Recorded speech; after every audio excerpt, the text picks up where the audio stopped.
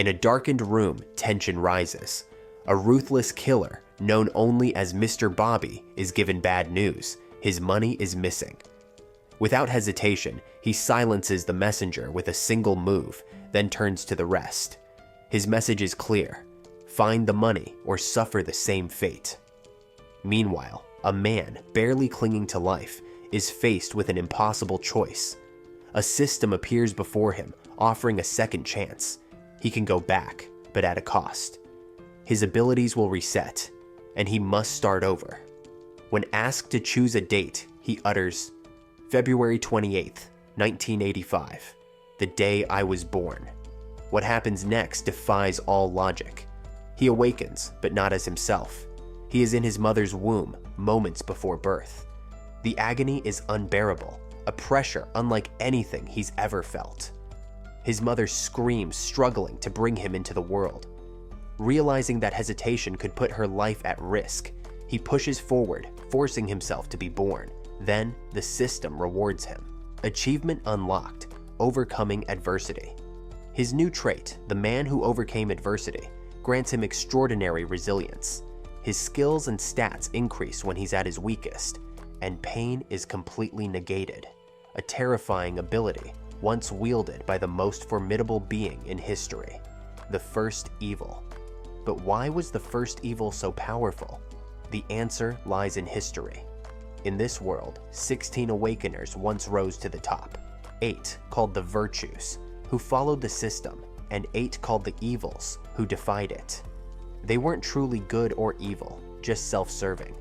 The virtues held power, monopolizing dungeons and resources, and the evils fought to overthrow them. But among them, one stood above all, the first evil, a man who grasped the system's secrets before anyone else. His strength was unparalleled, and now, another awakener like him has been born. Determined to change his fate, the newborn desperately attempts to communicate. Though his body is weak, his mind is sharp. He focuses and forces out his first words, status window. It works. The system responds, confirming what he already suspected. He is the world's first awakener. As a reward, he receives a challenger box, an item he never thought he'd see again. This box once granted him the power to turn back time, and now he has the chance to open it once more.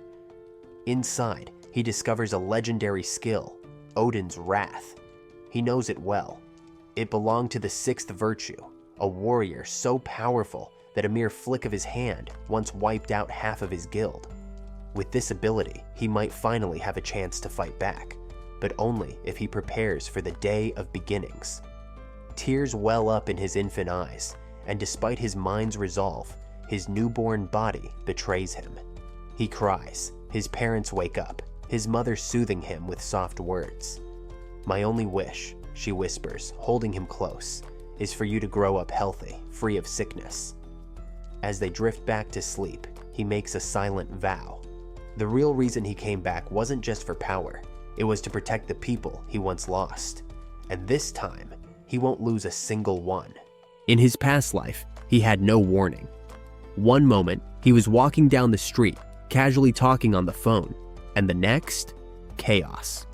The sky tore open and monstrous beasts rained down, hungry for human flesh. Panic set in.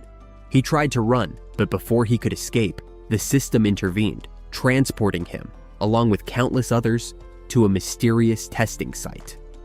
This was the day of beginnings, the moment when reality itself was shattered. Rifts between dimensions opened, unleashing an endless tide of creatures upon the world. Those chosen were thrown into brutal trials. Some fought for mere months, while others endured decades. But returning to the real world didn't mean safety. The survivors, now called awakeners, found themselves in a battlefield once more. The monsters hadn't disappeared, they had spread. In desperation, humanity's leaders resorted to their strongest weapon, a nuclear strike. It failed. The nation collapsed, and amidst the ruins, the most powerful beings in existence, the 8 virtues and 8 evils, carved out their own empires, free of consequences or restraint. Now, reborn into the past, he sits quietly, watching television. The world is locked in the Cold War, but he knows these conflicts are meaningless compared to what's coming. His parents play with him, their smiles warm and full of life. He cherishes this moment, knowing how fragile it truly is, because soon an unthinkable tragedy will strike. He cannot afford to be unprepared. Late at night, he wakes and forces himself to move. Step by step, he stumbles forward only to fall, but he refuses to stay down. Pushing himself up, he takes 10 full steps. The system immediately rewards him, granting him increased vitality and precious stat points. Even more shocking, it acknowledges his determination by bestowing him with a bronze box, a reward that, in his past life, took unimaginable suffering just to obtain. This only reaffirms his purpose. He must find the first evil and eliminate him before he can grow into an unstoppable force. He will not allow that monster to exist in this timeline. Sitting outside, another quest appears. Hold a conversation of 10 or more sentences. A simple task, or so it seems. His parents would be terrified if he spoke too soon, so he must choose carefully. Scanning the calendar, he notices Thanksgiving is approaching, and on that day, he meets Gia, a bright 4-year-old girl with intelligence beyond her years. In his past life, she was a prodigy, passing the bar exam at a shockingly young age, growing into a woman of both beauty and brilliance. But none of that mattered in the end, because on that day, she vanished without a trace. Maybe if he had been stronger, if he had trained as much as she had studied, he could have saved her. She hugs him, unaware of the weight of his thoughts. And in that moment, he starts speaking. Sentence after sentence, a natural conversation flows between them. Her parents smile, amused by how quickly the two have bonded. Before she leaves, he makes her promise. Tell no one about this. She nods, sealing their secret. With that, another quest is complete. And to his astonishment, it wasn't just any quest. It was the final one of the tutorial. The system presents him with a choice. Skip infancy and childhood? A part of him longs to stay, to spend more time with his parents while they are still alive. But deep down, he knows the truth. If he stays too long, his abilities will develop in ways that might terrify them. He makes his decision. He skips ahead, steeling himself for what's to come. The days of innocence are over. Now, it's time to prepare for the battles that lie ahead. The year is 1997. In a dimly lit underground pit, a hulking opponent charges forward, but in mere moments, he's sent crashing to the ground. Another victory. The crowd erupts, but Sunu barely acknowledges them. He isn't here for recognition. From the sidelines, the organizer watches in disbelief. This guy never loses. He even whispers that Sunu was the one who destroyed Mapo District. Nice work, the man says, but Sunu cuts him off. More. The organizer hesitates. Listen, kid, it's late, and honestly, you're too skilled for this. Your level is beyond pit fights. You're fighting like a world-class pro. Sunu's eyes darken. I won't repeat myself. Either you bring me stronger opponents, or I'll find someone who will. With that, he pulls up his status window. His stats have grown significantly. 87 unallocated points waiting to be used. His body is already built like an adult, his strength and perception rivaling elite athletes. He removes his cap, looking at his reflection. Wounds that should take weeks to heal are already fading, one of the many advantages of being an awakener. He had once been of average height, but now he towers at 180 centimeters. The stats he increased during the tutorial had permanently shaped his body. Still, this is not enough. He remembers the testing site, a brutal proving ground where survival was all that mattered. If he were thrown back there now, even with this power, he wouldn't last. He needs to level up. He's already scouted a place, an F-rank dungeon hidden in a small mountain near Hong City. But raiding a dungeon isn't as simple as walking in. He needs a strategy. First, he has to buy the mountain, blockade it, set up defenses in case monsters escape. The problem?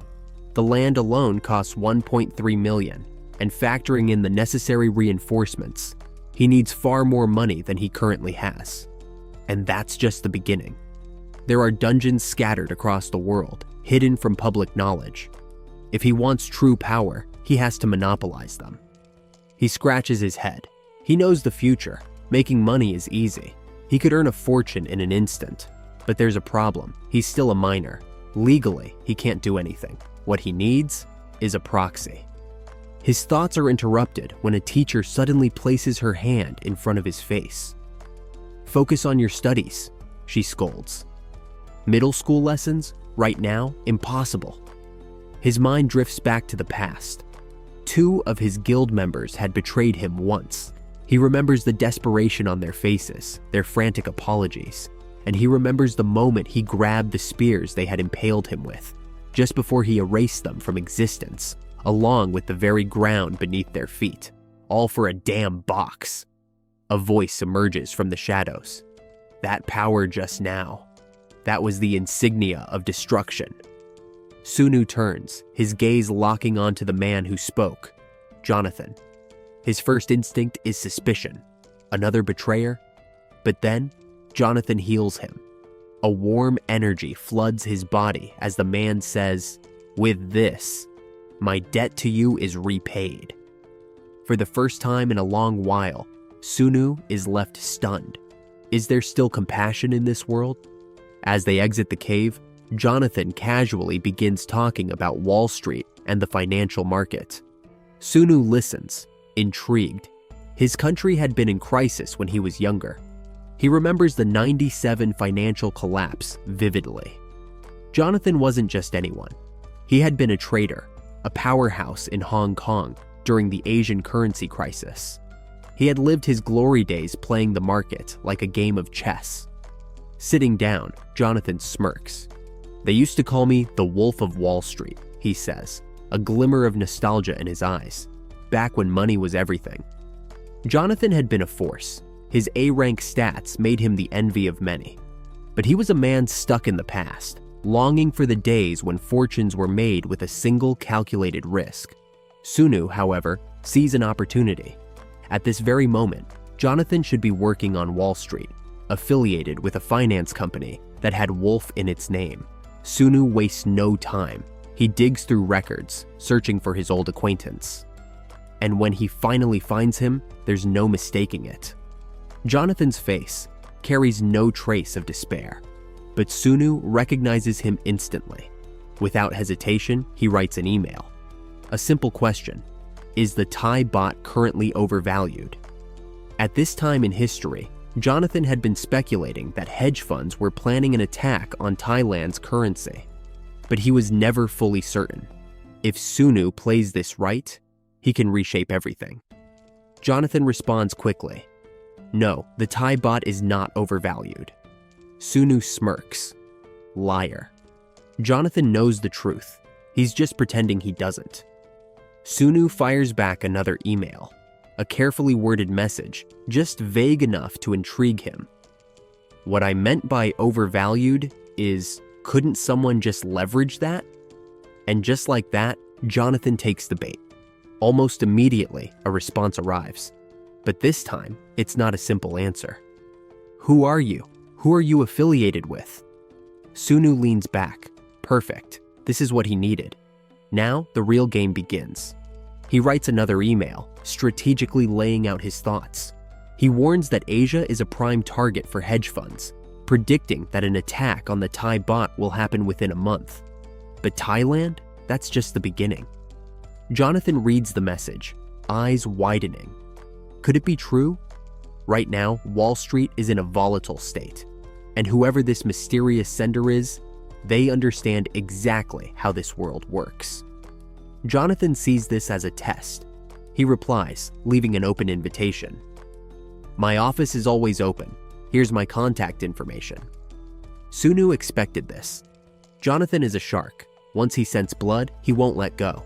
And now, a financial war is about to be declared. In April 1997, the hedge fund assault on the Thai baht will begin. And this time, Sunu will be ready. Thank you to all our Patreon VIP members who support us and get access to up to 16 episodes early. Link in the description. In 1992, it took just 50 days for a single hedge fund to bring down the British pound.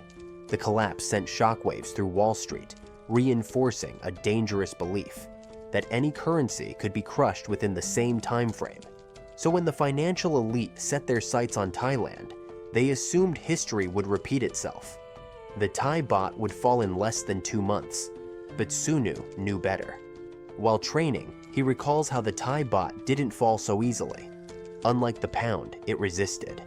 For over 3 months, the Thai government and its banks fought back, even landing severe blows on the hedge funds. But in the end, their defenses crumbled, and on July 2nd, the currency collapsed.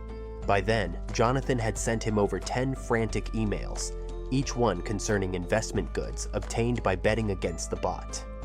Sunu finally replies, "If you have an investment that bets on the baht increasing instead, then we'll talk." Jonathan freezes. Bet on the baht increasing? The financial products he had sent were exclusive, offered only by high-level VIPs. For Sunu to even suggest that the baht could rise meant one of two things. Either he was a fool, or he knew something the rest of Wall Street didn't. And on top of that, he wanted 51% control of the investment deal. Jonathan leans back, running a hand through his hair. This guy must be a scammer. He tidies his desk, ready to dismiss the entire conversation, then instinctively reaches for the phone to call other VIPs. But something stops him. He hesitates. Then, instead of making the call, he sends another message. "How did you come to the conclusion that the hedge funds would lose?" Sunu's reply comes within seconds. "I never said the hedge funds would lose, but the Thai banks have countless strategies at their disposal. My conclusion? The baht will rise, at least in the short term." Jonathan nearly chokes on his drink. Wall Street is betting billions on the baht collapsing in May. The biggest firms are certain of it, using the situation to strengthen their ties with VIP investors. But if the baht doesn't fall, there will be hell to pay. Jonathan starts second-guessing everything. Does he warn them? Does he pretend he knows nothing? He attempts to voice his concerns, but his boss immediately shuts him down. "Ridiculous," the man scoffs. "Do you realize how stupid you sound?" Jonathan clenches his fists, swallowing his frustration. He looks at his research, the unanswered emails, the clues Sunu had given him. Finally, he types out a response. "Wolf Corporation has no intention of developing this kind of investment in the first place." Sunu doesn't hesitate. "That's why I'm suggesting you go independent." Jonathan leans back, exhaling sharply. Independent? Giving Sunu 51% control would be like handing him the keys to his entire future. No one in their right mind would agree to such a contract. "You expect me to just hand over control of my fortune?" he writes back. "Think carefully," Sunu responds. "This proposal is valid until the end of May." And then, silence. Jonathan waits. Days pass, weeks, no new emails. It drives him mad. Between his boss belittling him, his peers laughing at the absurd idea of the baht increasing, and his own growing doubts, he feels trapped. But then, the unthinkable happens. The Asian Central Bank intervenes. A $12 billion aid package is sent to Thailand, and just like that, Wall Street is in shambles. Jonathan stares at the news in disbelief. That guy was right. The Thai baht rises. He lets out a breath he didn't realize he was holding. A tear slips down his face. He had the answer right in front of him all along, and no one listened. His thoughts are interrupted when his boss calls for him. The moment he steps into the office, he knows something is wrong. The VIP investors are already there, furious. They had all bet on the collapse, and now they were losing millions. His boss isn't introducing him to help him, he's throwing him under the bus. Jonathan doesn't wait for it to happen. He calmly hands over his business card. "Starting today, I'm leaving Wolf Corporation. I'll be establishing my own investment firm." The room goes silent. His boss stares at him, stunned. Jonathan smirks. "I know you wanted me gone, so I'm just saving you the trouble." He turns to the furious VIPs. And if any of you are looking for someone who actually predicted this disaster, you know how to reach me. That night, as Sunu finishes his training, a single email arrives. He reads it, then smiles. Jonathan had finally made his move. Sunu types out a short response. Come to Seoul, right now. At school, Sunu feels nothing. Most of his classmates avoid him. His towering physique and sharp demeanor make him unapproachable. But that's exactly how he wants it. He has no interest in building connections. As the hallway empties, a wave of memories crashes over him. A city in ruins, people slaughtered in the streets. The echoes of their screams still linger in his mind. From a distance, his teacher watches him, and suddenly, without understanding why, she starts to cry. Later, at the airport, Sunu meets Jonathan. As they walk to find a place to sit, he notes how strange it is to see Jonathan looking so clean-cut.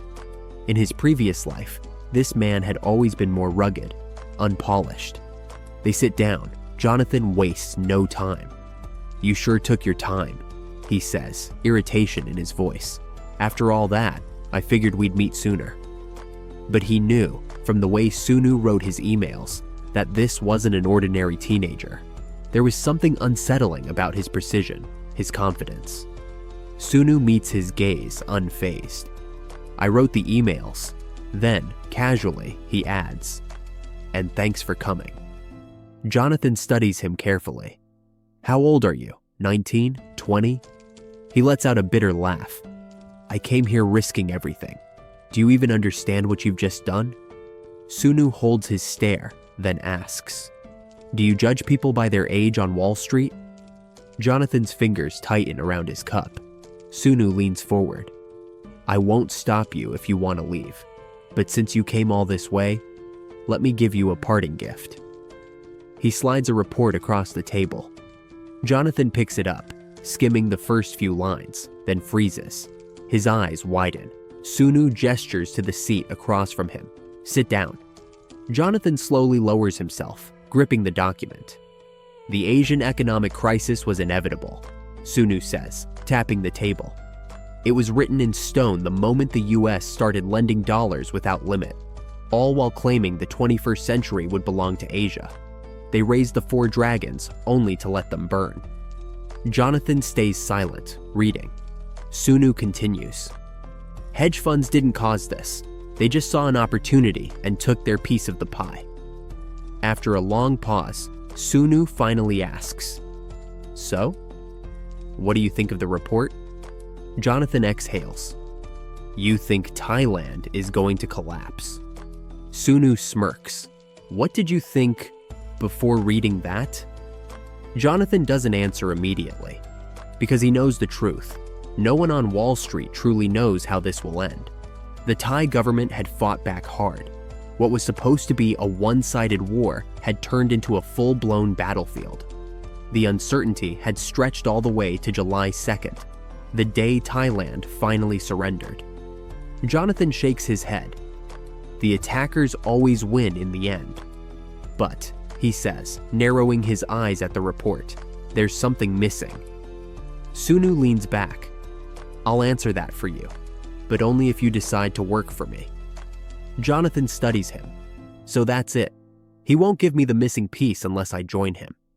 Jonathan had dismissed him at first because of his age, but now he realizes that was a mistake. Jonathan crosses his arms. "With my money and my record, I already have everything. What exactly do you have?" Sunu raises an eyebrow. "An opportunity. I could have chosen someone else. I still can." His voice is calm, steady. "Even as we sit here, money is being lost, and you know it."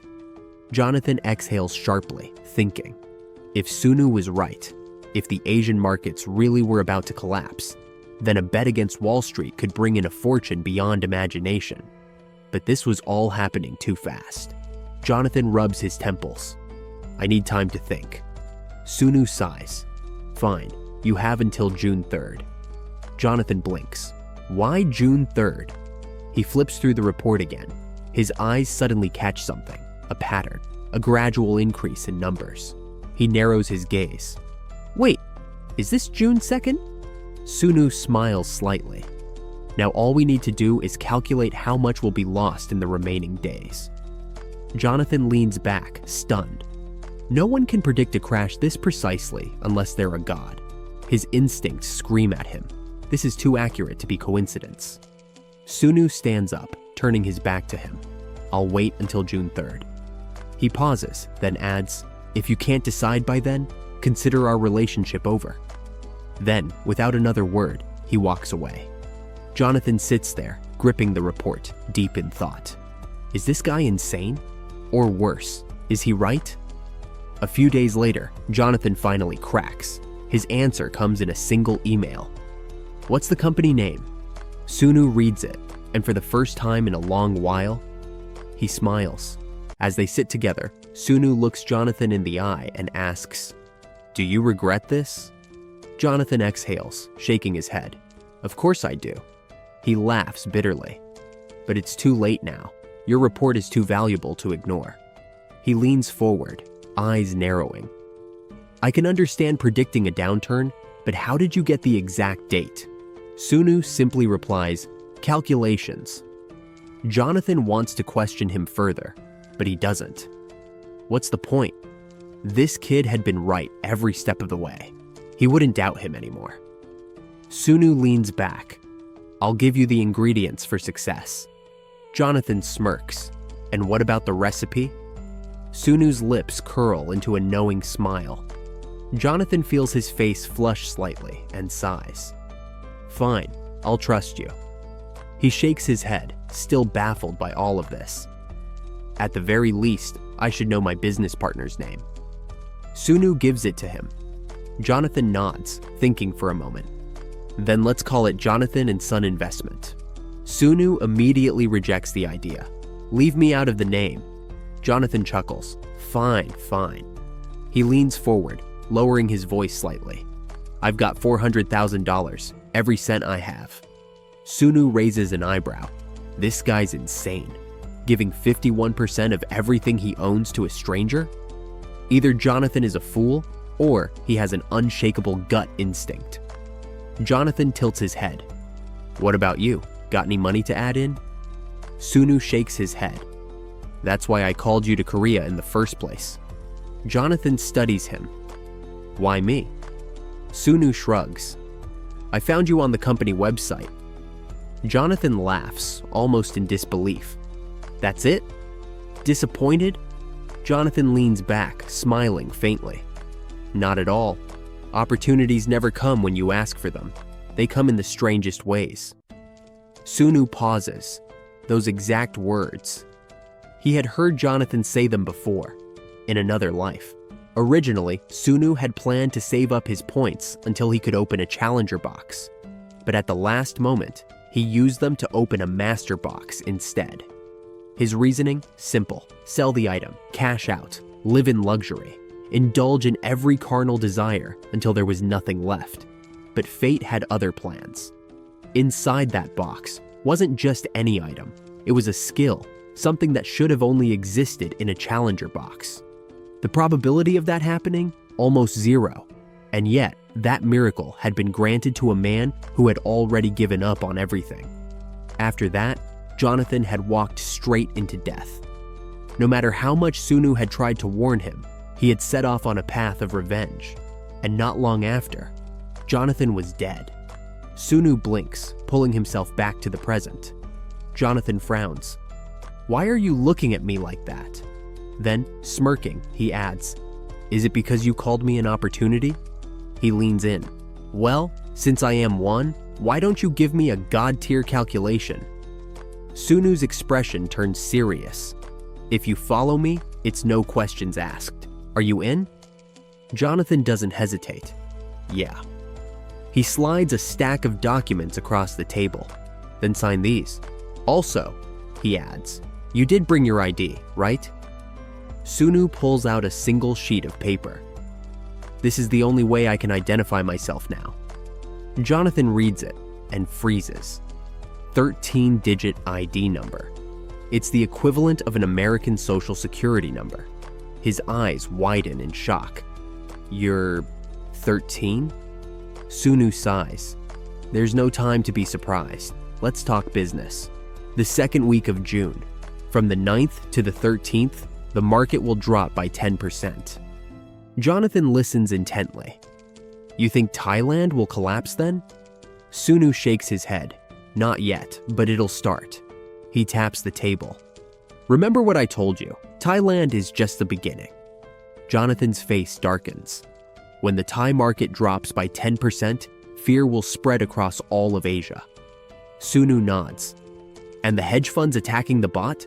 They'll start gaining allies. Jonathan exhales sharply.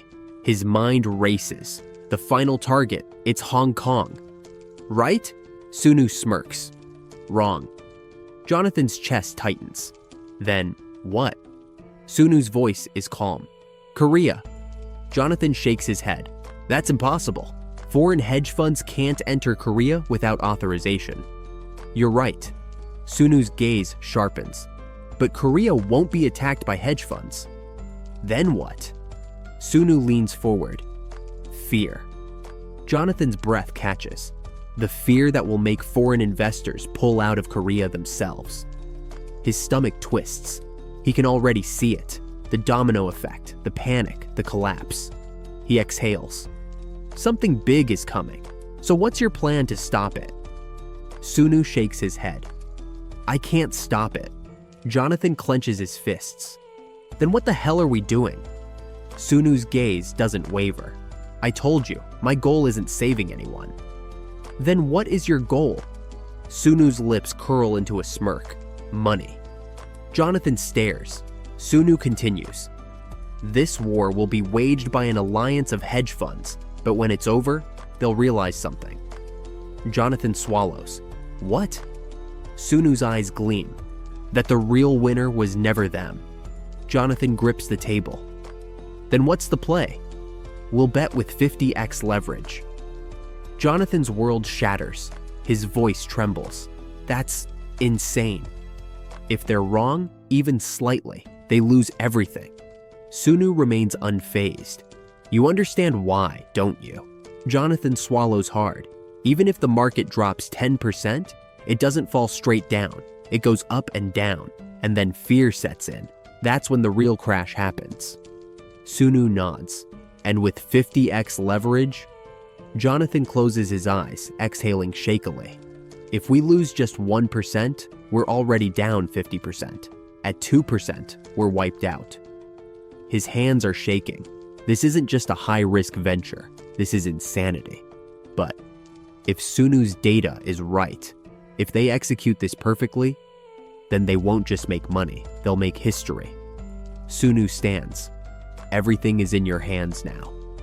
Jonathan sits alone in his office, exhausted, starving, but his determination is unshakable. He's going through with this. Days later, Jonathan arrives back in Korea. Sunu sees him walking through the doors, looking as sharp as ever. But this time, he's brought back something even greater. Sunu smirks. You exchanged the money into dollars? Jonathan nods, his hands trembling. But then he lets out a breathless, disbelieving laugh. It's not just 700%. His shoulders shake. Tears well up in his eyes. We made 700 times the original $400,000. Sunu's eyes narrow. How much? Jonathan chokes on a laugh. In the past week, his voice cracks. We made $280 million. Sunu grins. They are filthy rich. From his hotel room, Sunu dials his mother. I'll be staying at a friend's place tonight, he says casually. With that, he hangs up and turns his attention to something far more pressing. Jonathan's miracle. How exactly did he pull this off? Sunu scans the reports, and what he finds is nothing short of astonishing. Meanwhile, on the other side of the city, Jonathan is celebrating like a madman. We did it! He shouts, practically glowing. I can't believe this! He paces back and forth, exhilarated. In one move, we went from nothing to one of the biggest hedge funds in the game, and it's just the two of us. Sunu, ever the strategist, remains unfazed. If you're not going to sleep, he says, let's talk about our next move. Jonathan smirks. You're really gonna hit me with more god-tier intel already? Sunu leans forward. Thailand might implement a floating exchange rate. Jonathan's celebration slows. Go on. If that happens, Sunu continues, it'll be our D-Day. We go all in, no hesitation. Every last dollar, Jonathan exhales, pacing again. There won't be a rally, Sunu explains. No buying the dip, it'll be pure, one-directional destruction. Jonathan rubs his temples. Well, obviously, switching to a floating exchange rate means Thailand surrendering. He exhales. But how much do you think our $200 million will turn into? Sunu's answer is instant. You mean after we leverage it? Jonathan freezes. Wait, you actually want to go all in? Sunu tilts his head. Why not? Jonathan throws his hands up. Because if we put $200 million against the baht, all hell will break loose. The hedge funds won't just sit there and watch. They'll fight back. Sunu remains calm. Then we'll leave them crumbs. Like I said before, we're the real ones waging war. Jonathan grips his hair. If your D-Day scenario is even slightly off, we lose everything. His voice rises. You're talking about gambling everything we just made. No hedge, no safety net, just blind faith in the crash. He shakes his head. I can't do that, not unless you're a god or something. Sunu smirks. He pats Jonathan on the shoulder. Relax, there's data we need to put together first. Jonathan sighs, rubbing his temples. What data? Starting tomorrow, Sunu says. We track everything. Foreign exchange reserves, capital outflows, debt structuring. We compare it to July 2nd's historical crash. Jonathan scoffs. You realize data on this scale isn't easy to get, right? Sunu shrugs. We don't need it all, just enough to confirm what we already know. Jonathan crosses his arms. And what if the data contradicts your theory? Sunu leans back. Then we adjust, lower the leverage, push the attack one day earlier, July 1st. Jonathan studies him carefully. You've already planned for everything, haven't you? Sunu doesn't answer. Instead, he drops a casual bombshell. $80,000 should be enough to buy us a meeting with the head of the Thai central bank. Jonathan nearly drops his drink. You want me to meet with the Central Bank of Thailand? Sunu nods. Jonathan blinks. Are you actually 13? Sunu smirks. You should take a trip to Bangkok. Jonathan lets out a sharp breath. Jesus, if I mess this up, I might get gunned down. Sunu shrugs. Thailand knows they're about to fall. They're already preparing for the aftermath. His voice is calm. 1997 is going to be our payday. Jonathan swallows hard. So you're saying we go all in? Sunu's smirk doesn't fade. What else? The next morning, Jonathan boards a plane. He's nervous, but his eyes burn with the determination of an awakener entering a dungeon. While Jonathan infiltrates enemy territory, Sunu prepares in his own way. He enters a street fight. His opponent is tough, but not tough enough. Crack! The man screams as Sunu snaps his arm. Gasps ripple through the crowd. From the sidelines, the fight organizer shakes his head. Told you, he mutters. That kid's dangerous. The injured man, teeth clenched in agony, growls. You're gonna pay for this. Sunu grins. Good. That night, he walks straight into enemy territory. A gang, dozens of them, and they're all staring at him like he's insane. This guy actually showed up, one mutters. Another swallows. Does he know how outnumbered he is?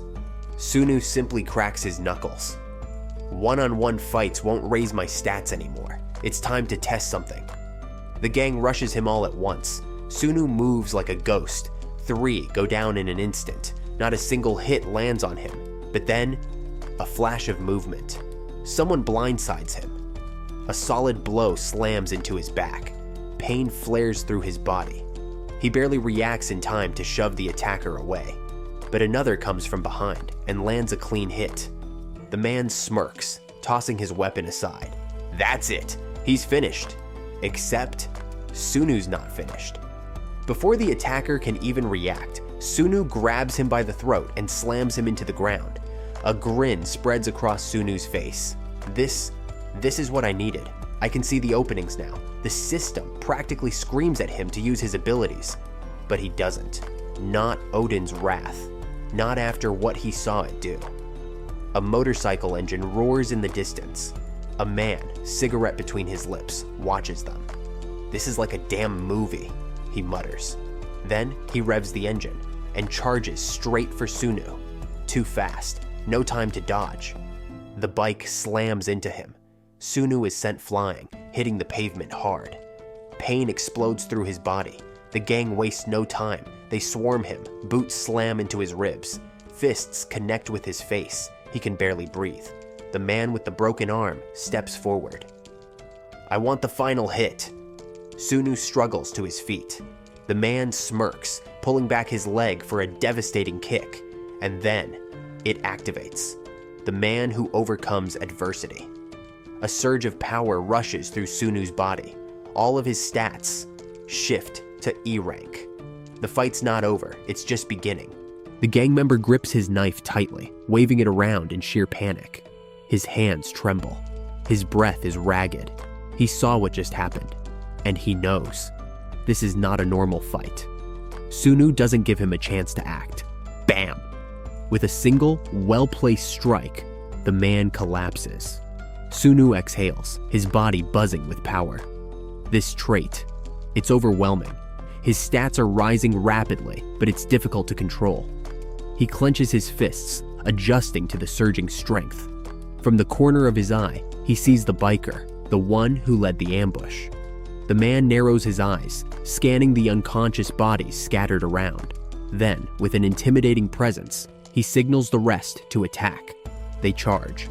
Sunu turns, planting his feet. His fist flies forward. Crash!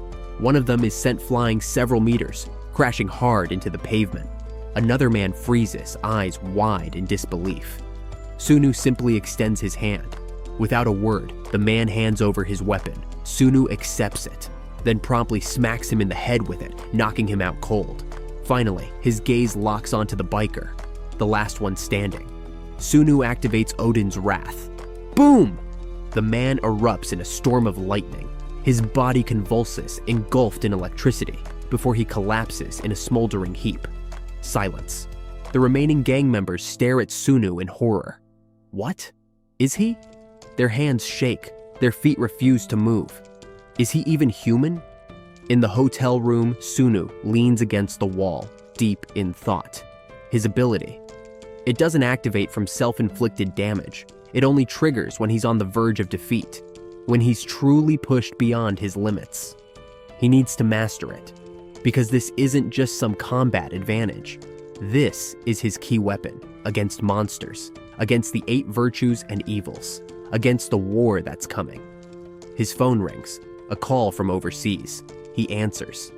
Jonathan's voice is urgent. You were right. Sunu's eyes sharpen. Jonathan continues. They were waiting for us. Like you said, the amount of money they took was just over 20%, so it's close. But Sunu isn't thinking about Thailand's current condition. He's thinking about something else entirely. Close? Sunu mutters. Thailand still holds more foreign currency reserves than expected, which means he can't be certain yet, can't be sure if the hedge funds will actually win this war. He takes a breath. Jonathan, he says, voice steady. Any objections to going all in? Jonathan chuckles dryly. I already spent $80 million just to get a look at these documents. At this point, I'd have to be insane to back out. He exhales. But regardless of the outcome, what we're doing is straight up lunacy. Sunu closes his eyes. D-Day is July 2nd. Jonathan pauses, then sighs. I knew you were going to say that. His voice drops to a whisper. If your calculations are right, you already know how hedge funds like Dragon will react. Sunu nods. Yeah. Once Dragon, a representative hedge fund, moves, the rest will follow. It's the same principle as the 8 virtues and evils. Once the virtues take action, their supporting factions will rush in, turning everything into chaos. Jonathan rubs his temples. So, if you're right, we'll take control of every major investment fund in the world in one single move. Sunu leans forward. Then stop worrying. His voice is calm. Prepare for the attack instead. On July 1st, 1997, Hong Kong officially returns to China. But beneath the political spectacle, something far more sinister is brewing. A financial war is about to begin. It's modern history repeating itself, a second opium war. But instead of opium, the West floods Asia with billions of dollars, crippling their economies. Instead of cannons, they launch currency attacks, destabilizing entire nations. But Sunu knows the truth. Before his regression, Asia's financial collapse led to something far worse. The release of an S-rank dungeon, a sealed catastrophe. And behind it, one of the 8 virtues and his followers. Sunu clicks his mouse impatiently. He hates waiting. If only pagers existed yet.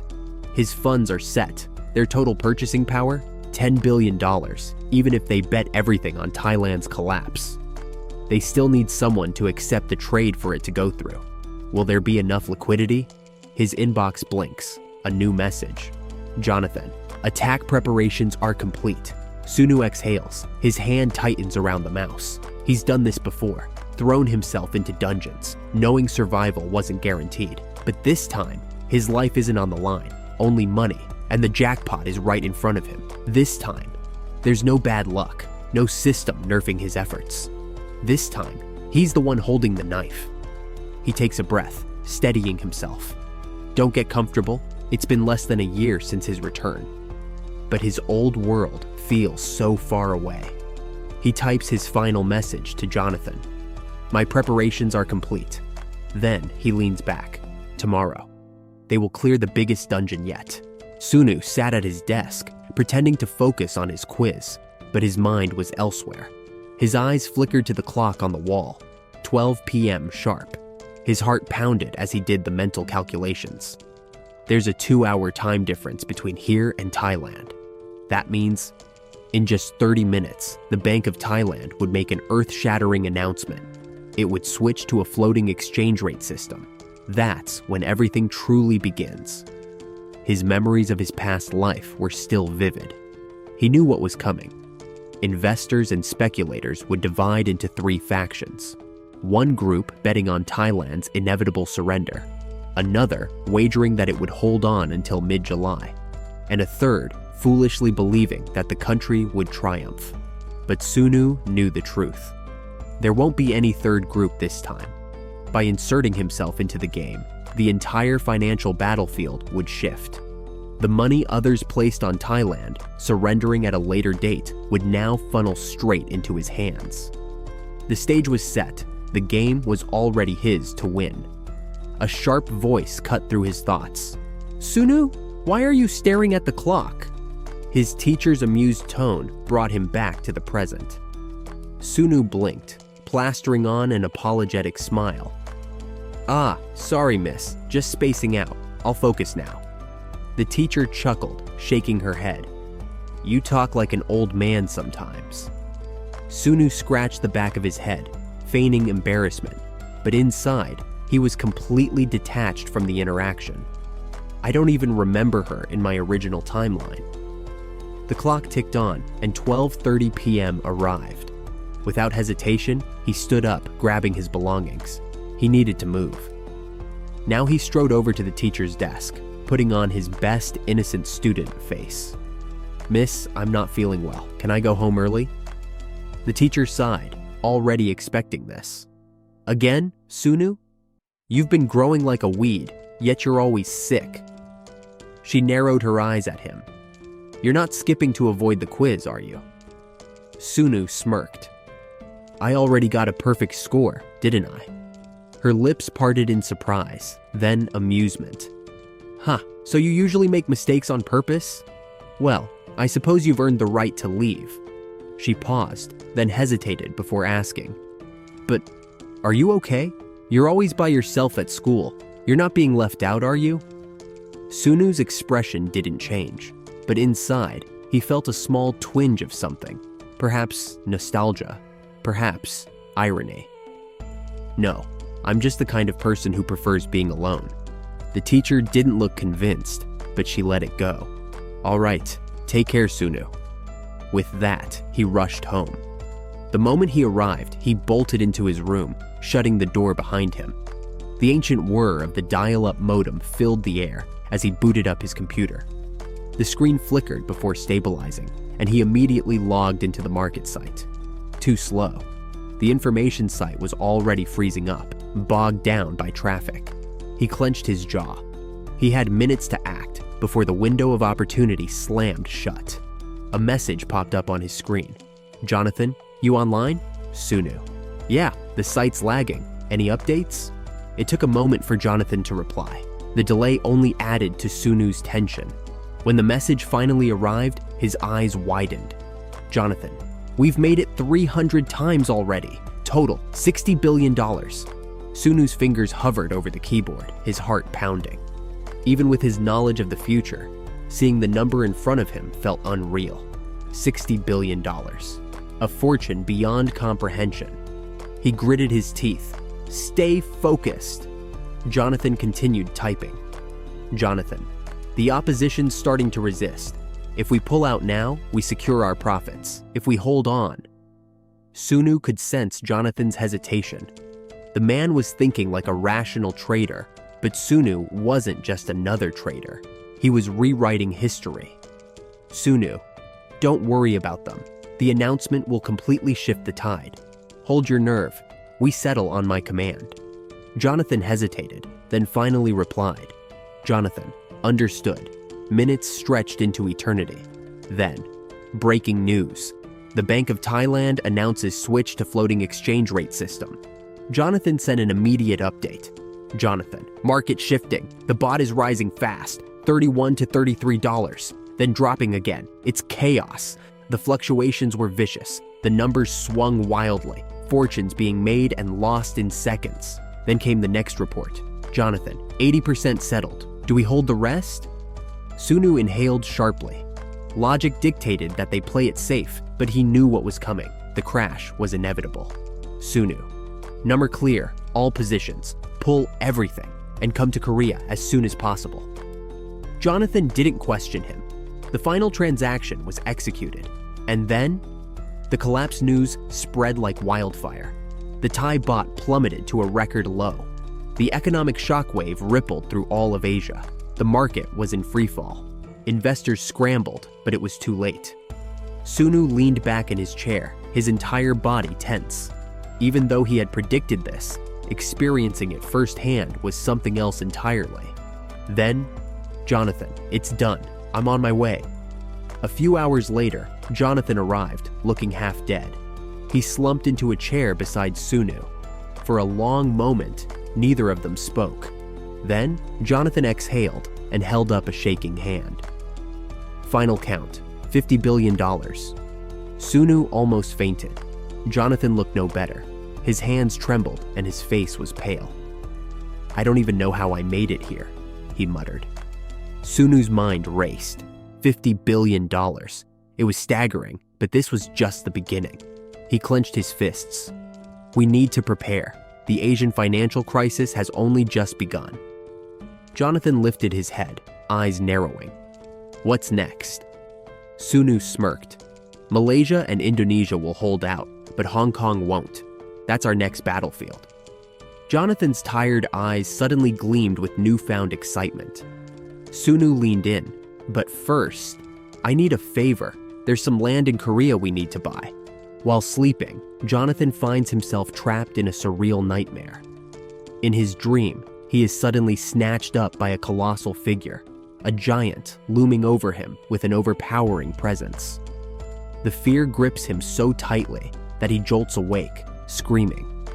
His sudden outburst startles Sunu, who looks at him curiously before casually noting that they have finally arrived at their destination, America. As they take a drive through the unfamiliar cityscape, Jonathan pushes away the remnants of his childish nightmare. Instead, His mind drifts back to his recent conversation with Sunu. He finds himself still puzzled over the man's ambitions.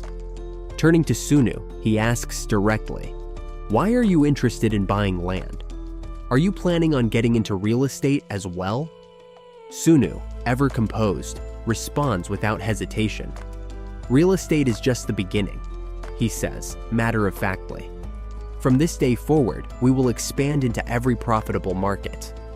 If it can make us good money, we'll be there."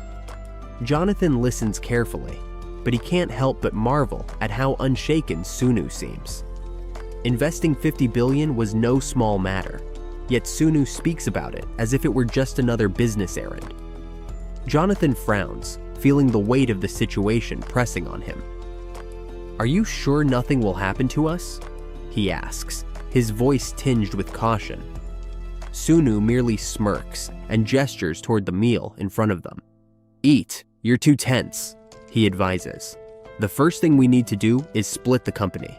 Use your share as collateral, and if you want to join in, you can invest however much you wish." Jonathan exhales sharply. "How many companies are we talking about here?" he inquires, already anticipating a complex answer. "The more, the better," Sunu replies, his expression unwavering. "The structure needs to be so intricate that no one will be able to trace anything back to the original owner. Not even the employees working in the companies should fully understand what they're involved in." Jonathan leans back, processing the sheer scale of what Sunu is planning. "So, you're basically making a web of ghost companies," he mutters, shaking his head. "This almost sounds like a criminal conspiracy." Sunu chuckles at the remark. "If you're going to be working alone, it'll be tough. Once we reach Hong Kong, you should put together a team," he suggests. Jonathan raises an eyebrow. "You're actually acknowledging how hard I've been working?" he asks, half joking. "There was a point where I was so busy I didn't even have time to go to the bathroom." Sunu dismisses the notion with a wave of his hand. "Skill isn't the priority here," he says. "What matters is trust and loyalty." Jonathan thinks for a moment before nodding. "In that case, I already have a few people in mind." Sunu continues.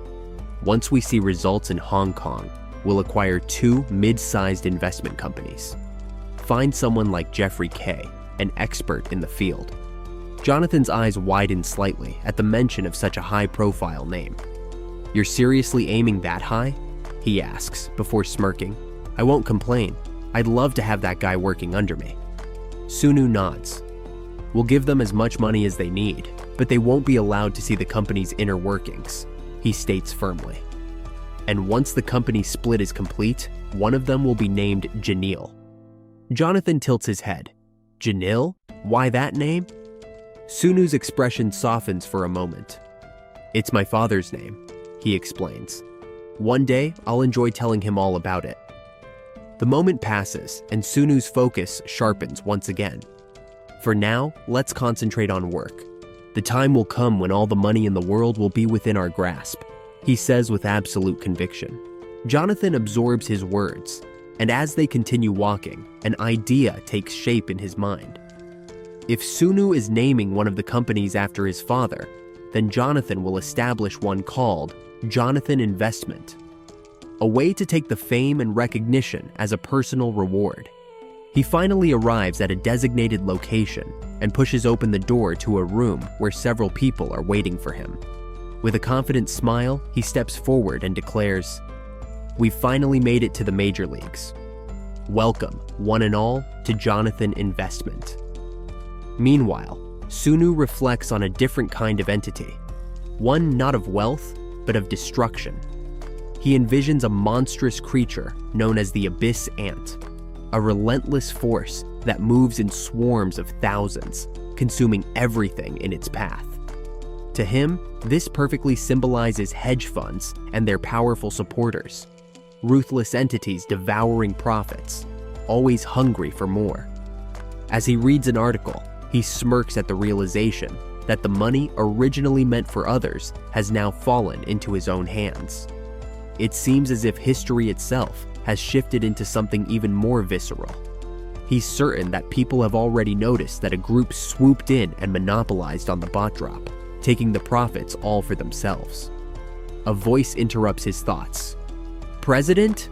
someone calls, bringing him back to reality. Sunu looks up. "Any updates on the contract conditions?" he asks. The man standing before him reports. Chairman Choi agreed to proceed under the specified terms. He's well known for amassing wealth through real estate, so he can be trusted on this matter. As the man continues showing him around, Sunu ponders the conditions for securing an office space. The deal includes a 2-year contract, with the entire down payment made up front in cash, but without his real name being attached to it. Naturally, this setup is completely illegal, but it's a mutually beneficial arrangement. The money will simply funnel into Chairman Choi's slush funds, ensuring that both sides profit from the exchange. Arriving at the space in question, the man gestures around. "It's already been cleaned," he says. "You just need to move in your belongings." Sunu nods, satisfied. Renting this office serves 2 key purposes: tight security and access to an ADL terminal, which will finally rid him of the slow internet speeds that have been a constant frustration. "All right," he says, pulling out the necessary funds. "I'll pay the rent now. If I deduct the cost of these 2 boxes, the amount should be just right." Want to stay ahead of the story? Get up to 16 episodes early only on Patreon. Support the channel, unlock exclusive content, and be the first to know what happens next. Click the link in the description and we'll see you way ahead in the story. Now, back to the video. With that, the transaction is settled, and Sunu is left alone in the office. He looks around the empty space and thinks to himself, "Until Jonathan returns to Korea, I might as well make this place feel like home." He begins decorating, setting up a few personal touches. One of the first things he places on the wall is a drawing of a dog hybrid, an image that holds significance to him. As he steps back and examines the room, a sense of satisfaction settles over him. "This," he murmurs, "will be the first outpost." Jonathan has already begun reporting his progress, leaving the separation process to the startup companies, with 8 groups advancing to the next stage. Every time he achieves a milestone, he switches companies, ensuring that those discussing the previous separation remain unaware of his strategy. His sole focus is paperwork and numbers, with nearly 1,000 taxes accounted for, an inexplicably complex commission. However, it now seems he will have to handle the fund distribution plan himself. He inquires about Jeffrey K., and Jonathan confirms that he's in. Sunu emphasizes that prediction is their priority, but advises staying with CEO Donald Finn until the end. Jonathan wonders if this is just an investment strategy to catch Donald, and Sunu agrees it's far more than that. The economic bubble burst, triggering massive market shifts, but the real game changer was the database language they developed, which became an industry standard in the 1980s. It encompassed elements like dungeon monster skills and characteristics, but the most vital program linked back to the core company, Lee Sun's Guild. That database was a revolutionary force. If anyone had even glimpsed it, the war against the 80s could have unfolded differently. Sunu believes his intervention will alter history, so he must minimize fluctuations. He instructs Jonathan to prioritize prediction, ensuring Donald receives top recognition, salary, and stock options. However, if Donald chooses to leave, their hands will be tied. Sunu reflects and vows to seize all the power once held by the 8 virtues. Just as he prepares to leave, he notices his mother watching the news. One of his ghost companies is making headlines, but he isn't concerned. She asks him to bring this Django character over sometime, as she's heard of him but never met him. Sunu playfully fiddles with his hair and agrees. She also asks about his boxing, and when he offers to quit if she's worried, she reassures him that she's proud of his dedication to something difficult. With that, he departs, realizing he needs some pocket money. Arriving at the building where he rented a floor, Sunu pauses upon noticing employees from the public bank waiting for the elevator. He had secured the first floor to build Korea's premier online banking network, As they enter the elevator, he overhears them discussing their financial maneuvers and massive earnings.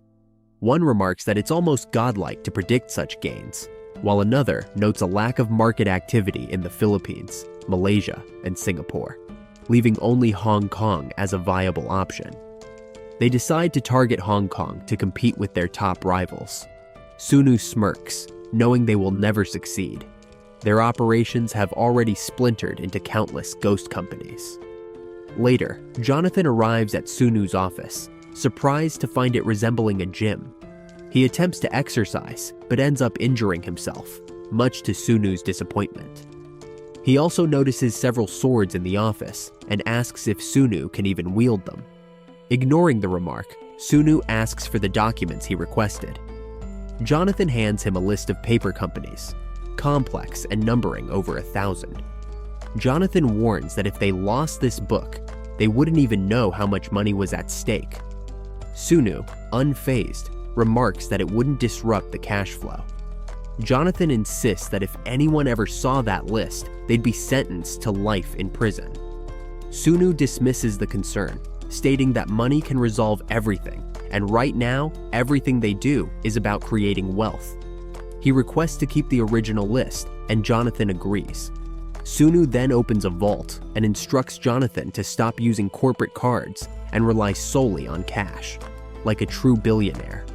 Before parting, Sunu tells Jonathan to take the rest of the day off, calling it a small vacation.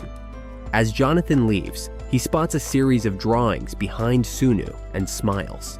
These sketches prove that beneath it all, Sunu is still just a kid. At DP Crump, one of the big four banks in North America, Emily from Jonathan Investments meets with a representative from the bank to make a deal. He remarks that this must be the new type of swap transaction everyone is talking about, and that he will review it, along with the others, but doesn't want to waste time. He wonders who would realistically accept this offer. Emily says he should take a closer look since Jonathan's investment is party B in the deal. The representative is shocked for a moment, but tries to hold in his laughter, stating that it's not his decision to make, and he'll have to get the person in charge to review it. The person in charge begins preparing the proposal, mentioning that if the deal goes through, Hong Kong's interest would skyrocket, but Jonathan's investment's revenue would start declining. He asks how much they want for it, and Emily responds with $500 million. The man chuckles but doesn't fully laugh, thinking the offer is crazy enough to raise the interest rate to 100%. He wonders how one could even make a profit under those terms. After reviewing the papers, he decides they will sign the contract, though he knows $500 million is a significant sum and there's no fraud. They shake hands, both thinking they'd never meet again. Jonathan meets with Sunu, telling him the attack preparation is complete and bets $5 billion, all in. Sunu says that once the debenture is over, it will be his turn. 2 months ago, Sunu arrived at Jonathan's office looking worse for wear, with a lot of trash beside him. He asks how much he lost, and Jonathan tells him he must already know, as figuring it out from the different dates and sizes was difficult. Betting on the global stock market without getting notices is quite tricky, especially with the stock market, excluding Asia, maintaining a slight upward trend. Sunu notes that even though it's hard to watch the damage that will be caused to the stock market, Jonathan looks at the screen with a depressive expression, remembering that he didn't expect to bet everything on Sunu's words. He recalls Sunu's past advice about raising the interest rate to 300% and how Hong Kong would collapse its own stock market. Jonathan doesn't want to consider that, but knowing Sunu, he probably is right. He wonders why Hong Kong would ever do something so crazy. Sunu replies that it's the only way to eliminate the traders. Jonathan wonders if they'll just give up that easily, noting that Hong Kong, along with Japan, are Asia's financial fortresses. Jonathan wants to charm Japan, but if he messes with them, the Japanese authorities won't sit idle. So, the only target left is Korea. Sunu agrees and explains that Korea implemented a financial policy that completely blocked off foreign investment and intervention. This caused the trade war in Southeast Asia, spreading fear. They also attacked Hong Kong, which had no chance against Korea, peaking in fear. Korean investors tried to withdraw, forcing foreign banks to collect their money rather than giving out loans, which caused Korea to collapse from the inside. Sunu adds that fear increases the chances of a country going bankrupt when traders pull out their long-held investments. This time, however, it will be much different. Sunu sits down, and Jonathan is surprised. Sunu suggests they enter the Hong Kong stock market and add pressure to it, with investments of 100 million to 1 billion in heavy industries. Jonathan notes that Hong Kong's stock prices are falling across all sectors except for banks. They need to reassure investors somehow. Jonathan points out that there are many investors catching up with them. Sunu worries that if they get caught, this round will be over, but it's too early for conclusions. He notes that they need to defend the New York company now. Jonathan jumps up, rushing somewhere, and Sunu considers two possibilities. Either they are being followed by traders attacking Hong Kong, or by people wanting to join in on their actions. Jonathan announces that the trade is starting now, and Sunu congratulates him, noting that they will soon see who's really following them. Individual traders could halt at any minute, but it's different for trading firms. Sunu hopes for the best and wonders if they can collapse Hong Kong with their own hands, changing history and making the future impossible to predict. A green light flashes on the screen, and they both sit down, exhausted from the ordeal. Jonathan curses, saying that the Hong Kong stock market almost tanked. Sunu suggests organizing everything according to the market end time, as today's stock market trade made them sweat a lot. Sunu dresses to leave, thankful that nothing went wrong.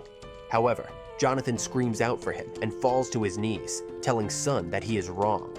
The DP Crump team is gathered around a table, laughing hysterically at the sheer audacity of Jonathan's 100% interest rate deal. The man in the purple suit asks, "How much did they ask for?" And the bald man replies, 500 million. Their surprise is palpable, and they congratulate Jonathan for securing such a bold deal. Clive, the general manager at DP Crump, had expected to be fired after the loss in Thailand. But now, with this success, he's more motivated than ever. He thanks Jonathan for the investment, grateful for the chance to redeem himself. The news from Hong Kong flashes across the screen, and everyone turns their attention to it. Clive's expression shifts from curiosity to dread as he watches the numbers. Hong Kong's interest rate has surged by a staggering 400%. The room erupts into chaos, and Clive stares at the screen, overwhelmed by the implications. His mind races as he recalls the terms of Jonathan's deal, which should have led to a loss. But now, with the interest rate climbing to 400%, the $500 million deal is multiplied 4 times over, and the magnitude of the situation hits him.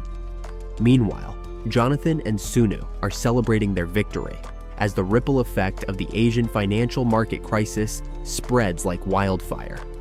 Not only Hong Kong, but stock markets around the world, Europe included, are collapsing. The spot and future charts plummet, and Sunu observes that they are raking in massive amounts of money. He compares the situation to a second Black Monday, where the global stock market crashes, and once again, they've hit the jackpot. Jonathan and Sunu exchange celebratory words. In this era, the sword of adversity and fortune is often labeled as fraudulent, but the power of money they control is undeniable. Jonathan's name quickly becomes synonymous with success in the trading world, and he's soon dubbed the God of Investment. One day, Jonathan calls Sunu with exciting news. They've been placed on the billionaire list. The numbers may not be entirely accurate, but they now have the power to write whatever they want about themselves. Sunu, however, expresses concern, asking if they've been tracked by the IRS, and notes that their true identities need to remain hidden. Jonathan laughs, dismissing the idea. "It would be a travesty if they ever found out about me," he says. But the one detail that remains true is that 51% of Jonathan Investment's stake is owned by a mysterious figure known only as John Doe. Sunu asks if this means everyone on Wall Street knows about them now. Jonathan assures him that he's doing everything possible to protect their identities. He's already hired top experts for the job, but Sunu remains cautious. "How close is the IRS to us?" he asks. Jonathan smirks. "We monopolized Thailand and won bets against the biggest world banks. At this point, nothing is impossible." He then reveals his latest calculations. Their New York-based company is now valued at approximately $22 billion. "As of now, I'm worth $11.2 billion, Jonathan continues, "and you're sitting at $10.7 billion. Sunu whistles in amazement. "That puts us at 18th and 20th on the billionaire rankings." "The goddess of luck really is on our side," Sunu muses. Jonathan chuckles, then leans in slightly. "If we counted the money I siphoned through ghost companies, adjusted for inflation, we'd be in first and second place, easily." As they walk along the bustling street, Sunu takes in the sight of exhausted businessmen shuffling past them, their faces lined with stress. A week has passed since the Hong Kong crisis, and just as he expected, the Korean government has now turned to the IMF for a bailout, 2 weeks earlier than in the previous timeline. He sighs, remembering how his homeroom teacher had once predicted such things, though back then, none of the students, himself included, had paid attention. Who is he to judge now? As they enter a towering office building, a man greets Sunu with a polite nod. "Good morning, you look a lot like my colleague." Sunu instantly recognizes him as one of the foreign exchange members from the People's Bank. For months now, they've crossed paths, yet the man has never once identified him or Jonathan, a small but crucial oversight. Considering the chaos of recent times, it's understandable. Still, Sunu decides it's best not to engage. Without a word, he brushes past, leaving the man slightly perplexed. Inside the building, a woman sits at a table, flipping through a newspaper. A few men glance her way, blushing as they steal quick looks at her. Sunu approaches and asks, "Miss Jamie?" She lowers the paper and studies him.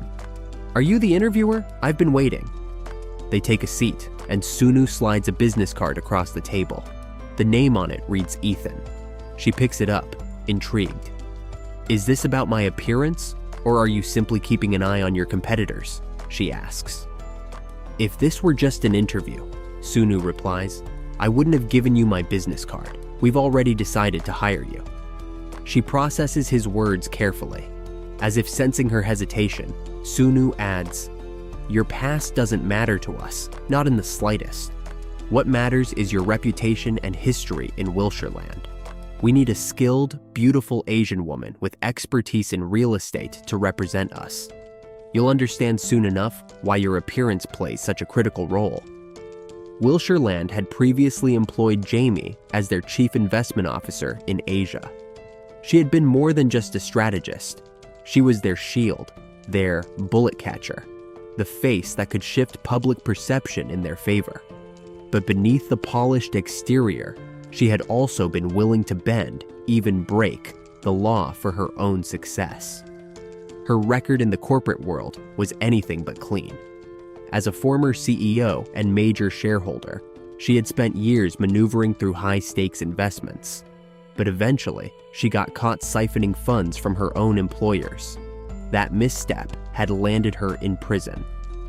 "I've been searching for someone like you since August," Sunu says. Jamie narrows her eyes. "I haven't even heard the name of your company yet." Sunu smiles, finally revealing the answer. Jonil Investment. Much later, at a major news outlet, a historic story breaks. There's been a regime change between the government and the opposition parties for the first time in the country's history. It's a monumental event, yet the weight of responsibility now falls heavily on the new presidential candidate, who must somehow revive the struggling economy. The broadcast shifts to coverage of a press conference at the Blue House, where the presidential candidate proudly announces that Jonil Investment has pledged a massive $5 billion investment, drawing both domestic and international attention. Watching the news with a calm smile, Sunu leans back, thinking to himself that the presidential candidate has essentially invited them to help overcome the foreign exchange crisis together. The political alignment with Jonil Investment was no accident. The fire exit door opens quietly, and Jamie steps into the room, dressed elegantly yet discreetly, her outfit designed to conceal her identity. Sunu greets her with a grin. "Congratulations, you've become the #1 person everyone in this country's political and business worlds wants to meet." Jamie pulls down her disguise, glaring at him. "Don't even mention it," she snaps, clearly irritated by the attention. Ignoring her frustration, Sunu hands her a company card and casually advises her to always keep cash in her linked account. "I won't be able to get a separate report on where you use it," he adds with a knowing smile. Jamie, catching the obvious implication of embezzlement, smirks, a glint of amusement in her eyes. Sunu watches her reaction, silently affirming that he chose the right person for this role. He then asks how she plans to go about hiring new employees. Jamie, ever direct, asks, "Is it okay if I handle it my way?" Sunu nods, explaining that they'd agreed to allow free management within the capital limits. The only area he's actively involved in is handling the special orders. "Good," Jamie says, leaning back comfortably. "My former colleagues will be arriving this evening. I've already negotiated with the top real estate advisory companies here, and Samu Accounting and Kim and Park Law Firm will be bringing their people into the country. Between those two firms, most of the problems are already solved." She names Cho Dewan as the accounting director and Park Chun-sik to handle legal affairs. Sunu raises an eyebrow, recognizing both names as high-class players in the business world. He nods approvingly. "Good choices. All that's left now is to find an office." Jamie continues, glancing around the building they're in. "This place is on sale. The price will keep falling." Sunu, already aware, explains, "That's because more than half of the tenants have withdrawn. The market's collapsing faster than expected." He recalls that Jamie recently had a meeting with the Blue House to fulfill the special orders he'd given. As a result, the real estate market opened up much earlier than before, creating what could only be described as a fire sale, a situation where distressed properties are sold at bargain prices. But in this case, Sunu thinks, the situation is even worse than a typical fire sale. Jamie, her real estate instincts kicking in, remarks, "This is my specialty. But I can't shake the thought that investing in just real estate is foolish. An opportunity like this won't come again." She turns to Sunu and asks, "Are your clients interested in real estate?" Sunu shrugs, his expression unreadable. "The only thing I care about is the rate of return. I don't care if it's from real estate or anything else. But with this kind of opportunity comes a lot of responsibility." Jamie's eyes narrow with determination. "The return will be big," she promises. "In this country, even a child could become a chairman, if they have dollars, that is." She glances at him, her meaning clear. "We can expand beyond real estate. There are other companies ripe for the taking." Sunu listens, thoughtful. He knows that if they move forward, a large stake in the country's biggest companies could fall into the hands of foreign investors. In the grand scheme of things, it might not be worth the risk. Jamie, sensing his hesitation, smiles knowingly. "This country," she says softly, "is amazing for business. I knew that before I came here, but now I like it even more." She thanks him for giving her this opportunity and assures him that she will show him something that aligns with his wishes. Sunu silently stares at her, and at that moment, she remembers that she also went over the special orders when she had the time. The first thing he wanted to buy was real estate, but most of the properties had earnings far below his expectations. She attempts to explain further, but Sunu interrupts her, stating that while it's admirable that she wants to impress him, she needs to stop. He clarifies that he will rarely be involved in Junil's investments and trusts her to meet customer expectations. However, her only responsibility is to follow the special orders, not to analyze them. Jimin begins shaking under his intense gaze and quickly apologizes for getting carried away. Sunu understands, but advises that if she wants to expand business through company investments, she should collaborate with the company's loan team. The special order he gave her was straightforward. Purchasing money is valuable, but there are things far more crucial in Korean dungeons. Sunu heads to a hill, reflecting on how long it took to buy and locate the dungeon. In his original timeline, the place had looked entirely different. It had resembled a military installation, as the government had been much more powerful at the time. The hills and their respective dungeons had been strictly under government control, and martial law, which seemed like a thing of the past, had been reinstated. Like him, those who had survived the examination room were labeled reservists and taken to government research facilities, where they believed they would simply become lab rats. However, when Sunu had first seen the entrance to the dungeon, he realized their fate had been far worse than that. Suddenly, a car approaches from behind him, and a man named Choi Chulman steps out. Sunu introduces himself as a representative from Junil Investment and hands Choi a card with a fake name. As they continue driving up the mountain, Choi asks where the construction site is. Sunu explains that the entire area from the hill's entrance is their work site. He wants the restoration work to be as close to the original as possible, starting at the entrance. After about 20 minutes of driving, the truck gets stuck, unable to climb any further. They exit the vehicle, and Sunu asks if Choi is capable of constructing buildings as well. Choi responds that he can build anything. He isn't picky. Sunu then asks if he can also construct a road and if he is truly capable of handling the entire project. The work needs to begin immediately, though Sunu acknowledges that the scale is large and winter conditions will be challenging. Choi hesitates for a moment. Demolishing an entire mountain, constructing a road, and erecting buildings would be a massive undertaking. But in the current economy, work is scarce, and he can't afford to miss this opportunity. He accepts the job. As he gets back into the car, Sunu instructs him to provide a completion timeline and cost estimate as soon as possible. While he intends to get estimates from other companies, he makes it clear that he prefers Choi for the job.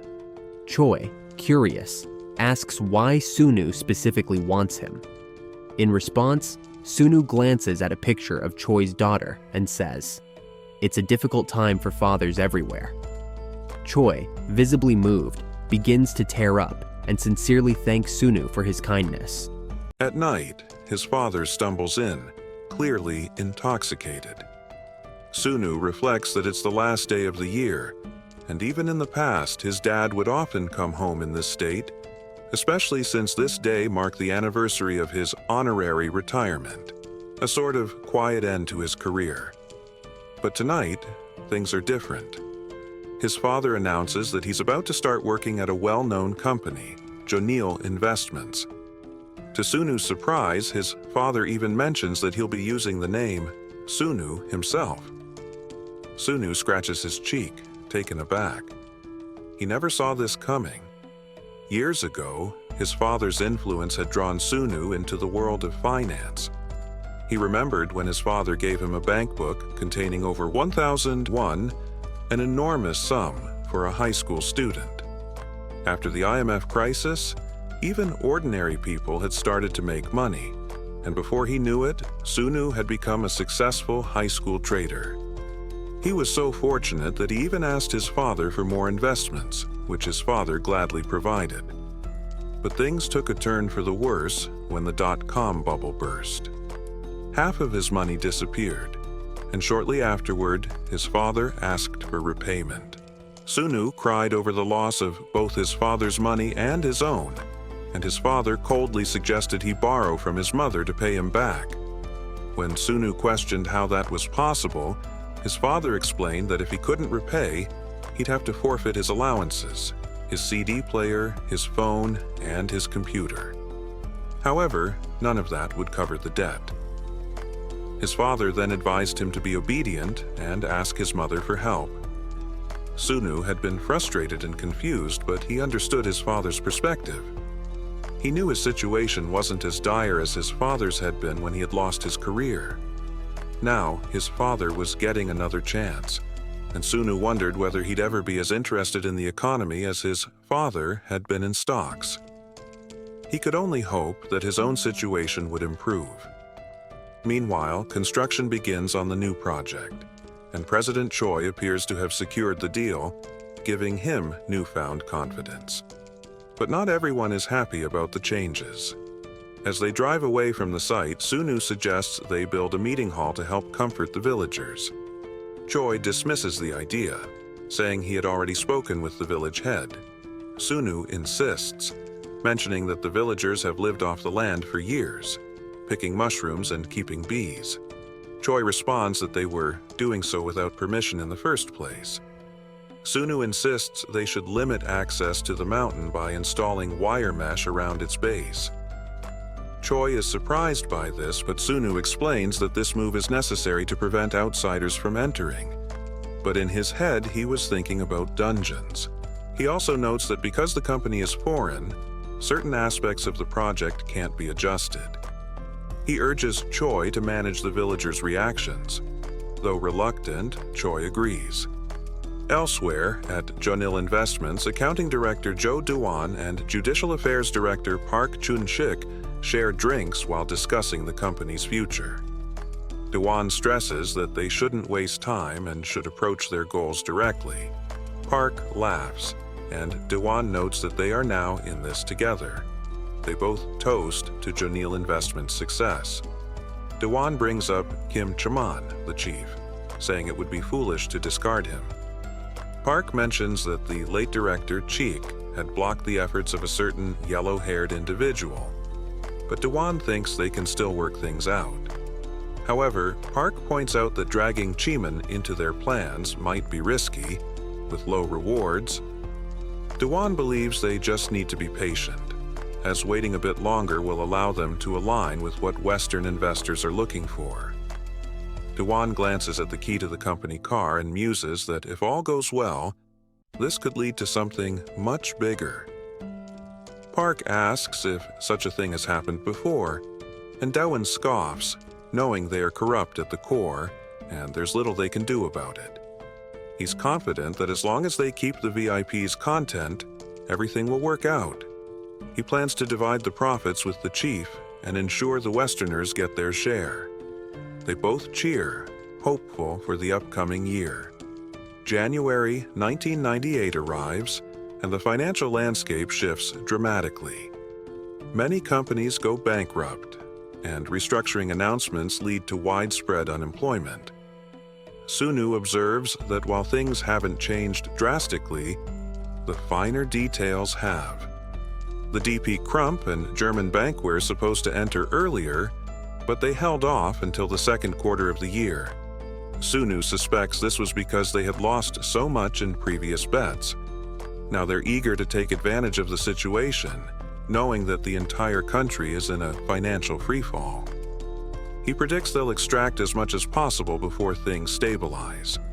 However, things don't go as expected. It seems that Diwan, the chairman, has been arrested. The top three conglomerates in South Korea are Dion, Do, and Ilung. Do ranks second in the financial world, outshining Ilung, and is also highly recognized internationally.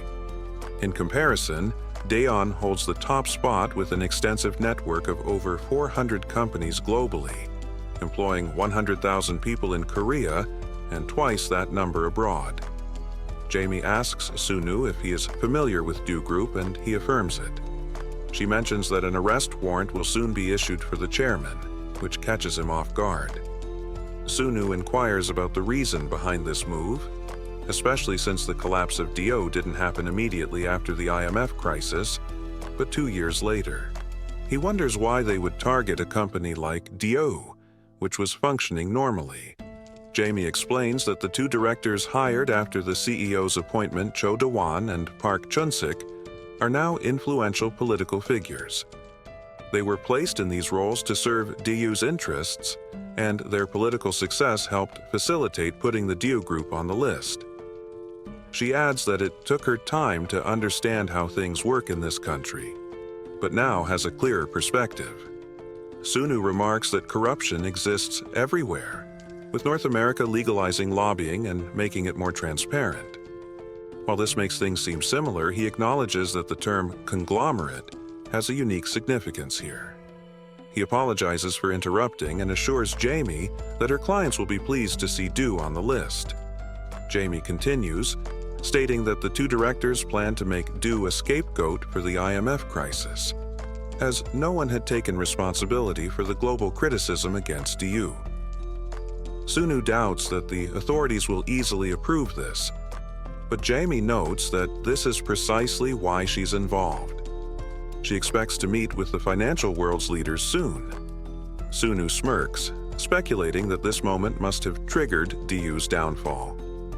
He reflects on the survival rates of educated elites, noting how even in peaceful times, many focus on advancing their own interests by attacking those more powerful than themselves.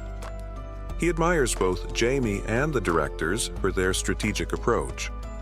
Jamie reveals that the government has handed over all of DU's files to the court. Sunu asks what their demands are. Jamie states that they require a $500 million investment and full control over the DU group, including its liabilities. However, with more effort, they could just take out the primary subsidiary.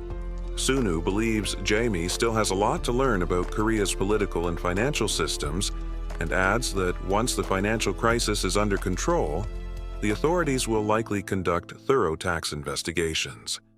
He notes that the two Korean directors aren't interested in assets or sales. Their main goal is to keep DU in the top 3 conglomerates, not just as a company, but within the entire infrastructure.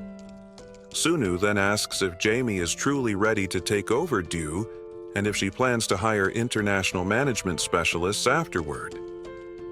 Surprised, Jamie admits that was likely her plan. Sunu suggests she start by investigating the new chairman and the board members, focusing particularly on the chairman's closest aides, excluding family members. Jamie notes that this aligns with what the directors advised her. She asks if this means he's giving the green light for the takeover. Sunu cautions her not to rush and assures her that they, as clients, don't need to worry about additional investments or business directions. She should focus on being aggressive in her approach. He asks if she fully understands the weight of this responsibility. He gazes at her with an intense, piercing look, reminding her that whether it's land, assets, or even the company itself, she cannot allow any of it to be taken. Ganil Investments will dominate, and they must control the crisis in Korea. Jonathan steps off the plane, immediately surrounded by a swarm of reporters. The blinding lights and constant flashes exhaust him.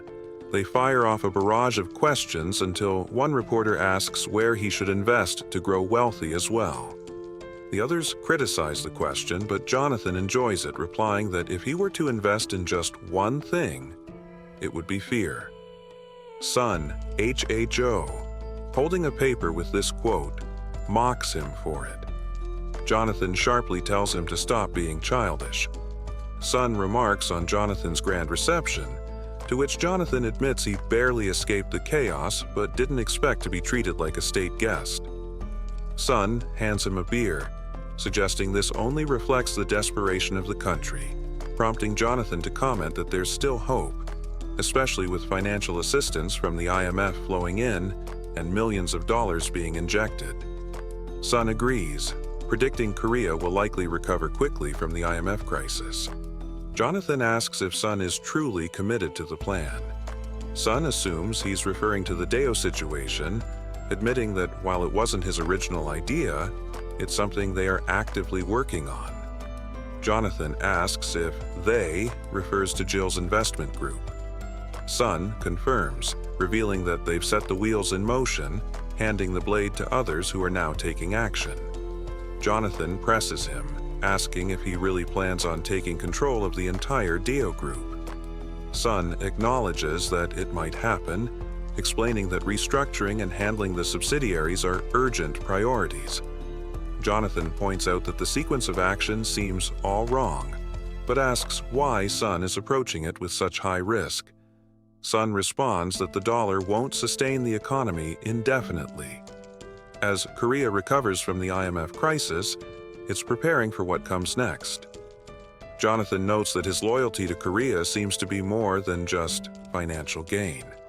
Sun admits there's more to it and adds that Jonathan will eventually understand his true intentions.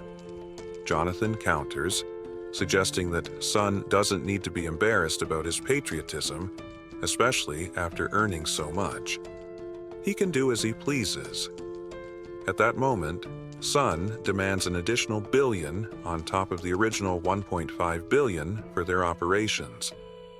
They're planning to move a total of $25 billion into the country, aligning it with their takeover plans for Dio. Jonathan breaks into a sweat, urging Sun to reconsider. At this rate, he warns, he could be facing life imprisonment. He cautions them not to trust their current actions too much, as the tax authorities could easily find a way to charge him. Sun interrupts him, saying the rush is on the Korean government, not them. He stands up and points out that this is their chance to make the $25 billion completely legitimate. Jonathan asks how the Korean government could let them do this, to which Sun calmly states it's their problem to solve, while they just need to present the numbers. Jonathan smirks, takes a sip of his beer, and reflects on how he managed to involve an entire country in his scheme. The Deo Group underwent a financial restructuring after a deep dive into their tax records was completed. Surprisingly, there was no high-profile resignation from the CEO, which would usually be expected in such a scenario. Apart from the chairman's family, the rest of the employees kept their jobs. At school, Sunwoo checks in with Jimin about the progress of the acquisition. She mentions they have some rivals in the process, but assures him that soon enough, they'll come out on top. He remarks on her expanding vocabulary, and she brings up the topic of liability distribution. However, he brushes it off, suggesting they revisit the discussion another time. Feeling that the whole matter with Deo is nearly wrapped up, he turns his attention to the beaten-up group in front of him, ordering them to stand. They obey immediately. He makes it clear that he won't interfere with their activities as long as they don't cross his path. They quickly acknowledge his warning, and he lets them go, thinking to himself that these guys were never even worth his time for training. Scratching his head, he wonders how he's going to deal with school this time. What excuse should he use now? Just as he's contemplating this, his homeroom teacher appears at a window, calling him inside. She explains that the other students aren't resentful toward him, but rather intimidated. Sunwoo finds this situation odd. He remembers this teacher being someone entirely different in this period of time. Though it didn't seem like a big deal at first, her behavior has been growing more concerning lately. She tries to convince him that if he were to make an effort, he'd see that school isn't so bad. Of course, he knows that's a blatant lie. Then, she asks him to make her a promise, to at least graduate from middle school. That catches him off guard. Now, he's certain he needs to investigate this further. During class, Sunwoo reflects on how he hired professional detectives to look into his homeroom teacher over the past few days. Her name is Woo Yanhee, a 22-year-old born in Seoul. She's the eldest daughter of an ordinary family, someone with little interest in fashion and barely any social interactions, so much so that she doesn't even seem to have a single close friend. Up to this point, she appeared to be just a regular, introverted teacher. But there were two details that stood out. First, she already knew who he was before she ever became his teacher, and had a strange habit of fixating on seemingly random people. While not exactly disturbing, it was certainly unusual. The real issue: he was one of the people she was interested in. From the moment she passed the employment test, she had been determined to become his homeroom teacher specifically. Second, she had a documented history of psychiatric treatment.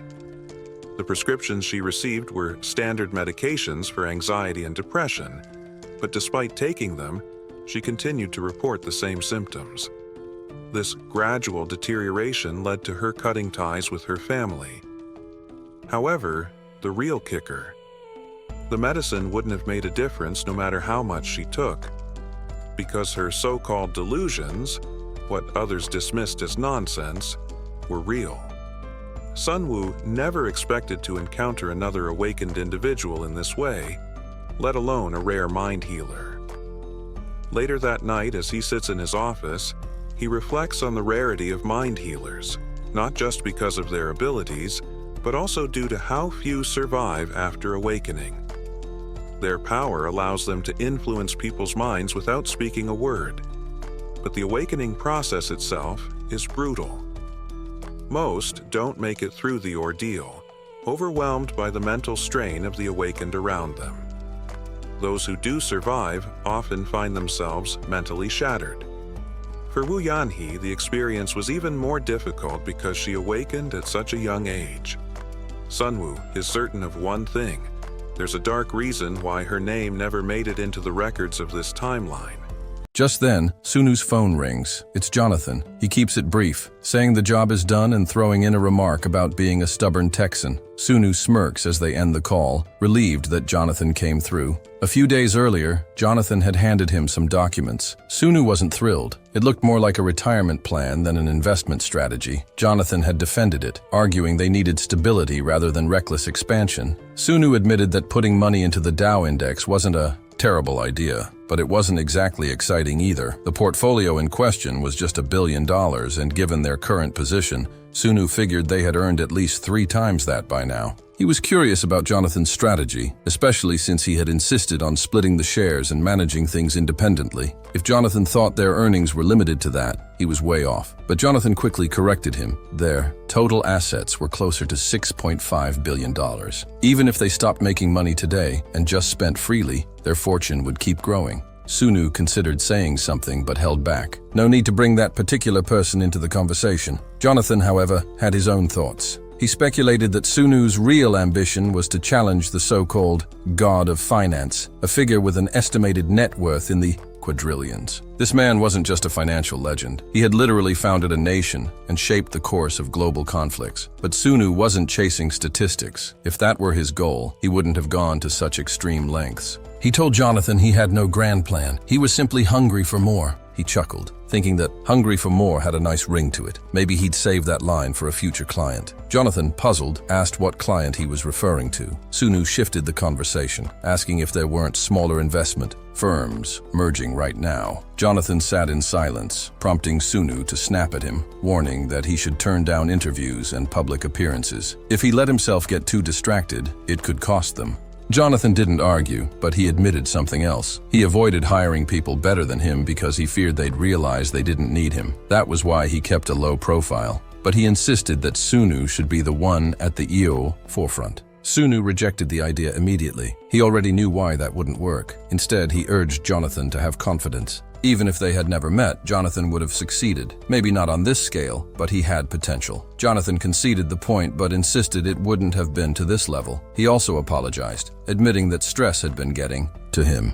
Sunwoo rolled his eyes, telling him that this was exactly why he had been pushing him to exercise. His waistline wasn't looking great, and a strong body meant a strong mind. It was time for him to stop holding himself back and start proving what he was capable of. Once their company expanded, Jonathan would finally understand the power he had within him. Jonathan still seemed doubtful, but Sunwoo pressed on, asking if he realized that Bluestone's key players were currently in Korea. At the mention of Bluestone, Jonathan's expression shifted. That firm was the largest private placement investment company in the world. He hesitated, then asked if Sunwoo planned to take them down. Sunwoo dismissed the idea outright. If Bluestone had taken a hit during the Asian financial crisis, they might have struggled, but they had survived. Now, however, there was a gap, an opportunity. Bluestone Capital Partners had launched their BCP3 fund, and Sunwoo knew all about it. Jonathan shook his head in disbelief. "You must have a crystal ball," he muttered. He confirmed that Bluestone was pouring everything into expanding their product. Sunwoo smirked.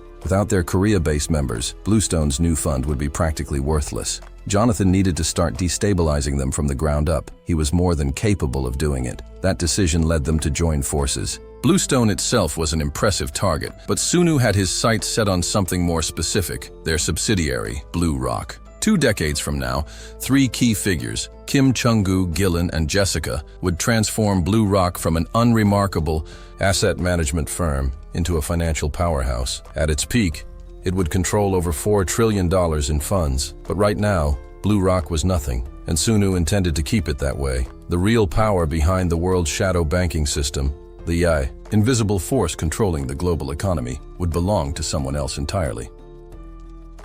As he sits on the plane, he reflects on how his parents believe he's off to Bible school. In reality, that's just a cover. His true purpose is heading to America to handle some pressing matters. His first objective is to recruit Gillen and Jessica before they commit to Blue Rock. The second is to locate Kim Chung-gu, a brilliant analyst whose talents are being stifled within a private investigative firm called Zopi. Upon arrival, he meets with John Clark, the lead investigator at Zopi. They shake hands, and Sunu introduces himself using a fake name, Eden. As they settle into their seats, John acknowledges the rumor that Sunu is managing a trust fund and is seeking its rightful recipient.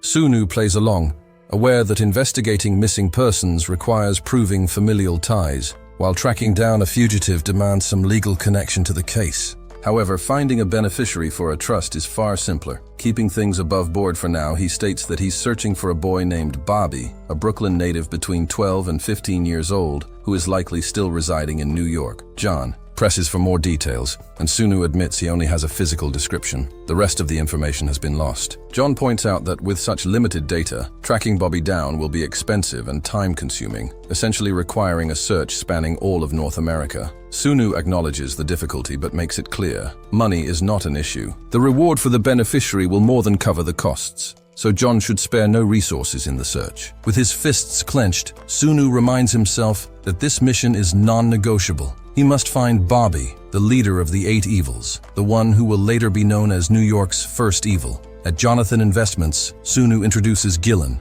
announcing that he will be entrusted with offshore funds amounting to a staggering $1.5 billion.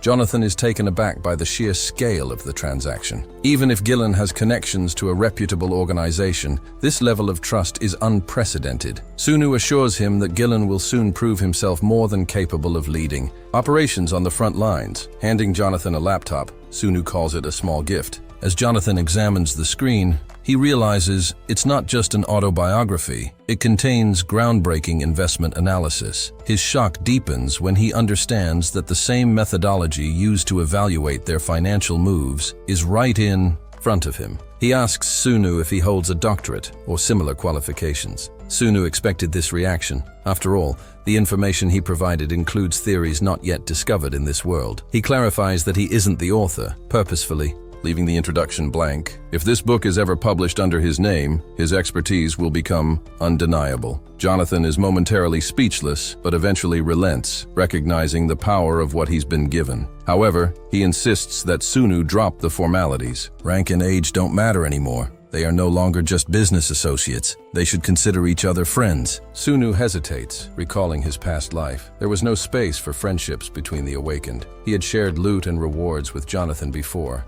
but this Jonathan is not the same as the one he once knew. Still, perhaps having a single friend isn't such a bad thing. They fist bump, solidifying an unexpected bond. Sometime later, at school, a teacher informs the class that Yoni will be taking a leave of absence for personal reasons. Sunu considers the situation. Since spring break ended, there had been some drama. Yoni's mother had stormed into the school, outraged that they had hired someone with mental health issues. Due to this disruption, Sunu had to put his plans to confirm whether Yoni was truly awakened on hold. Today, however, is critical. It's the last chance he has to strengthen himself before the trial begins. Arriving at a building of his own design, he stands before a highly secure facility, a dungeon entrance disguised as a psychiatric hospital. Entering the premises, he notes that Choi has done an excellent job. If things go well, he might even rebrand the company as Ilu Construction. If he survives, that is. Inside, he steps into a room where a portal materializes before him.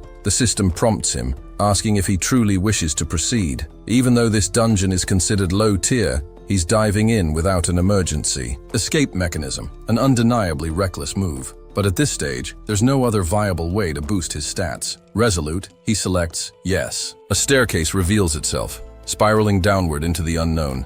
Gripping his flashlight, he shines it into the entrance, but as expected, the beam is swallowed by the darkness. Electronics and firearms are useless here. The only thing he can rely on is the sword he forged in Nam Daemon. With no turning back, he steps forward.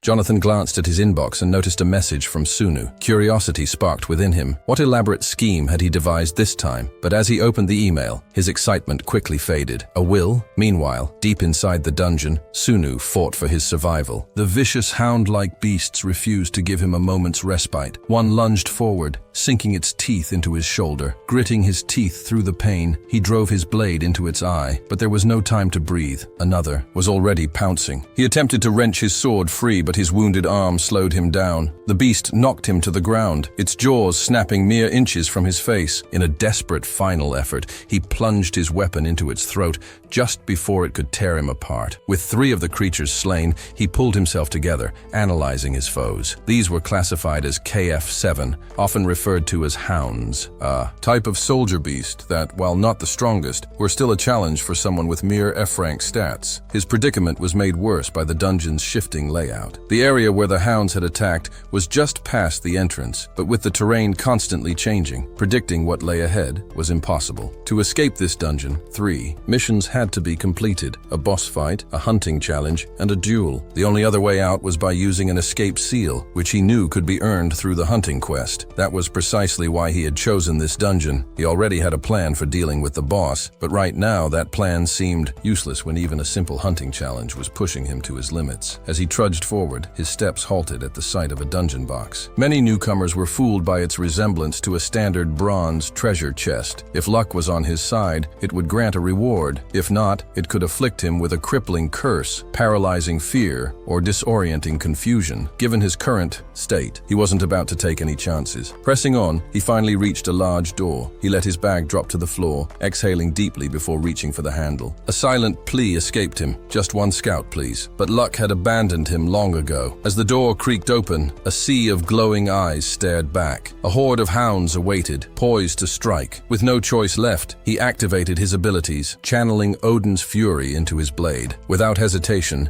he burst through the entrance, unleashing his rage upon the beasts. His sword tore through them as the system's notifications updated his kill count, but his strength was running low. One of the creatures clamped its jaws onto his weapon, forcing him to a standstill. His F-rank body simply wasn't strong enough to overpower them. More hounds swarmed, closing in from every direction. Blood, his own, spattered across the stone floor. He gritted his teeth. He wasn't done yet. Sunu lies sprawled on the ground, surrounded by the lifeless bodies of the hounds he had slain. He's completely unconscious until he suddenly jolts awake, gasping for air and hacking uncontrollably. As he struggles to rise, his whole body trembles. His first instinct is to check his list of attributes. It dawns on him that he had activated Man of Adversity and then slept for nearly an entire day, 23 hours to be exact. The realization hits him hard. He never expected to rely on that skill so soon, not in the very first room of the dungeon, but at least it worked. Without it, his injuries would have been severe. He might have even lost a hand. Next, he pulls up his quest log. Only 4 hounds remain, and his total points sit at 204. He does some quick calculations. Each soldier must have been worth 2 points, and a bronze loot box costs 300. The tutorial rewards are surprisingly generous. If he takes out just 4 more enemies, he can finally escape. Before he can dwell on it any further, movement at the doorway catches his eye. 2 hounds slink into the room, their eyes locked onto him. He grips his weapon, bracing for the inevitable attack. But strangely, they don't lunge right away. Instead, they seem to be waiting. Then, he sees why. A monstrous 2-headed hound steps into the room behind them. Sunu's blood runs cold. This isn't a normal enemy. This is a great contest quest, a boss fight. But why would such a powerful creature appear this early? There's no time to question it. The beast lunges, swiping at him twice in rapid succession. He barely manages to evade both attacks. The sheer speed and force confirm his fears. This thing is at least an A rank. Even with Man of Adversity, he doesn't stand a chance. Desperate, he hurls one of his swords toward the creature. His aim is off. It strikes a lesser hound instead. The boss charges after him, relentless. With no other options, he makes a split-second decision. He dashes for the dungeon box. Another vicious swing comes inches from slicing him apart, but he twists away at the last moment and grabs the box. Just as he does, the two-headed hound's jaws clamp onto his leg. In sheer desperation, he shouts for the box to open. Then, salvation. The box grants him an escape stamp. Without hesitation, he activates it. His body is yanked away just as the hound prepares to tear into him. The next thing he knows, he's back at the dungeon entrance, landing hard on the ground. Dazed, he staggers to his feet, barely comprehending what just happened, and then it hits him. He throws his head back and laughs. The escape stamp had been in the dungeon box all along. No wonder the 8 virtues and 8 evils were so obsessed with this system. It was brutal, a game designed to push people to their absolute limits before offering them an out. Catching his breath, he picks up his phone. The screen is flooded with missed calls, 30 of them, all from Jonathan. No doubt his friend is panicking. Sunu sighs. He'll call him back later. Right now, there's someone else he needs to talk to. He dials Yoni, his teacher. When she answers, she sounds utterly shocked. You're alive?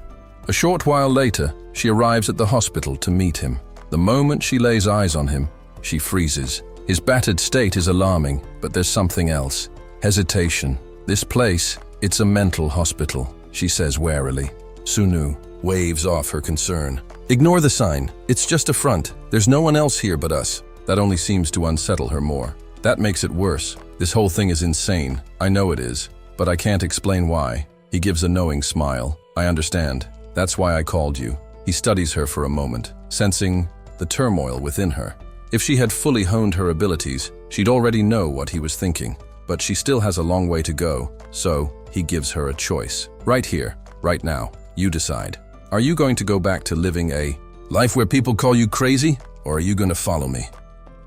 Sorry for the interruption, but if you're loving this series, you don't have to wait. Get up to 16 episodes ahead right now on Patreon. Support the channel, unlock exclusive content, and stay ahead of the story. Links in the description. Now back to the video.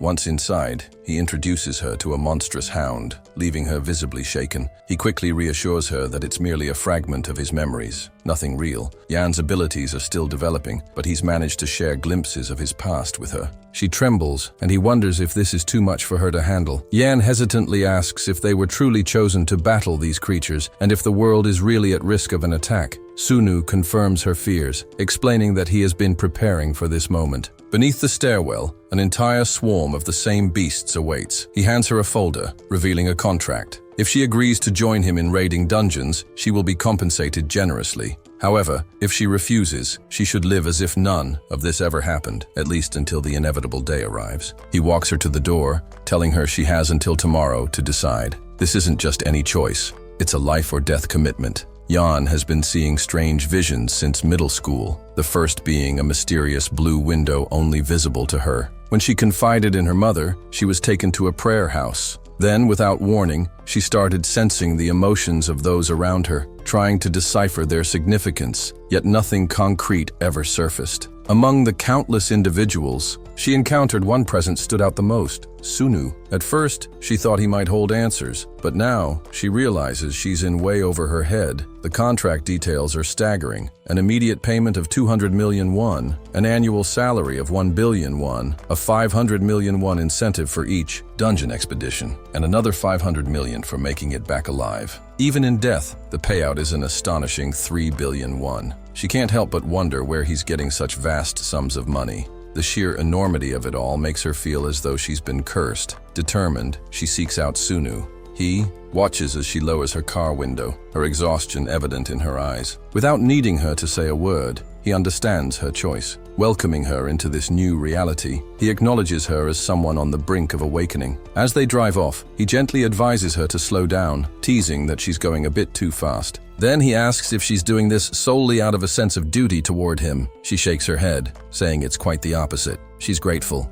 Before he revealed the truth, she could only think about how meaningless her life felt. Rejecting the money makes no sense, and besides, this proves she isn't insane, right? Sunu, however, notices her trembling hands and points out that she's only pretending to be fearless. She questions whether he truly possesses such wealth, to which he replies that she'll see for herself soon enough. After a moment of silence, she eyes him suspiciously, demanding to know why he's been speaking so informally with her. Is he older than he looks? Sunu exhales and vaguely admits that age will soon be irrelevant in the world they're about to step into. She will understand soon enough. They arrive at their destination, where a man named Jonathan immediately reacts with shock at the sight of Sunu. He asks if he wasn't being followed, given his fame.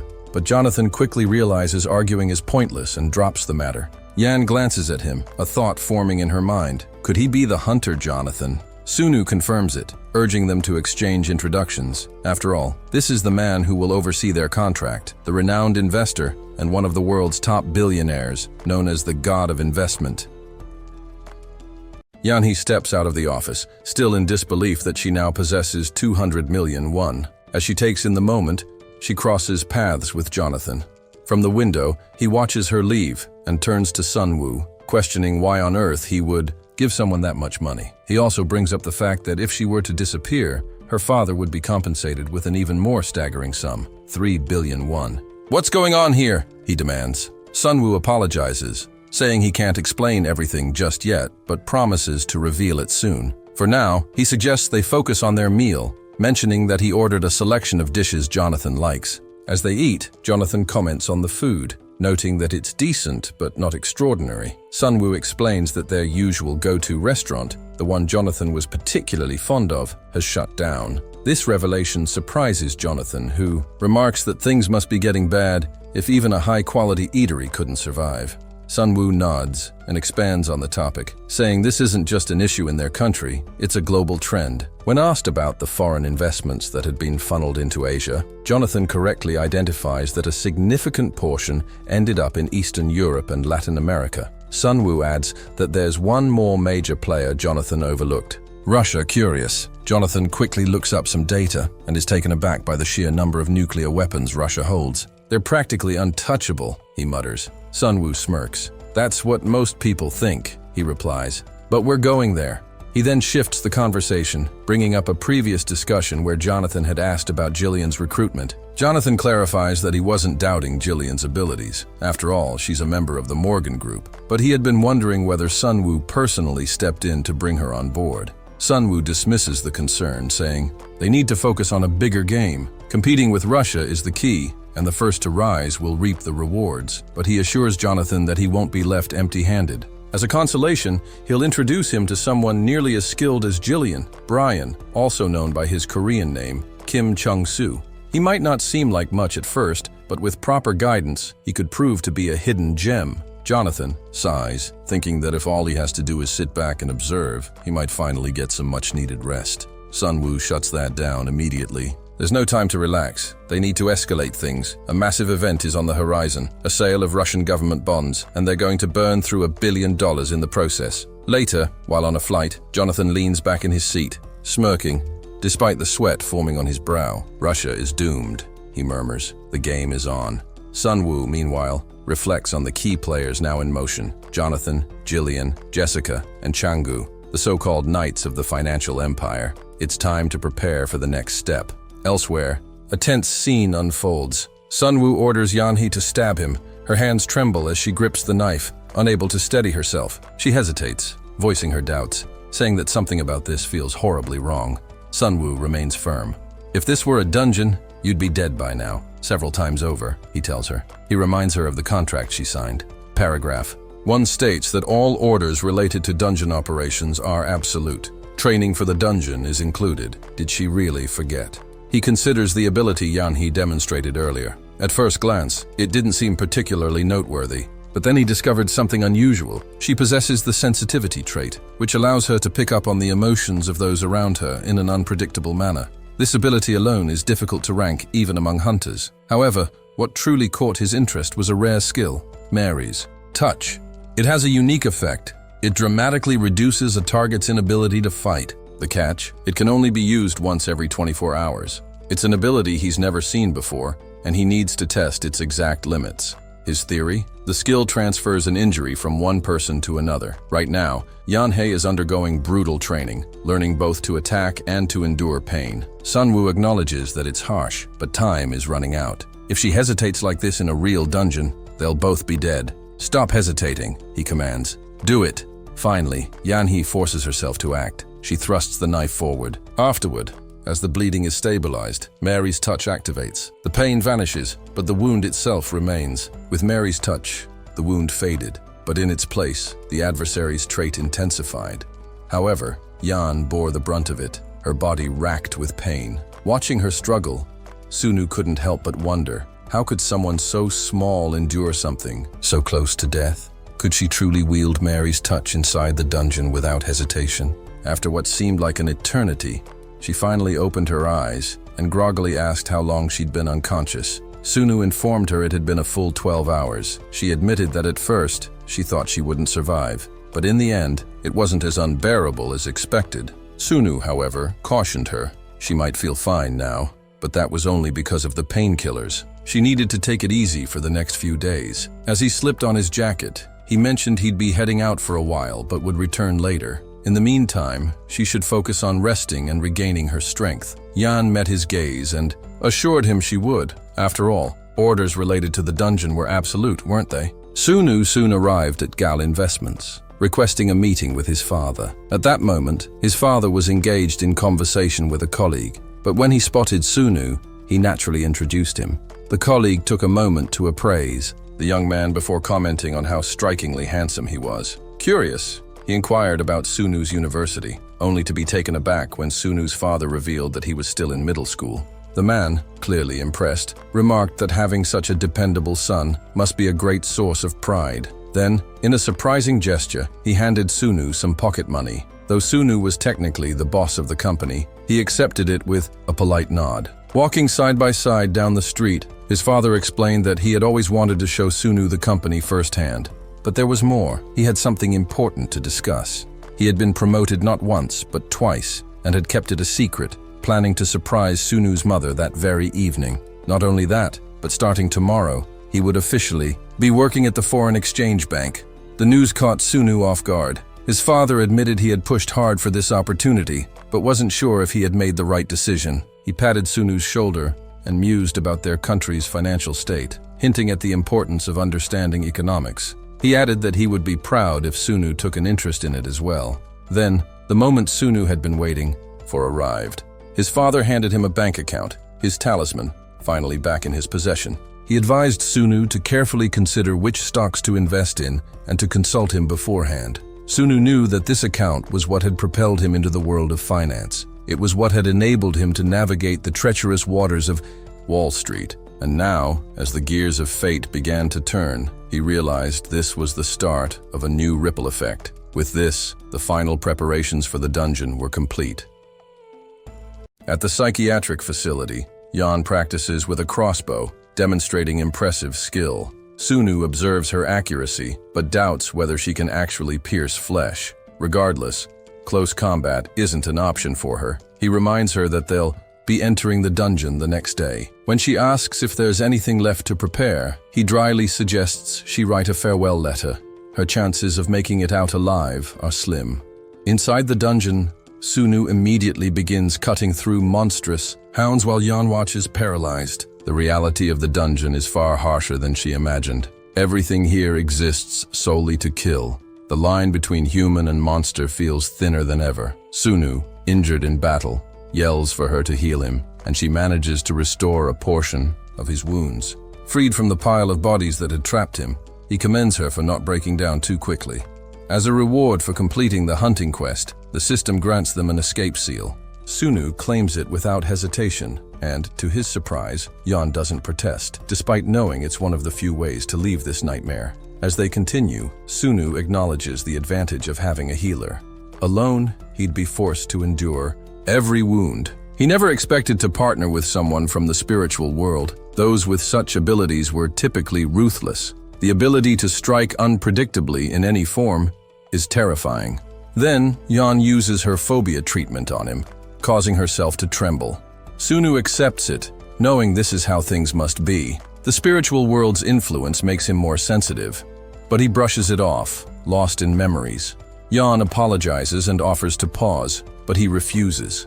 She's following his instructions perfectly, never hesitating when something feels off. They step into the second chamber, and what Sunu sees inside catches him off guard. He quickly reminds Yon to stick to the instructions he gave about two-headed creatures.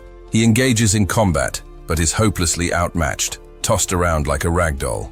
Yon stands frozen. She isn't allowed to heal him, use Mary's touch, or interfere in any way. All she can do is follow his final order. If a beast comes, for her, run and don't look back. She flees, heart pounding, hoping Sunu is still alive. Her endurance is pathetic. Her body screams in protest, but she still can't use Mary's touch. What does she need to do to survive? Then, the system announces that she has fulfilled the diary quest.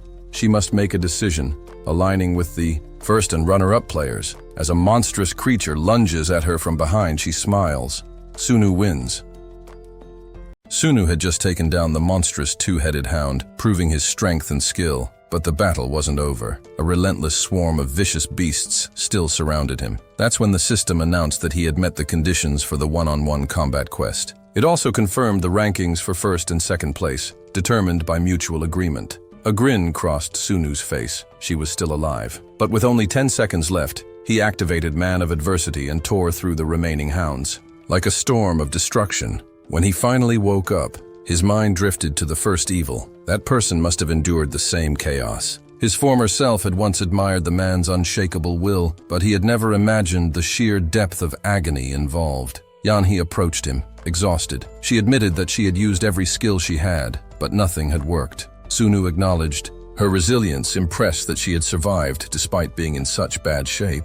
At first, she assumed it was thanks to the traps she had set earlier, but she quickly realized otherwise. When a hound lunged at her, she reacted instantly, dodging and landing a perfect crossbow shot right into its eye. The beast went into a frenzy, but she had already positioned herself for a follow-up attack. Sunu had once considered her dead weight, but he had been completely wrong. A novice healer, who hadn't even received her official class, had managed to endure situations even experienced fighters would struggle with. Over the past week, they had scoured the dungeon, looting every treasure chest they could find. Final Quest's objective was simple: eliminate every creature in the dungeon. Once all the bosses were defeated, the entire dungeon would collapse. Sunu had ensured they were ready. He had collected all the available loot, strengthening his skills in preparation for the final battle. But the process hadn't been easy. Some chests had contained curses instead of rewards, malicious afflictions that even he couldn't handle alone. That was why Yanhee was invaluable. Every time she lifted a curse, however, Sunu couldn't help but think about them.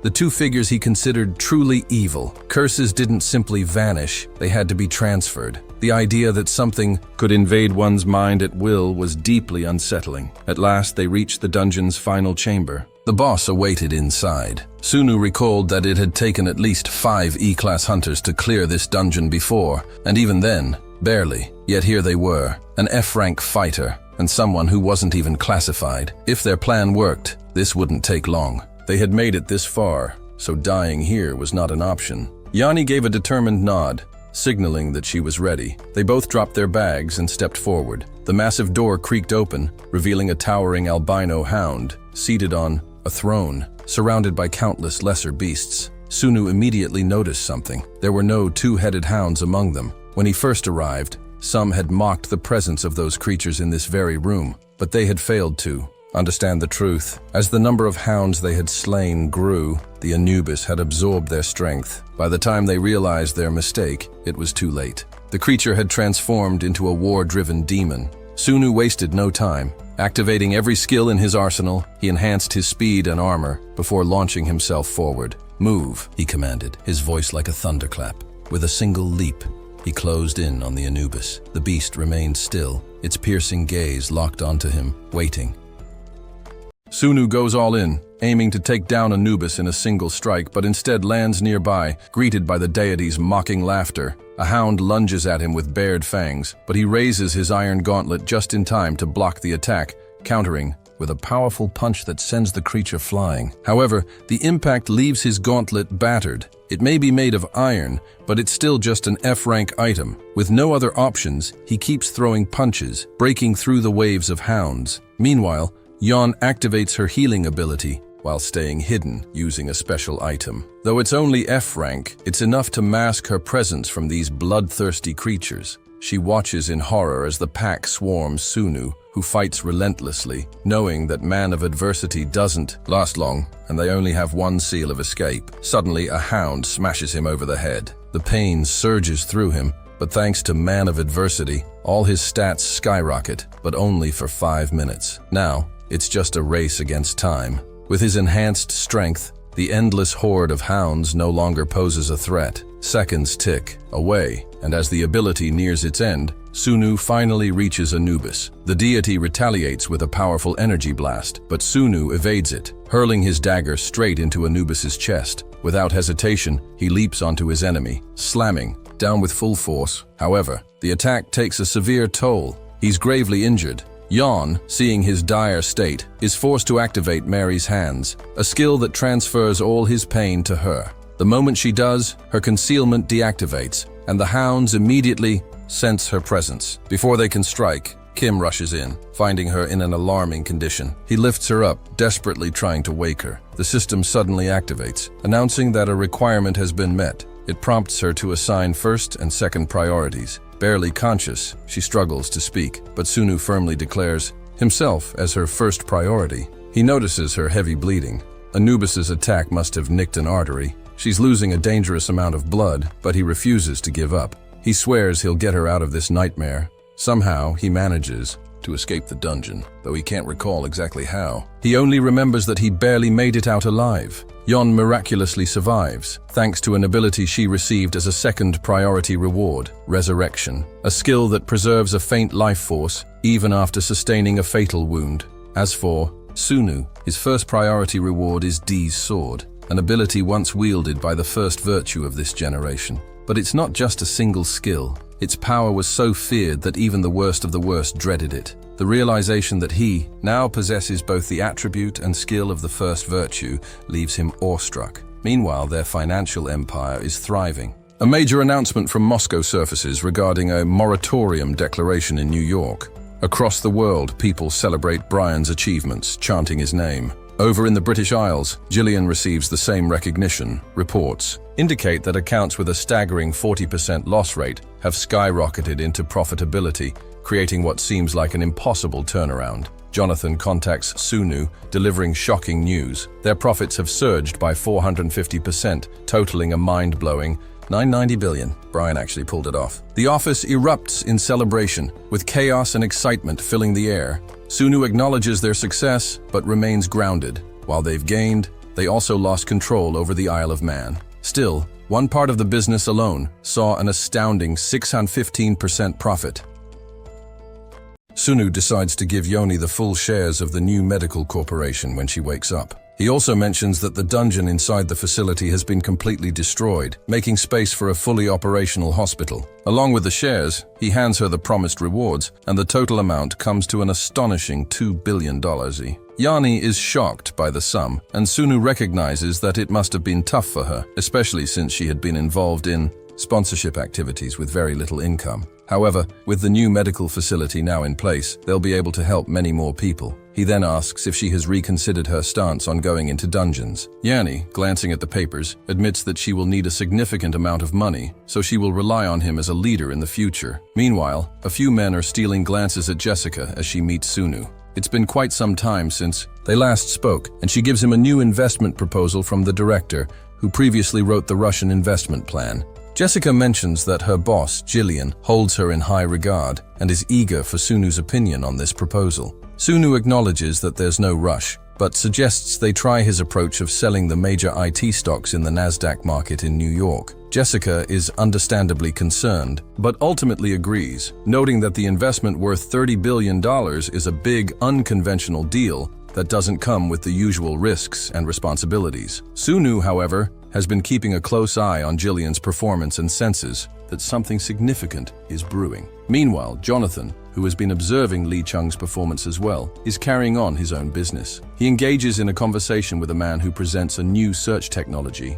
Jonathan, having already heard about it, remarks that it's $1 million idea. The man is surprised that Jonathan would suggest selling the technology for such a low price, as it's worth much more. Though there have been no buyers yet, the creators have managed the company efficiently, and now is the best time to secure shares before the IPO. However, if the technology is sold now, the creators would have to return to their PhD programs. Jonathan initially offers $1 million for the technology, but after giving it more thought, he hands the man a $10 million check, making him reconsider his plans. The man mentions that he has a partner and wants to discuss the deal with them before making a final decision. Jonathan checks the time and tells him that he has 10 minutes before he needs to leave for Washington. A few short minutes later, the man returns, thanking Jonathan for his consideration, but still intent on refusing the offer. Jonathan, however, insists, handing over another $10 million.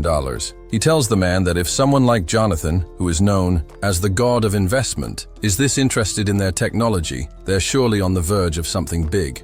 The man, impressed by Jonathan's reputation, asks how Jonathan created his fortune. Jonathan responds that it wasn't luck, but rather by seizing the right opportunities at the right time. He explains that he has bet his entire fortune twice in the past, and each time, his calculations were correct. Today, he sees another major opportunity. Jonathan then reveals that they currently have over $500 billion in liquid assets ready for investment in the US, Canada, and Japan. However, he adds that when someone is desperate for something, they often don't reveal their true intentions. The man, curious, asks what Jonathan means. Jonathan explains that when they first met, the man was focused on selling, but now, after meeting him, something has changed. He questions if the man truly believes that he can create more value than initially proposed. If the man is confident in his abilities, Jonathan won't stop him, even if he decides to walk away from the deal right now. Jonathan then picks up his phone and cancels his upcoming meeting in Washington, indicating that something much more urgent has come up. The man realizes the seriousness of the situation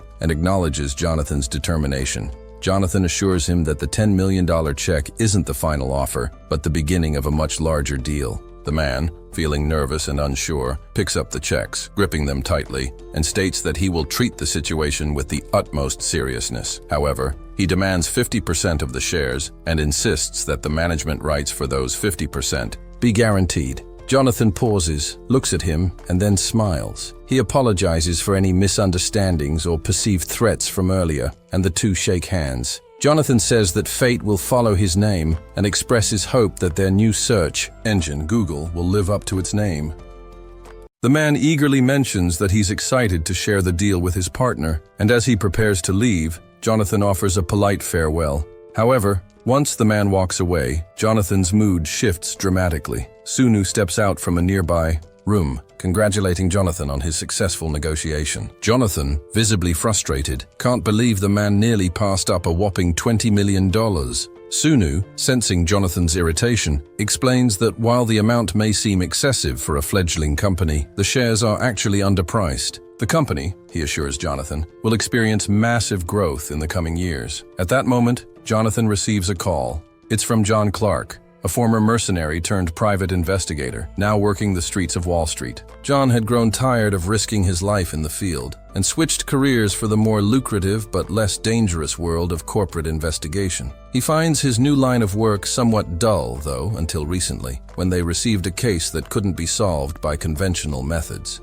John had proposed a solution that pushed legal boundaries, and to his surprise, his client had smiled approvingly, granting him access to connections with influential figures. While in a van, John and his team prepare for the operation. Sunu is lost in thought, considering the target they're about to confront. The individual had been arrested once before, suspected of first-degree murder, but was released due to insufficient evidence. Sunu suspects it's him and tells his team to remain on alert around the building. If the target attempts to flee, they are to shoot on sight. As they move into position, Sunu reflects on how insane it is for a 13-year-old to be involved in something as serious as this, indicating that the child was likely a dangerous sociopath long before now. Sunu, Jonathan, and their new recruit, T-Boy, decide to confront the target as a team of 3. Sunu warns them not to underestimate the boy's abilities due to his age, emphasizing that doing so would likely lead to disaster. The payout for the job is a staggering $1 billion, so the reasons behind the hunt are irrelevant. However, they still find the situation unsettling. The operation begins, and the team takes their positions. As they approach the door, Sunu hears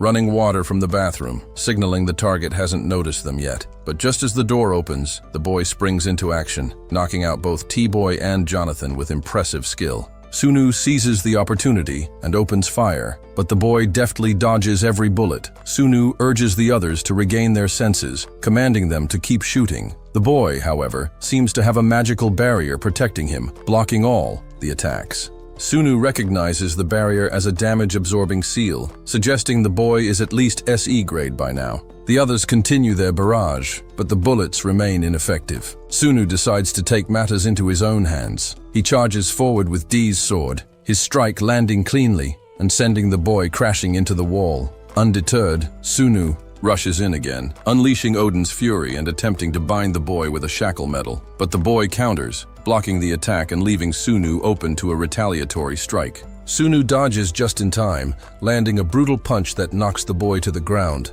As Sunu continues to pummel the boy, he realizes that his punches are landing with full force. He relentlessly keeps attacking while Jonathan and T-Boy observe. From the sidelines, both stunned by the intensity of the fight.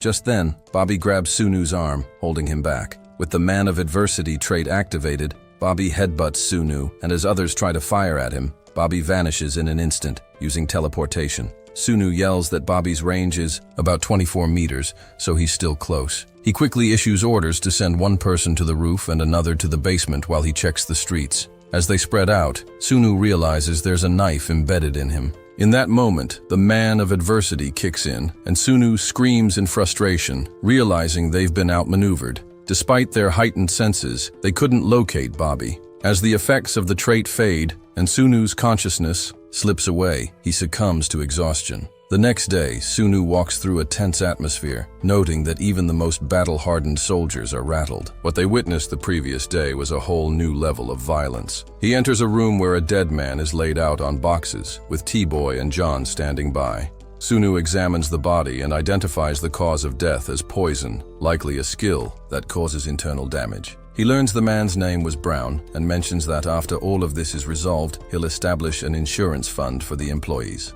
However, right now, their priority is capturing Bobby. John wonders how they'll catch someone like Bobby, but Sunu warns that if they don't act quickly, Bobby will only grow stronger. If they let this moment slip, even a large military force wouldn't be able to stop him in the future. John agrees, realizing this is no longer just a routine job. Later, John submits a report detailing Bobby's actions. His latest victim was a 28-year-old man he met through an online messaging board. However, with no murder weapon found and the evidence too sparse, Bobby is released. Even the letter Bobby sent to plead his innocence was cleverly submitted to the prosecutor in charge of his case. Sunu, reviewing the information, concludes that Bobby is targeting potential awakeners. He calls Jonathan to ask about their shares in Gold Online, which runs the message board. As a major shareholder, they gain access to the server logs. Sunu discovers that Bobby used multiple aliases to lure and eliminate potential awakeners. He gives John files on some of Bobby's recent contacts and orders him to surveil them. Sunu instructs John to keep their distance, as Bobby might try to make contact. He also suggests John take charge of one of the squads, as they need better organization to catch Bobby. Sunu assures John that the cost won't be an issue, opening a container full of cash that he had already arranged with a trust company. With that, his business in America is concluded. On the flight back, Sunu reads about the latest earnings rankings, with Jonathan at the top and Jillian in 7th. Sunu muses that being in first place isn't so bad, considering the influence a pension fund has on American politics. Such power, controlled by the shadow banks, shapes the world economy behind the scenes. Suddenly, his thoughts are interrupted by a drunk man demanding more alcohol from a waitress. The man, noticing Sunu, mocks him, claiming they may both be in first class, but they're on different levels. He grabs Sunu's shirt, but before he can say more, Sunu uses Odin's Rage, a technique he had learned to control when he saved Jan from a dungeon.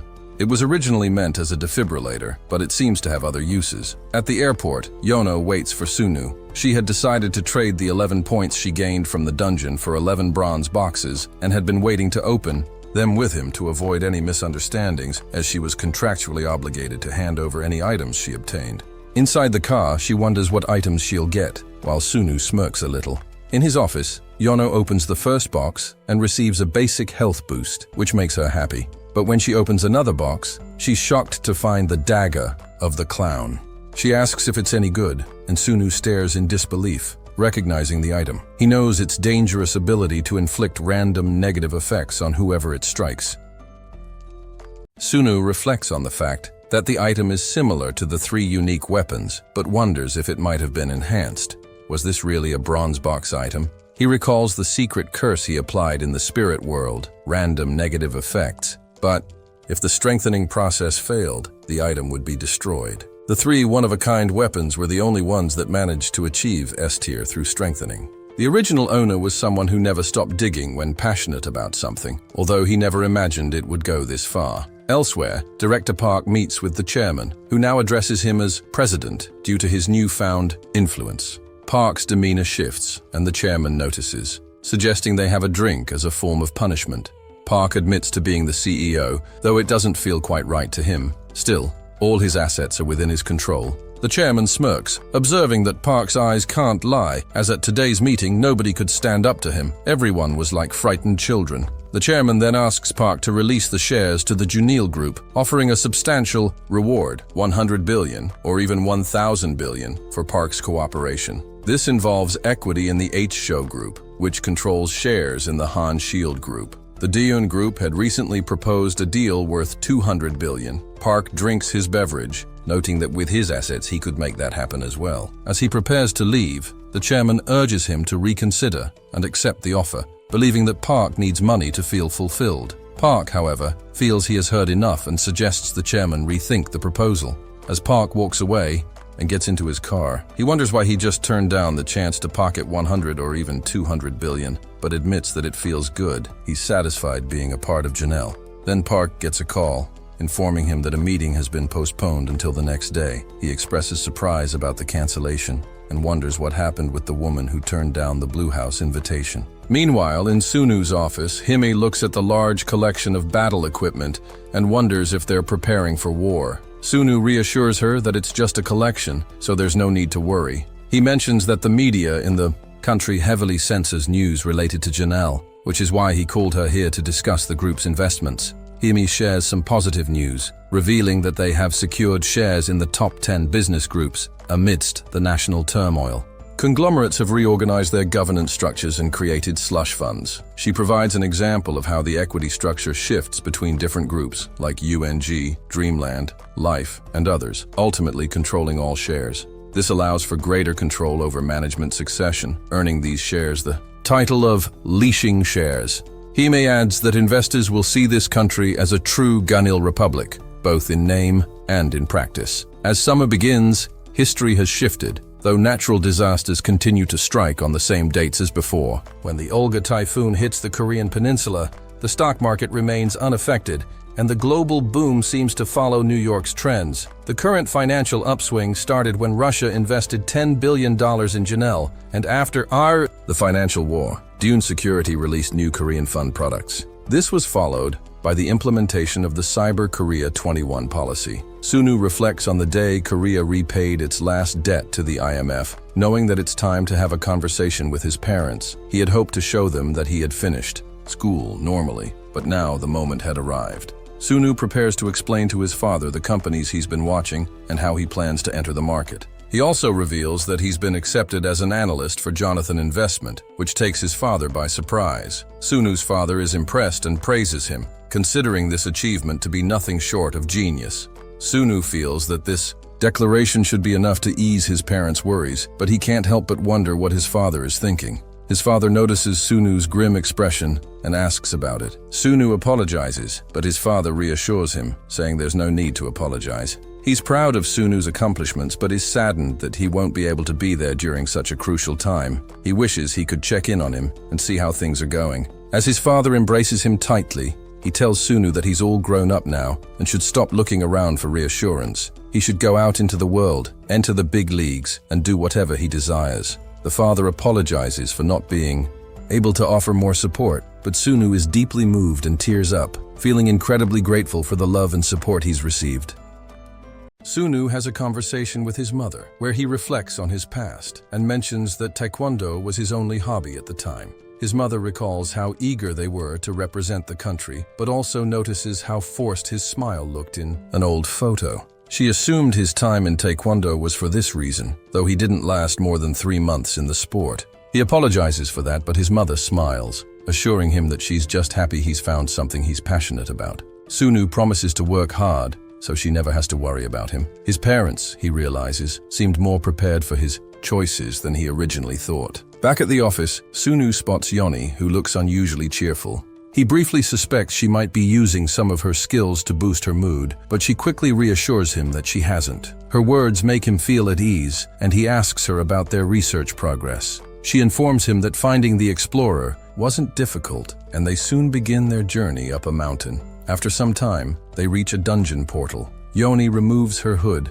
and notes that the portal wasn't open the day before, indicating someone must be inside. Sunu, feeling anxious, wonders if that's why he couldn't wait another 3 years to finish high school. There are signs of awakening everywhere. Yoni pulls out her knife, asking if there's one person inside or if there are more, emphasizing the need to stay alert if it's just one person. Sunu is surprised by her cautious attitude, especially since he never taught her to be wary of pre-awakened people. He gestures for her to come closer and explains that the rain has washed away most traces, so they'll just have to wait and see.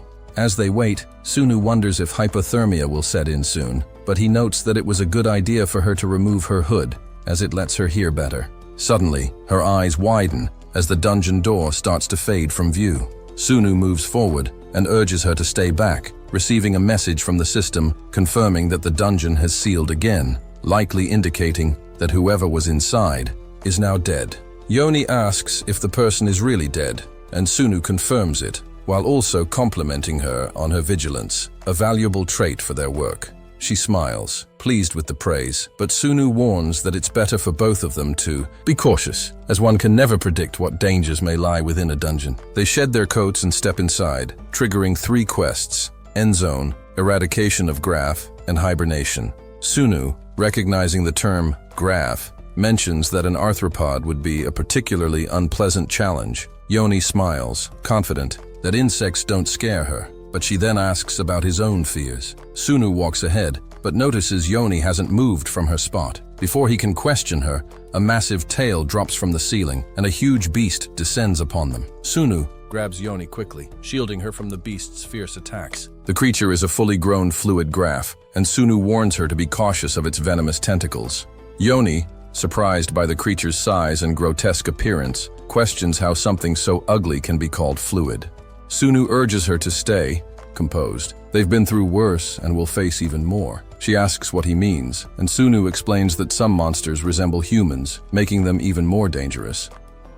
While engaged in battle, Sunu thinks through every tactic to defeat the creature, considering cutting off its tentacles or antennas. He executes these strategies flawlessly, and the system acknowledges his success, marking one of the 30 kills needed for his quest. He's surprised at how easily he took down this enemy, as it was supposed to be much stronger than Anubis. As they observe the creature's remains, Sunu comments that while they may appear to be simple insects, they have brains, and underestimating one could be deadly. He warns her to be cautious of its venomous glands, as a bite or sting would inflict unimaginable pain. Yan asks if skills are the only way to cure the venom, and Sunu confirms, adding that if someone were to overdose on the venom, they would wish for death. Fortunately, it naturally fades from the body in a few days. Sunu kicks the creature's body, noting that its stiffness from death is almost gone. Yan asks why he's doing that, and Sunu explains that the situation has been less than fruitful until now, but they've now found something useful. He tears open the beast's shell and digs his hand into its warm, still fresh flesh.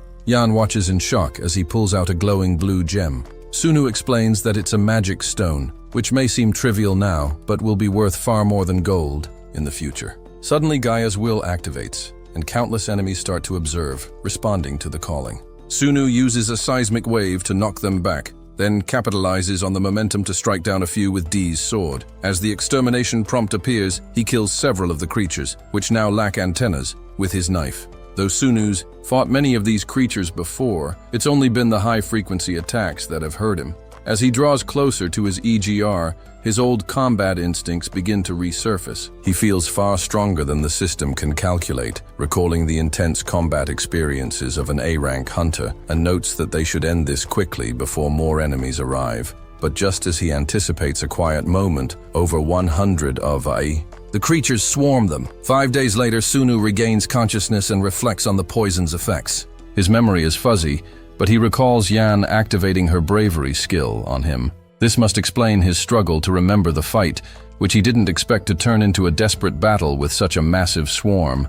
Although he didn't intend to use his skills in the way he did, it's already done. He gives Yan some water to drink, waking her, and asks if she's okay. She wonders what happened, and Sunu explains that they were overwhelmed by a large group, but managed to clear them out, leaving only the boss quest. After they regain their bearings, they distribute their rewards. Yan receives 2 skills, hatred and confusion, that will make her indistinguishable from their enemies. Sunu is unnerved by the dark nature of her abilities, but acknowledges that she needs some stealth moves. Among his own rewards, one stands out: the natural-born person attribute. This attribute activates with another, giving it a small chance to increase by 1 grade. He wonders if this can improve his Man of Adversity ability from S to SS. After gathering the remaining dungeon loot, they head toward the boss. Sunu, deep in thought about how they need to improve their healing skills to tackle higher-tier dungeons. They arrive at an area with strange pillars, and Sunu identifies them as medium-sized graphs which are tied to the boss. The main body isn't much of a threat, but breaking these pillars will make it easier to deal with the enemies one by one. Sunu attempts to smash the pillar, but finds it far tougher than expected. Yan uses a healing ability on him, and Sunu realizes he might need to use his Man of Adversity ability again to assess his new abilities. He turns to Yan, who looks worried about what's to come. The mystery surrounding the Diva's knife has been revealed, with its power evolving to a level of maturity. It turns out that its previous description as a deceptive skill holds true. This ability can transform into Shiva's knife, a skill that Sunu believes was wielded by one of the 7 evils, making it a formidable weapon. This might be why even Bobby was terrified of anyone possessing such power, as it can potentially be turned into a divine skill. To Sunu, this feels like an unbeatable cheat. He tells Yoni to stay back and activates Shiva's knife, which manifests as a fireball. He directs it upward, watching as it spreads out across the sealed barriers. Impressed by the range and fire damage it causes, he realizes it will be enough to scorch the creatures hiding inside their shells. The bugs, disturbed from their slumber, begin to stir. With a swift move, Sunu uses only Odin's rage to eliminate them. However, a humanoid bug emits a terrifying shriek, making both of them clutch their ears in discomfort.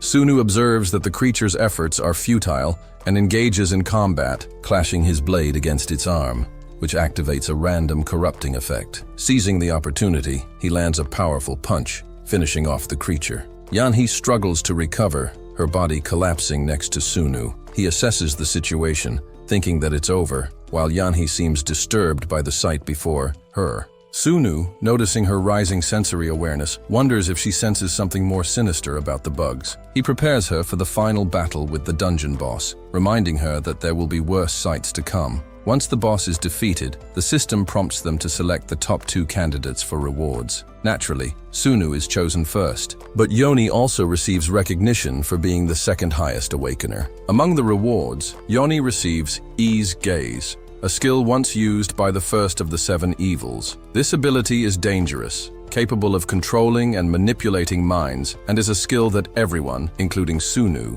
must avoid. Now that Yoni possesses it, his only choice is to maintain an unshakable state of mind that cannot be influenced. Later, Yanhee's sensory abilities advance to level E, but she struggles with the overwhelming effects. Every light seems unbearable, every sound, piercing, and even a faint smell feels overpowering. Sunu advises her to avoid opening the curtains or turning on the lights, offering her some food but deciding that his presence won't help. He reassures her to call him once she feels better, but also reminds her to get accustomed to this, as her powers will make her an exceptional individual. In Arizona, along Route 66, a group of mercenaries gathers in a hotel. The leader, a blonde man with black glasses, instructs them to return items with assumed identities. One of the mercenaries notes the man's odd behavior, comparing him to a cyborg and observing that his demeanor is far different from a typical Special Forces agent. Another man comments that those working for Langley, presumably the CIA, often act in a similar way, fleeing at the first sign of danger. The blonde man then clarifies that new agents are expected to follow the lead of Grade 2 agents, listening for any reports or secrets. He warns them that if they can't follow these basic instructions, they should leave now, as the agency will cover any transportation costs. When asked what their mission entails, the blonde man casually states that they simply need to catch a cat. The group settles into position, and the man with glasses starts to feel anxious, realizing it's been hours since the others went inside. He's tempted to run, but the man with the mustache catches his gaze and warns him not to even consider it. If anything were to happen to the first team, they would be the ones responsible. Glasses, trying to make sense of things, mentions that this doesn't seem connected to any criminal organization, but the mustached man disagrees, pointing out that the secrecy of the operation suggests it's more like something an intelligence agency would handle. Before he can explain further, a blue beam suddenly appears in front of them. Glasses notices something and urgently tells the others to stay still. Out of the blue light steps Bobby, revealing a butterfly knife in his hand. The group is paralyzed, unable to move, as Bobby begins to mercilessly cut down anyone in his path. The mustached man begs for his life, but Bobby shows no hesitation, slashing his throat without a second thought. Glasses can only watch in horror as his comrades are slaughtered by this sadistic figure who clearly relishes the chaos. When Bobby finally reaches him, he locks eyes with Glasses and almost mockingly states, "What a pity." Before he can strike, a barrage of bullets rains down on him, but Bobby teleports away, leaving Glasses to stumble forward, struggling to catch his breath. He's just come face to face with death. Later, Glasses waits at an airport, reflecting on the nightmare he witnessed. He can't shake the thought that a monster like Bobby will bring devastation to anyone he crosses. But then, a more chilling realization hits him. There's someone even more terrifying. The man who issued the hunting order is a predator of his own kind. The man introduces himself as Mick, and Sunu, trying to ease the tension, tells him not to worry. There's no way they could have captured the target in the first place. The convoy moves through desolate terrain, and Sunu casually remarks that he's heard about Mick's past, how he lost his team in a brutal fashion. Mick brushes it off, explaining that everyone in their line of work is prepared for such losses. But Sunu presses on, asking if Mick has any doubts about the mission, considering they aren't working for any government but are instead involved in something with much deeper stakes. Mick thanks him for his concern as they arrive at their destination. As Sunu talks on the phone, confirming that the plan will proceed, the others speculate about who the mysterious Asian is and how he's managed to buy the entire area so easily. Sunu ends the call, turning to them and announcing that they now own the land. They need to block off the roads and set up camp for the next 2 weeks. That evening, they set up camp after a long hike through the mountains. Around the fire, the team wonders about the purpose of it all. Is this just a rich man's hobby, or is there more to it? Mick, wanting to lighten the mood, suggests they play cards, but warns them that this job won't be as easy as a simple camping trip. On the third day, exactly at 1923, they find a dungeon gate, catching everyone off guard, except for Sunu, of course. Mick immediately notices the blue hue that marks Bobby's arrival and prepares for battle, but Sunu stops him, telling him the only thing they need to do is guard the area. Mick, now clearly the most focused of the group, takes charge and assumes leadership until Sunu returns. When Mick asks how long Sunu will be gone, Sunu replies that he'll be back within a week, no matter what it takes. After days of tension, the gate suddenly emits strange noises. The protagonist immediately alerts Mick, and within moments, everyone aims their weapons at the entrance, bracing for the worst. Slowly, Sun Hoo emerges, his body battered with wounds and drenched in blood. Mick quickly orders everyone to stand down. Though visibly exhausted, Sun Hoo has managed to destroy the dungeon. Resting inside a tent, he reflects on how he had sent Mick and the agents to another location and endured the pain after activating Man of Adversity. Recovery was challenging, without Yoni, but he couldn't suppress a laugh. He had cleared an entire dungeon alone. His Vajrani's guarding glove proved invaluable, shielding him from the boss monster's magic and absorbing immense damage. However, his brass ring shattered in the process, though it was replaced by the shadow ring, which came with a hidden ability. His senses had sharpened considerably, and he was on the verge of reaching D rank. Later, he calls Mick over and instructs him to take a seat. To Mick's surprise, Sun Hoo informs him that he is now an executive. Mick is caught off guard, but Sun Hoo clarifies that John likely hadn't mentioned it yet, though he has the authority to make such decisions. Mick inquires about his responsibilities, and Sun Hoo tasks him with reporting on John and the other executives' activities, not out of distrust, but because such oversight is necessary for the organization's expansion. In time, this operation will evolve into an Awakeners Association, a structured entity requiring constant vigilance to maintain stability and growth. John's covert facility operates out of an abandoned residential building near Manhattan. When Mick is introduced, he is initially uneasy, but soon accepts the role. JN then leads them into a surveillance room filled with screens displaying countless live feeds. He explains that agents are stationed throughout the city and have coordinated with local sheriffs, ensuring that their target will be located soon. Sun Hoo is satisfied. Bobby will no longer have free rein, especially now that his supply of resources has likely run dry from being relentlessly pursued. Turning his attention to another matter, Sun Hoo asks about the Joshua case. JN reports that their undercover bodyguard has infiltrated Joshua von Karen's mansion. From the surveillance footage and gathered intelligence, Joshua appears solely focused on business, with no suspicious activities yet. However, given his recent success, Keon, backed by his family, will soon become a dominant force. This shift will inevitably lead to the formation of the strongest armed group, sparking a revolution. Mick later drives Sun Hoo to a building. As he steps out, Sun Hoo remarks that the organization's growth is inevitable, making Mick's role all the more crucial. Watching him walk away, Mick realizes Sun Hoo is heading into Jonathan's apartment. He decides to stop questioning things further. There's already enough on his plate. Inside Jonathan's office, Jonathan requests that Sun Hoo inform him before disappearing again, as he has been managing his correspondence. He then asks when Sun Hoo plans to head to New York. Sun Hoo replies that he will leave once he wraps up his current business. However, he finds Jonathan's inquiry unusual and notices a shadowed expression cross his face. Jonathan shifts the topic to finances, revealing that their overall net worth has surged by 200%,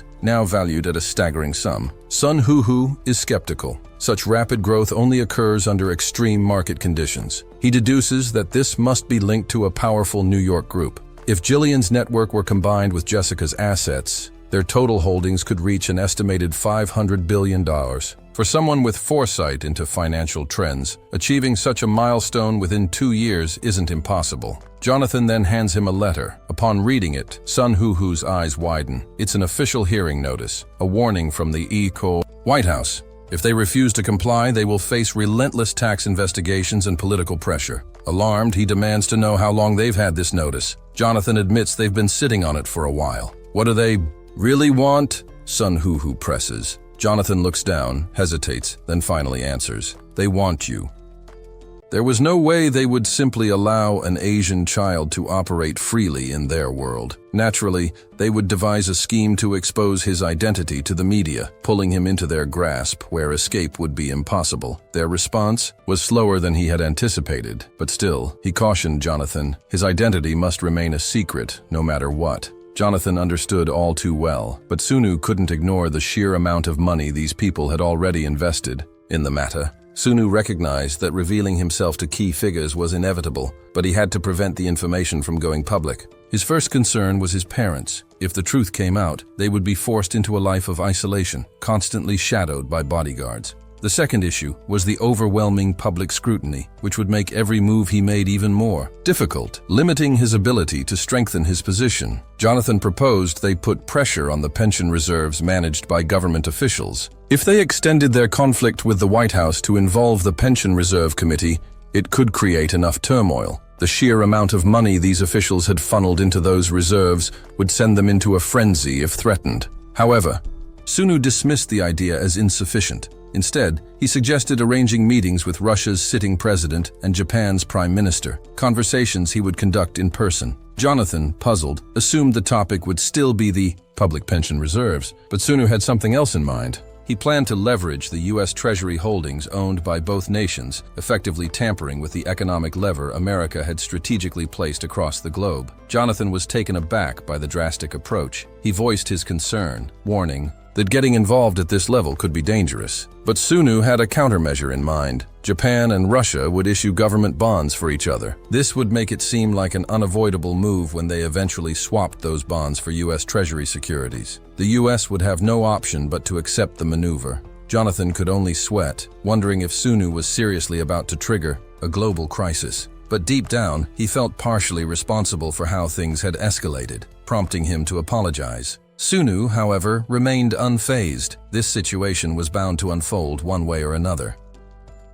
Jonathan asked how much Sunu was targeting, and he responded without hesitation. All of the New York group's net worth. If that wasn't enough to force them to back down, he would tap into funds from the Isle of Man and London. Jonathan quickly did the math and realized they had a staggering $300 billion at their disposal, equivalent to an entire year of the US defense budget. If the Isle of Man and London got involved, the repercussions could be even worse than war itself. Sunu instructed Jonathan to make one last attempt to pull the White House into negotiations, making it clear just how massive this crisis had become. Jonathan stood up, straightened his clothes, and prepared to meet with them in person. This was their final opportunity to prevent a catastrophe. Sunu decided to accompany him. Together, they would make the officials understand the weight of their actions. When they arrived at the White House, Sunu whispered a final warning to Jonathan. He was to remain silent until given the signal. Jonathan, still fuming, reluctantly agreed after receiving a sharp glance from Sunu. Their destination was the office of the U.S. Treasury Secretary Ed. Though Sunu originally intended to meet with the president, he knew that the secretary was just as powerful. After all, they worked together constantly. Without wasting time, Sunu issued a blunt threat. He would bankrupt LCTM if Ed didn't take this discussion seriously. Ed, unfazed, merely smiled and leaned back. He suggested they relax and talk things through. There was plenty of time. Sunu considered whether Ed was underestimating him because of his age. It didn't matter. He made it clear. LCTM was an important asset to them, wasn't it? LCTM had been a hedge fund that suffered catastrophic losses during the Russian financial crisis, nearly crippling the U.S. economy. Just before its collapse, Sunu had seized control of it, and it was now under the New York group. Sunu reminded Ed that, given how much they owed him, wasn't it time they started paying their debts? Ed feigned ignorance, claiming he had no knowledge of any debts owed. But Sunu pointed out that had he not taken control of LCTM, the damage to the U.S. economy would have been far worse. And LCTM wasn't the only failing entity he had salvaged. He had absorbed numerous financial corpses, preventing a second Great Depression. Ed admitted that while Sunu had indeed profited from these moves, he wasn't sure what more he wanted. But Sunu wasn't interested in hearing excuses. Ed turned his attention to Jonathan, questioning why he was so quiet. Jonathan simply replied that he understood Sunu's anger completely. Wait. Before we continue, did you know you can watch up to 16 episodes ahead right now? Join our Patreon to unlock exclusive early access and support the series. Don't miss out. The link's in the description. All right, back to the action.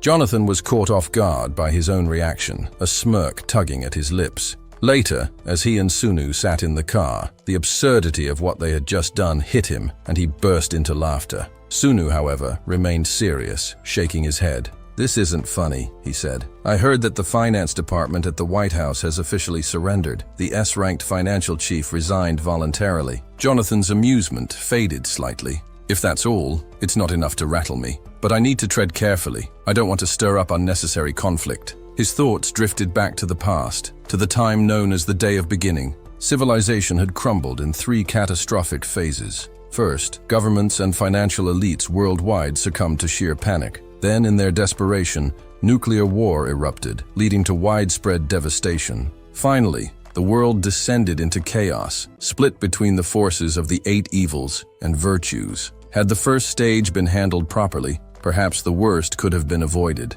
When the first monsters emerged from the gates, humanity still had the firepower to contain them. But as economies crumbled, so did societal order. In a moment of fear and recklessness, nuclear weapons were launched, and the chain reaction of destruction followed. Jonathan could only hope that when that fateful day arrived again, humanity's foundation would hold. For that future, he needed an immense amount of resources. As he ended a call, he turned to Sunu. "Gold online just crashed." Sunu raised an eyebrow. "That was fast." The dot-com bubble hit its peak in March 2000 when the Nasdaq surpassed 5,000 points, Jonathan explained. By October 2002, it had plunged below 1,000, 80% of its value gone. Sunu nodded, thoughtful. "How high was the index yesterday?" 5339, Jonathan replied. Sunu exhaled. "Higher than I remembered, but fluctuations are expected. It will likely drop below 1,000. He continued. The 2008 subprime mortgage crisis was just the midpoint of a much larger economic collapse. It all started with the Asian financial crisis, specifically the attack on Korea. Jonathan frowned. "That happened during the bubble? What exactly unfolded back then?" Sunu explained. "The global financial turmoil affected everyone. Interest rates in Mexico and Russia plummeted, resulting in massive losses. combined with the unrealistic optimism of the new millennium, the bubble burst. But let's not get lost in history. Our next move is lowering the Federal Reserve's benchmark interest rate to cushion the inevitable stock market fallout. Jonathan considered this. Fine, but how far do we go? Sunu tapped his fingers against the dashboard. Starting today until 2001, the benchmark interest rate will fall below 1%. We monitor it carefully, and after 2008, Jonathan's eyes glinted. Real estate, Sunu nodded. Yes, but there's a hidden danger. Between 2007 and 2009, the largest financial bomb in history will detonate. The impact will be beyond anything we can imagine. Jonathan studied him, unease creeping in. That bad? Or are you just making an educated guess? Sunu gazed out the window. This isn't speculation.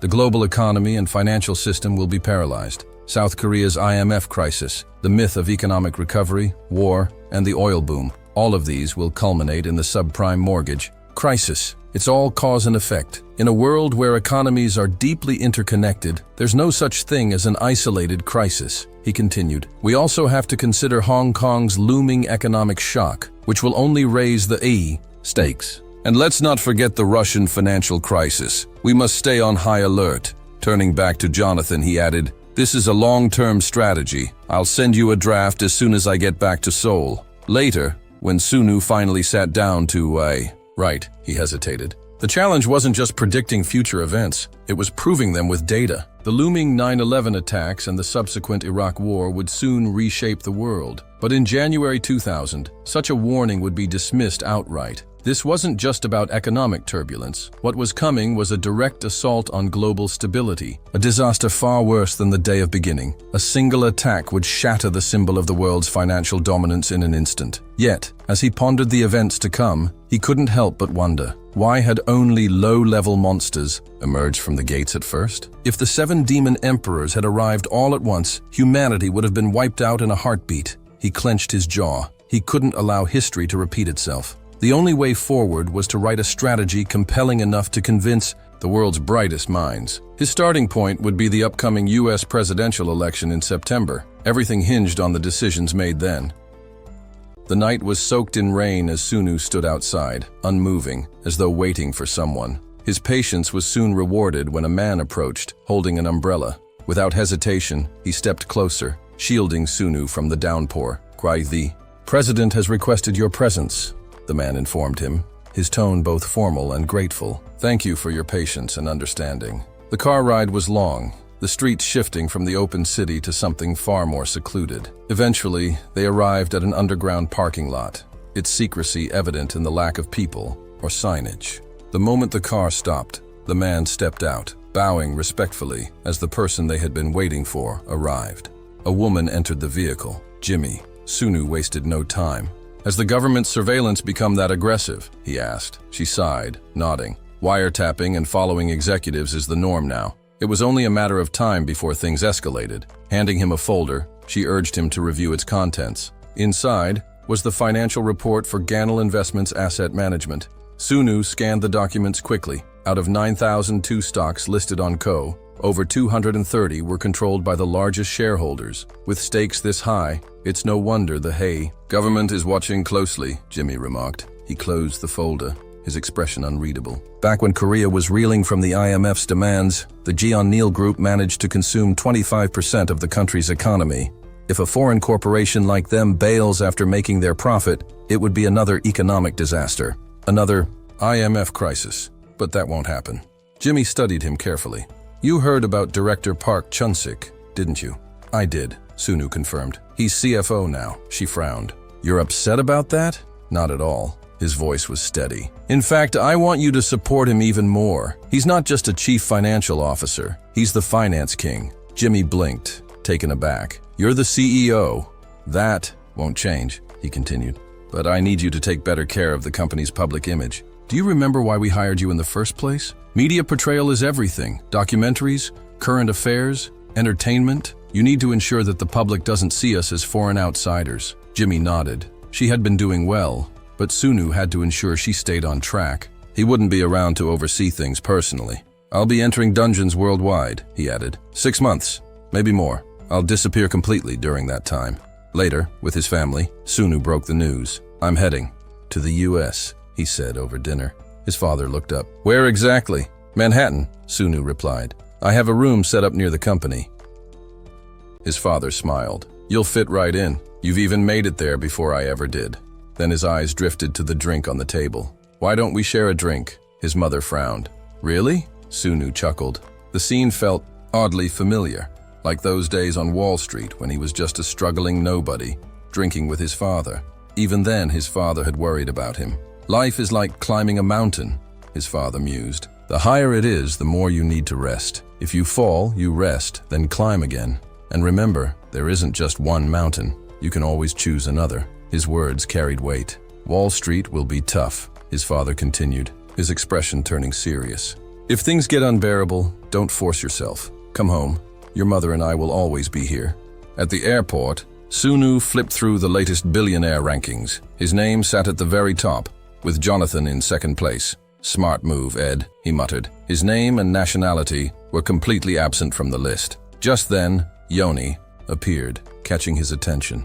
It was time to leave. Inside the vehicle, the atmosphere was tense. The mercenaries accompanying them were busy inspecting their weapons. Yoni couldn't help but stare. "They're nervous," she murmured, noticing how stiffly they moved. "Or is it fear?" Sunu shook his head. "Not quite. It's awe." Her brows furrowed. "They've worked with me before," he explained. "They know what I can do." Later, their journey brought them deep into the mountains, where a towering metal gate stood against the snow-covered peaks. Mick, one of the mercenaries, handed Sunu a white blade. Instead of keeping it, Sunu turned to Yoni and placed the weapon in her hands. "It's yours now." She unsheathed it, her fingers tracing its edge before she began testing its weight. With smooth, practiced swings, she moved like a blur, the mercenaries watching in stunned silence. She stopped, abruptly. "It's not as good as what we got from the last dungeon," she admitted. "But it'll do." Sunu smirked. Without using a single skill, she already outclassed everyone here. He turned to Mick. "I'll be leaving the rest to you." Mick gave a nod. "How long will you be gone?" Sunu's response was a simple smile. As he stepped through the gate, he finally answered, 5 days, at most. Yoni waved as they disappeared beyond the threshold, and with that, their dungeon expedition began. As they step inside, they receive their latest mission, eliminate Zos and another named target. Sunu, ever perceptive, notices that Yoni seems to recognize the name. She looks up, almost as if expecting something. Sunu picks up on this subtle reaction and reassures her, stating that this time there won't be any unexpected complications, no bugs to worry about. A wave of relief washes over Yoni's face, her expression lighting up at the thought. Sunu brings their focus back to the goal at hand. They need to clear the dungeon within 5 days, and he insists they avoid relying on adversity.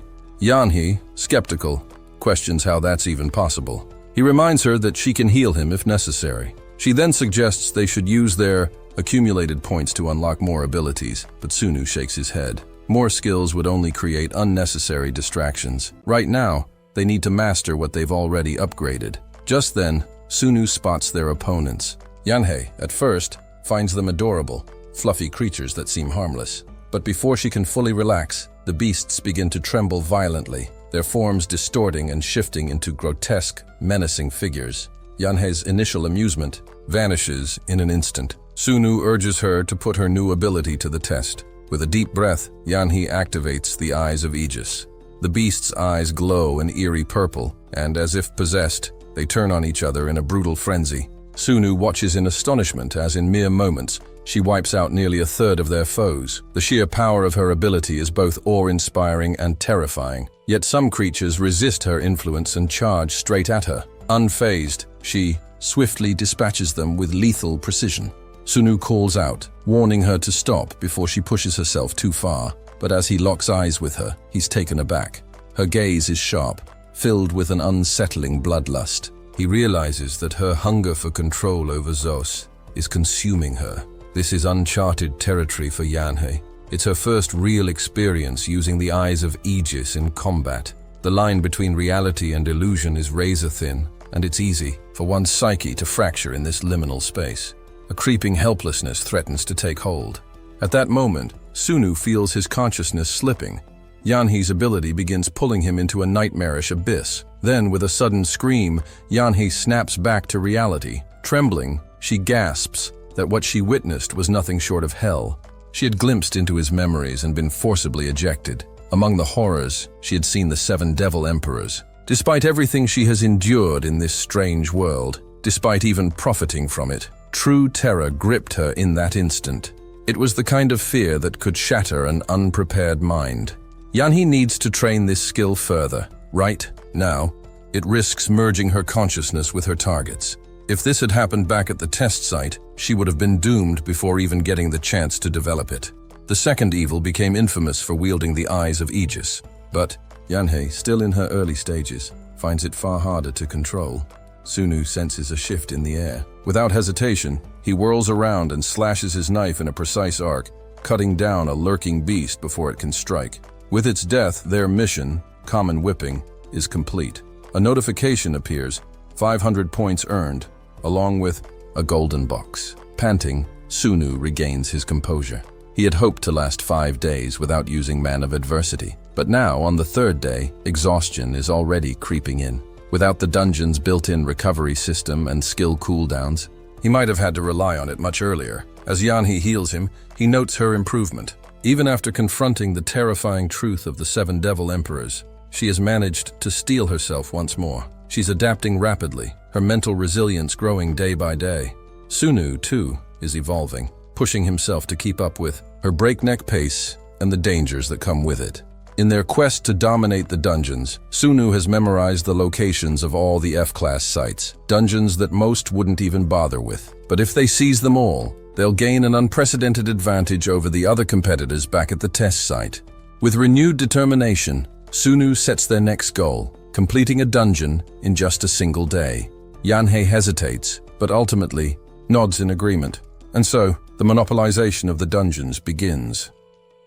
After successfully completing their latest quest, Sunu and his team confirmed that FG-graded dungeons posed no real threat. Farming in them was relatively safe, yet even within such a low-tier dungeon, Yan experienced a noticeable boost in her stats. Her abilities had leveled up, and as she adjusted to the newfound power coursing through her, Sunu opted to dive into the dungeon alone. He didn't want to hinder his own growth by constantly relying on the team. As they drove toward their next destination, Sunu checked his accumulated points, 53 to 200. Curious, he asked Yan about hers. She responded with 47,310, which made Sunu realize they were only a little short of affording a diamond box. The realization left him impressed. Within just 2 months, they had cleared 15 dungeons, averaging 1 every 4 days, even factoring in rest and travel. That night, as the others rested in the van, Yan, still half asleep, murmured the names of her upgraded skills. Sunu found them impressive, though his attention soon drifted to his teammates' peaceful expressions as they slept. The sight made him feel a rare sense of calm. He instructed Mick to take Highway 115, announcing that they'd be staying at a hotel. Yan, still groggy, blinked in confusion. "Are there dungeons inside hotels too?" she asked. Sunu chuckled and shook his head. "No, we're taking a break. In Las Vegas." At the mention of the city, the entire group lit up with excitement. Cheers erupted in the van, though some still harbored doubts, fearing Sunu might change his mind. Upon arrival, they embraced the city's vibrant atmosphere. After months of relentless dungeon crawling, they finally allowed themselves to unwind. They ate, drank, and gambled with reckless abandon, drawing curious glances from onlookers. Their energy was so wild that some people wondered if they had just been released from captivity. Sunu found their behavior a little embarrassing, but after all their hard work, they deserved this. As the night went on, he placed a hand on Yan's shoulder. "Come with me. Let's go somewhere quieter for a second." She blushed, nodding eagerly, clearly expecting something intimate. Instead, he led her to a VIP room where they could focus on the games without distractions. Her excitement faded into mild disappointment. Before she could protest, a familiar voice interrupted them. "Yan, what a surprise." They turned to see Zhou Changho, a high-ranking member of the H-Shield group. He had been engaged in a meeting but immediately shifted his attention to them. His eyes flicked toward Sunu. "And who's this?" Yan offered, a polite smile. "This is my partner." Changho's expression faltered for the briefest moment, though he quickly masked his displeasure. Gritting his teeth, he maintained his composure. Yan leaned toward Sunu and whispered, "He's one of our hospital's sponsors. Kind of annoying. Just play along." Feigning friendliness, Chang-ho gestured toward the gambling tables. "Since we're in Vegas, why not play a few rounds? It'd be a shame not to." Sunu narrowed his eyes. "You're with the Hansel group?" Yan tilted her head. "You've heard of them?" Sunu recalled how New Hope Medical, the corporation he had entrusted to Yan, had been growing in prominence. Certain incidents had drawn even more attention, leading to an influx of unsavory characters within its circles. The Hansel group, in particular, had come under scrutiny, gaining a reputation as a second-generation problem. Chang-ho, meanwhile, sized up Sunu and Yan, dismissing them as out of their league. He assumed they couldn't afford the high-stakes games and decided he'd toy with them, especially the plain-looking guy sitting beside Yan. The first round began, and Sunu effortlessly crushed him. The second round, an even bigger loss for Chang-ho. By the third, the businessman was visibly flustered, his confidence shattered. He began suspecting foul play. "You're cheating," he muttered. Sunu turned to Yan. "Did you use your ability?" She shook her head. "Didn't need to. He's an open book." Sunu smirked. "I think we're done here." The betting had ended, and he saw no reason to continue, but Chang-ho wasn't ready to let it go. His frustration boiled over, and he clenched his fists. "You think you can just walk away?" Before things could escalate further, security intervened, trying to calm him down. However, his rage was too far gone. His pride had taken a severe hit, and he refused to let the humiliation slide. That's when an unseen force suddenly compelled him to leave. It was as if something urgent had come up, forcing him to abandon the confrontation. The guards escorted him out, unaware that Yan had subtly used her skill to manipulate the situation. She sighed. "I just wanted to relax, but that guy was ruining the mood." Sunu chuckled. "You handled it well, but we've still got a couple of days left to enjoy ourselves." Yan brightened at the thought, but their fun wasn't entirely free of responsibilities. There was still something that needed to be taken care of. Sunu grabbed his phone and called Mick. "We're heading out through the back. Be ready." A serious glint flashed in his eyes. The prey they had been tracking was closer than ever. While playing poker with Chango, who was an open book when it came to bluffing, Sunu couldn't shake the feeling that someone was watching them. The presence felt persistent, unsettling. Trusting his instincts, he casually mentioned to Mick that he was heading out through the back door. The moment the unseen observer took the bait and followed, Mick sprang into action, silently looping behind and subduing the stalker with a firm headlock. Mick had expected more of a struggle, but the ease with which he incapacitated the man was almost disappointing. As they assessed their unexpected guest, they discovered that he possessed an ability called Chaser, a skill that allowed him to track both monsters and awakened beings. A talent like that could be invaluable. Digging further, Sunu uncovered another detail. The man was the owner of a major fast food chain in the East, yet his name wasn't listed among the hotel's registered guests. That was suspicious. With no security cameras to capture what had transpired, and no actual crime committed, Sunu felt confident they wouldn't be implicated. Still, a question remained: what to do with him? As the stalker regained consciousness, he immediately demanded an explanation, as though he were the one being wronged. Sunu found his boldness amusing, given the circumstances. "You've been tailing me," he pointed out flatly. "I had every reason to assume you were a thief, or something worse." Then, turning to Yanhei, he simply said, "Do your thing." Panic washed over the man's face as his body betrayed him. Against his will, he stood, his movements no longer his own. Step by step, he walked toward the balcony, hands gripping the railing. His legs moved as though preparing to climb over. The unspoken threat hung thick in the air. If they wanted, they could make it look like an unfortunate accident. Desperation overtook the stalker. "I'll talk! I'll explain everything!" he blurted, eyes wide with fear. Sunu gave Yanhei a slight nod, signaling her to release him. Once the man regained control, Sunu cut straight to the point. "So, which is it? Your chaser ability led you to me, or this was part of some quest?" He leaned in slightly. "If it's the latter, you should know that some quests require the elimination of awakened beings." That revelation sent a visible shudder through both the stalker and Yanhei. He swore up and down that no such quest had been given to him. Sunu wasn't convinced. "And why should I just take your word for it?" The man hesitated, but then seized on a desperate proposition. "Because of my ability. If you let me live, I can be useful. I can help your group." Sunu studied him for a moment before offering a chilling reminder. "If you so much as think about betraying us, my friend here can walk right into your mind. You know what that means, don't you?" Faced with no other option, the man spilled everything, including his status window. His name was Lion. His stats were nothing special, but his awakening had occurred at his graduation ceremony, granting him the Chaser ability as part of a life quest. His past encounters with awakened beings had been less than pleasant, and frankly, he considered himself lucky to be alive now. Lion made his case again. He wanted to join them. He would contribute however he could. Sunu considered the offer. The Chaser ability was rare and useful, especially for high-level dungeon raids. Fine, he decided. Soon they were on the rooftop as a helicopter approached. Sunu gestured toward it. Get in, this is what you asked for. He then turned to Mick. He's not a threat, so don't be too hard on him. But if he steps out of line, he trailed off, letting the implication hang. Mick smirked. How far are we allowed to go? Sunu shrugged. Just don't kill him. He glanced back at Lion. If you're truly with us, you'll be a valuable asset. If not, you'll be the first awakened we eliminate. The decision was Lion's to make. Back in the room, Sunu immediately noticed Yanhe's sour expression. You're upset, she crossed her arms. It's not about Lion. Her voice was quiet, thoughtful. I just can't believe the system allows quests that involve killing people. Doesn't that make it evil? Sunu gave her a measured look. You sound like one of the 8 evils. He exhaled. The system doesn't care about morality. It wants us to get stronger. Don't waste energy trying to understand it. Just use it. That was a conversation for another time. For now it was time for the main event. Summoning a series of boxes before him, Sunu's eyes gleamed. This is more exhilarating than any gambling game. Before him lay 30 silver boxes and 30 gold boxes, glistening under the neon glow of Las Vegas. That night, beneath the city's dazzling lights, Sunu took a step closer to power, his abilities sharpening, his rank solidifying.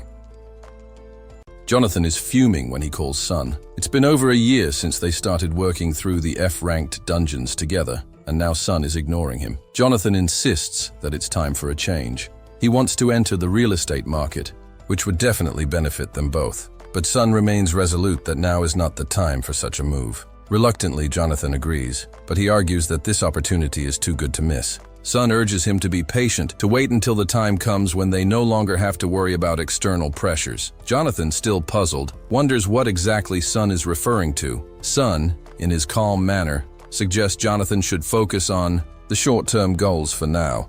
Jonathan mentions that he's been doing exactly that, scouting every property on the market, and he's noticed that media and communication stocks have taken the biggest dive. Sun congratulates him for his attention to detail and tells him that if he continues to work hard, their group will grow into an empire. The call ends, and Jonathan smiles to himself, the idea of building something massive, filling him with hope. But Sun has bigger plans in mind. He dreams of surpassing even the Rothschilds, to become the god of financiers and hold more power than anyone could imagine. While driving, Sun thinks about the future, mulling over an event that's sure to happen, the Koso War and the Texas governor's election. Time seems to be flowing as expected, and after this event, they will be able to live above it all, free from any constraints. 4 months later, in 2001, Sun and Jonathan arrive at a lavish salon in England. The place looks exquisite, and Jonathan remarks that it's not a place you can simply enter just because you have money. As they enter, Jonathan overhears a conversation about the Rothschilds,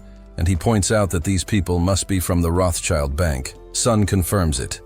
This salon is, in fact, run by the Rothschild family. Sun asks Jonathan if she knows what the Rothschilds actually do. As they sit down, she admits she's heard many wild stories about them, but now, with the pieces falling into place, those stories don't seem so outlandish. She tunes in carefully to the conversation, heightening her senses. The soundproofing. Here is a joke, and she can overhear everything. It becomes clear that the Rothschild employees are discussing something nefarious involving the Berlin Bank and the US Treasury. Jonathan, stunned, asks if she's sure of what she's hearing. Sun nods grimly, noting that if they are truly up to something like this, they must be trying to manipulate the gold market. He advises Jonathan to buy some gold when they return to Seoul. Jonathan, disturbed by the conversation, asks how two people can make decisions that could destroy countless lives. Sun explains coldly that reality is far more ruthless than any dungeon they've faced. They're not the only ones living in a different world. The power dynamics at play are much darker than they could imagine. Suddenly, the clock chimes, and Jonathan hears an overwhelming cacophony of voices. Among them is the news that a plane has crashed into the World Trade Center. It's the beginning of a tragedy that will resonate globally. The news soon confirms that at 8:46 a.m. local time, a passenger plane crashed into one of the towers, igniting flames that will consume the building. Wall Street is thrown into chaos as stocks plummet and rise in an unpredictable frenzy. Panicking, Sun calls Jonathan, urgently instructing him to liquidate their gift positions, regardless of the loss.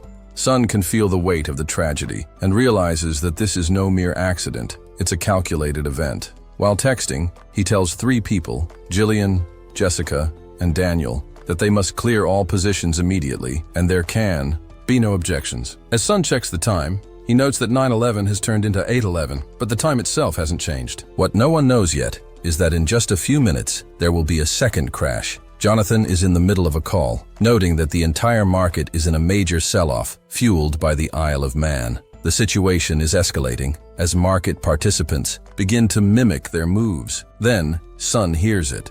A crash. Looking out the window, he sees that the second tower has been hit. He urgently calls Jonathan, telling him they need to evacuate all their staff immediately. The world's financial heart is now in turmoil. While New York was the epicenter of the attack, London too is feeling the shockwaves. It's as if a war has just begun. The calmest people are now in complete disarray. Only a few are moving quickly, but Sun is among them. He tells Jonathan to return to the house and make sure everything is set. The true power of the world is about to shift, and the world will never be the same again. A group of 4 university students, relatively inexperienced in the world of high finance, decided to pursue a well-calculated investment strategy. On September 11th, they struck gold with an unexpected fortune. However, their stroke of luck would soon take a dark turn, as the American government began investigating their activities. This case, one that raised serious human rights concerns, coincided with the implementation of the newly enacted Patriot Act. There was a notable reason why one of the students was of Arab descent, especially in the wake of the terrorist attacks and the massive $200 billion USD worth of oil money being funneled out of the US market. This event, coupled with the larger flow of oil and real estate investments, marked the beginning of what would soon spiral into a bigger game. Sunu, a key player in the unfolding drama, met with Jillian, who was visibly apologetic for the delay, acknowledging the chaos that had erupted. Sunu was quick to note that not even the most strategic departments could have anticipated the events that transpired. Despite the mounting issues, Jillian reassured him that they managed to mitigate some of the damage before the terror attacks were confirmed. There hadn't been enough time to close all of their positions, and the consequences could have been far worse. Sunu, however, remarked that the situation was beyond their control from the start, and ultimately, no one could be held accountable. Now, he noted, the real game began. Sunu then shifted to discuss long-term strategies, specifically the potential interest rate cuts linked to the Iraq War. Jillian considered the implications of this and expressed her belief that these events could serve as a trigger for even greater shifts in the market. Sunu, ever the tactician, asked whether there was any oil money in the funds he had invested in. If so, he wanted to meet with the relevant parties immediately. As they watched the president's address on the ongoing situation, Jillian reflected on the time he had spent cultivating relationships with billionaires,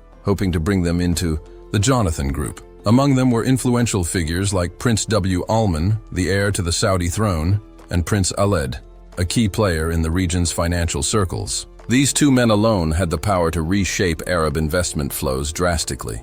Jillian had spent years laying the groundwork, but now, as he looked back, it almost seemed as though these connections were too perfectly aligned, almost as if it had all been set in motion intentionally. Sunu, with his uncanny intuition, began to question if there was more at play than simply the unfolding financial disaster. Was someone planning to extract America's oil money during the chaos of the terror investigation? The figure he had been so intrigued by, an enigmatic young man, had always been mysterious. Their first encounter back in Thailand and Hong Kong had left him puzzled, and Jillian was still unsure whether this individual was an ally or a dangerous opponent. The young man, who went by the alias Ethan, had appeared out of nowhere when Jillian was at his lowest, nearly ousted from Morgan. Ethan had proposed a deal that seemed unorthodox. If he followed the directing department's draft, he wouldn't be held accountable for any damages. Jillian, still puzzled by this deal, had been given instructions to track Ethan down, He quickly made a call to his contact, instructing them to locate this elusive young man, who was likely in his early 20s. As Jillian prepared to send over any relevant security footage to the investigator, Sunu reminded him that his attempts at independence, while admirable, had allowed Jillian to hold on to power and control over management rights. Jillian, caught off guard, questioned whether Sunu was about to cut him loose, especially since the opportunity to surpass Jonathan and claim even greater control was within his reach. Despite his doubts, Jillian couldn't help but wonder how Ethan had managed to remain so hidden. Was he truly as he appeared? Or was there something darker behind his intentions? As the tension between them grew, Sunu sent a message via computer, acknowledging Jillian's financial talents, albeit immature in some areas. He informed Jillian that his contract would be extended for a little while longer, but he had to remain vigilant. The real challenges were yet to come. Meanwhile, Jonathan sat at his desk, reflecting on Sunu's earlier words about not letting others distract him. Jonathan couldn't shake the feeling that something more was happening behind the scenes. Could Sunu have known that the president would take such aggressive action, issuing a manhunt for those responsible for the attacks and anyone who harbored them? Jonathan's restlessness led him to call Jeffrey K., demanding a list of banks that might be targeted by these events. Elsewhere, inside the training facility, Lon, blindfolded and focused, was granted permission to begin his exercise. Despite his inability to see, he moved with remarkable precision, neutralizing dummies in all the right spots. He completed the task in a swift 2 minutes and 23 seconds. Mick, who had been observing, shared the footage with Sunu and Yanhee, noting Lon's skill. Sunu, ever the strategist, acknowledged that while Lon's movements weren't flawless, he was still capable, perhaps more so than others might have anticipated. He suggested that they should consider renaming him to reflect his potential value, perhaps a new asset to their growing operation. Lion approaches Sunu, intent on asking one pressing question. Is this organization involved in the recent terrorist attacks? Before he can speak, Mick punches him in the chest, immediately silencing him. Sunu calmly gestures for Lion to hold back, advising that such matters should not be discussed, as the threat they face now is far greater. They continue their journey deeper into the dungeon, where Lion looks around curiously, asking if this is truly the entrance. Yoni confirms, calling him Casino Chip in passing. She introduces herself as Mari, while Sunu reveals their leader's name, Odin. The use of code names, they explain, is a precaution to hide their true identities, not just for their own safety, but also for Lion's. After all, relationships between awakened individuals should differ significantly from those in the outside world. As they move further inside, Lion is reminded that it has been a while since they've been here. He notices a beast lurking behind a door, prompting Sunu to urge him to go in and observe carefully. In one swift motion, Sunu blasts the door open, and within seconds, a bloodthirsty scout emerges. Yoni reacts quickly, leaping atop the creature, while it focuses on Lion. With a precise strike from her dagger, she impales the beast, using its bind effect to paralyze it. The beast is now immobilized, and Sunu gives Lion the order to finish it off. Lion, still in shock, hesitates. Sunu insists that it poses no real threat, urging him to take the necessary action. Lion remains reluctant, but Sunu is unwavering. He tells Lion that if he doesn't act, he will be condemned to a tragic fate. In this world, there are only two options: kill or be killed. As Lion takes a deep breath, he moves closer to the creature, the weight of Sunu's words heavy on his mind. He reflects on what Sunu had said earlier, that they need to match his strength to their F-grade stats, and refrain from using skills in the upcoming dungeon, as it is essentially Lion's final exam. He wonders what would happen if he fails, to which Sunu coldly responds that he would have no use for him. They press on to the next room, where Sunu wonders how many more enemies await them. Lion estimates that there are at least 10. Sunu explains that he is the tank, Yoni is the healer, and Lion will be the damage dealer. He is tasked with drawing the enemy's attention, while Yoni will heal him, regardless of the severity of the injuries. As long as he sticks to his role, he won't die. They are in this together, and they will either survive or perish as one. Lion begins to shake uncontrollably, and Sunu takes notice. Without hesitation, he strips off his outer clothing and tells Lion that he's already explained what will happen during the day of the beginning. Whether Lion likes it or not, he will be brought back here. The dungeon they are in now is the weakest of all, and with their help, it shouldn't be too difficult for him. However, Sunu offers him a chance to escape, placing a seal on Lion's chest. This escape seal can be torn off and swallowed to transfer its power. It's Lion's choice: leave and wait for the inevitable, or stay with the group where he has the highest chance of survival. Lion takes a long time to consider his options. After a heavy silence, he finally makes up his mind. He chooses to stay with them, apologizing for his earlier weakness. They move forward, battling the scouts with Lion at the forefront. At first, Lion believed strength was something inherent, but after facing wave after wave of beasts, he begins to question his own abilities. His body feels heavy as he drags himself forward. Yoni, noticing his condition, whispers to Sunu that Lion's state is dire and that she would like to use Valder silence on him. This mental healing skill is among the best, its effectiveness increasing significantly at rank C. Sunu acknowledges Lion's pitiful state, and Yoni agrees that it would be beneficial to have one more team member fully operational. In her eyes, Lion looks like a lost child, desperately crying out for help. His family struggles have left him emotionally fragile. Despite her own wealth, Yoni knows firsthand how difficult family relationships can be. If this were a true examination, things like friendship would be considered a luxury, but now she feels compelled to show him more care. She uses the skill on him, hoping it will clear his mind. Lion, amazed by the ability, expresses his gratitude, while Yoni assures him to prepare for the trials ahead. She, too, had no formal training when she started, so the journey will only get harder.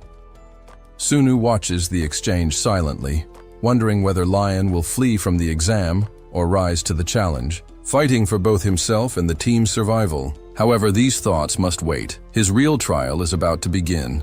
In the boss room, countless scouts lay defeated, and Lion struggles to rouse Sunu with every ounce of his strength. The boss, Anubis, is heavily injured, but still standing. Sunu orders Lion to finish it off, but Lion hesitates. As the beast lets out a deafening roar, Lion instinctively retreats, but this move places him beside Yoni's dagger. With this new opportunity, he believes he can finally slay the beast. The boss lashes out once more, and Sunu, still feigning his condition, believes that Leon could easily take him down if he wasn't too afraid. The boss is barely holding on, but instead of attacking, Leon moves the dagger toward one of Sunu's seals. In his weakened state, the only thing Sunu can think of is escaping. But just as he's about to make a move, he grabs the knife and with a cold and murderous glare, declares that the test is over. After they leave the dungeon, Yanhee is overcome with grief and cries for a long time. They hold a funeral without a body, and as Yanhee mourns Leon, Sunu meets with Jonathan. He hands him a stack of papers and notes, commenting that there's nothing significant here, even if they combined all the lines. Sunu believes the documents point to the heart of the Financial Services Commission, implicating the banking system and even the Federal Reserve. Jonathan finds it amusing that he referred to someone as a mere henchman. In the past, he would have been more cautious, but now he's much bolder. Sunu explains that the US government doesn't print its own money. Instead, it borrows from the BR, Federal Reserve. The government is the debtor, and financial giants like Rothschild, who control the Fed, are the creditors. This isn't a conspiracy theory, it's a fact. He suggests that the day will come when these financial powers will hold the world in their grip, much like the Rothschilds. At a fancy restaurant, Yanhee tells Sunu that if he won't do it for her, she's okay with whatever happens. Sunu asks what she means, and she reveals she's talking about recruiting new members. They need them. Although she pretends to be calm, it's clear she's worried, but Sunu reassures her. There's no need to worry. He already has everything planned. Curious, Yanhee asks about his plan, and Sunu explains that there's someone who can read people better than anyone else. Someone who would be perfect at nurturing and developing others. Reports have been coming in since last year, and they've been gathering people suspected of being cats. The number of potential recruits has now surpassed 30. They're even searching mental hospitals and eavesdropping on civilian lines. Sunu suggests that with his chaser abilities, he could use the same tactic as before to find more candidates. He tells Yanhee to stop worrying and return to Seoul, as he has business to attend to in Germany. In Berlin, Sunu arrives and gets a call from Berlin Telecom. They want to meet with him because there's an issue with his travel plans. His cover identity is Leonard Lee, a second-generation Korean-American backpacking through Germany. This is part of his strategy to lure in Joshua. Now it's time to see if Joshua takes the bait. When asked if it will take long, Sunu responds that he will be leaving soon, but the person on the phone insists that someone will meet him at his hotel. At the hotel lounge, two men arrive to meet Sunu. To his surprise, one of them is someone from his past, his fourth virtue. This man had risen to the top based on his incredible fighting abilities, overcoming his lack of resources and weapons. Sunu had admired him before, but the first and fourth virtues were always rivals. He stands up and asks if they're from Berlin Telecom. When they confirm, Sunu notices that the second man is signaling something, indicating that he's an awakened. Sunu considers their organization well organized and worth waiting for. The man introduces himself as Michael and suggests they talk somewhere more private. A week later, Sunu is training with firearms in a specially renovated mansion. He's a crack shot, and Michael observes this, noting his skills. But Sunu brushes it off as just trying his best. The facility, built within a mansion, focuses on gun training, a sign that the organization hasn't encountered a dungeon before. Sunu has arrived at the perfect time and asks when he can meet the chairman, as he's been following the organization for a week now. Michael urges him to be patient, but news arrives that the chairman will be returning later that evening. That night, Sunu gets the call. As he looks at the arriving vehicle, Michael whispers something to him. Sunu realizes that he's finally meeting the head of revolution, the second virtue. Joshua had been contemplating entering the dungeon for some time. Over the past week, he and his team had been thoroughly investigating the area. He understood that a dungeon wasn't just a world full of treasures waiting to be claimed. No, it could be far worse. It could very well be a gateway to hell itself. The first group, 2 awakened ones and 4 mercenaries, had ventured in, but none of them returned. He had given them all the information he could, respecting their decision to go, but he couldn't shake the feeling that this was a dangerous gamble. This time, however, Michael assured him that the president would be joining them. Joshua was now faced with a choice. Would he shrink back in fear, or would he rise to the challenge with courage? Sunu, who found the situation somewhat uncomfortable, watched with curiosity. The next morning, the team set out. None of the awakened ones chose to leave the group, though Sunu suspected it had something to do with the potential rewards awaiting them. If they succeeded, their futures could be bright. Michael spoke to him about the hard work he had put in over the past year. Though Michael had immense talent, his lack of experience would be evident in a situation like this. He advised Sunu to stay close, for his safety. Sunu couldn't help but wonder if Michael was acting like a protector because they were both Asian, and if this had happened in his past life, he would have considered it an honor to be in Michael's position. The dungeon's plan primarily revolved around the mercenaries. Each team consisted of 2 awakened individuals and 6 mercenaries, with the team leader being a mercenary. Michael introduced their team leader, Oliver, who had recently joined and was still new to the group. Oliver had a lot to prove, and Joshua had to make it clear that he wasn't someone to be underestimated. Sunu sighed, thinking he would much rather hang the whole team upside down for a laugh. Upon reaching the dungeon's entrance, Joshua gathered everyone for a brief speech, one that seemed to be quite famous by now. He had a knack for captivating his audience. After his inspiring words, he shook hands with Sunu, thanking him for his trust and belief in his cause. He promised to split the rewards with him. Sunu, feeling inspired, vowed to do his best. There was sincerity in his voice, and Joshua could tell it wasn't just empty words. They entered the dungeon, and the awakened ones were notified that the Kill Barkland quest had started. It was then that Oliver realized his flashlight had malfunctioned. Soon others discovered that their gear and weapons were similarly useless. Sunu, who had been observing quietly, realized that hysteria had begun to set in.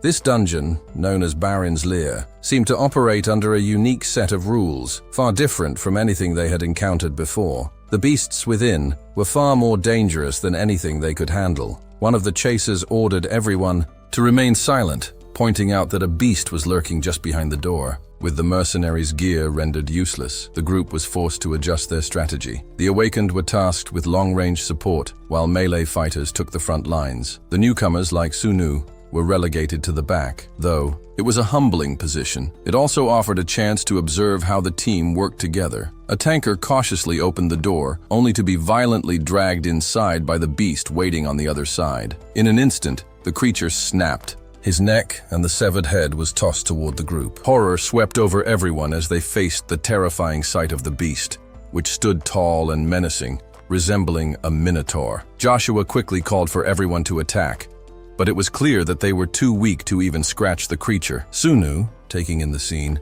knew that with their meager skills, they stood no chance against the beast's formidable strength, let alone the other dangers the dungeon held. The mission, he thought, was doomed from the start. The beast continued to tear through their ranks, and panic began to spread. The group, once organized, now found themselves scrambling to escape. Over 100 people were now running in all directions, their rationality lost in the chaos. Despite the overwhelming fear, Michael, clearly terrified himself, proposed a risky plan to distract the beast. If he could draw its attention, the others could strike from behind. It was a desperate gamble, but one they had no choice but to try. Sunu shook his head, pointing out that it was too late for that. Joshua, however, made his move. With a powerful hand seal, he blocked the beast's advance, making it clear that he wasn't about to die in this dungeon. His actions proved that his decision to come here wasn't in vain. He had a plan, and now, it seemed, he was ready to show his true strength.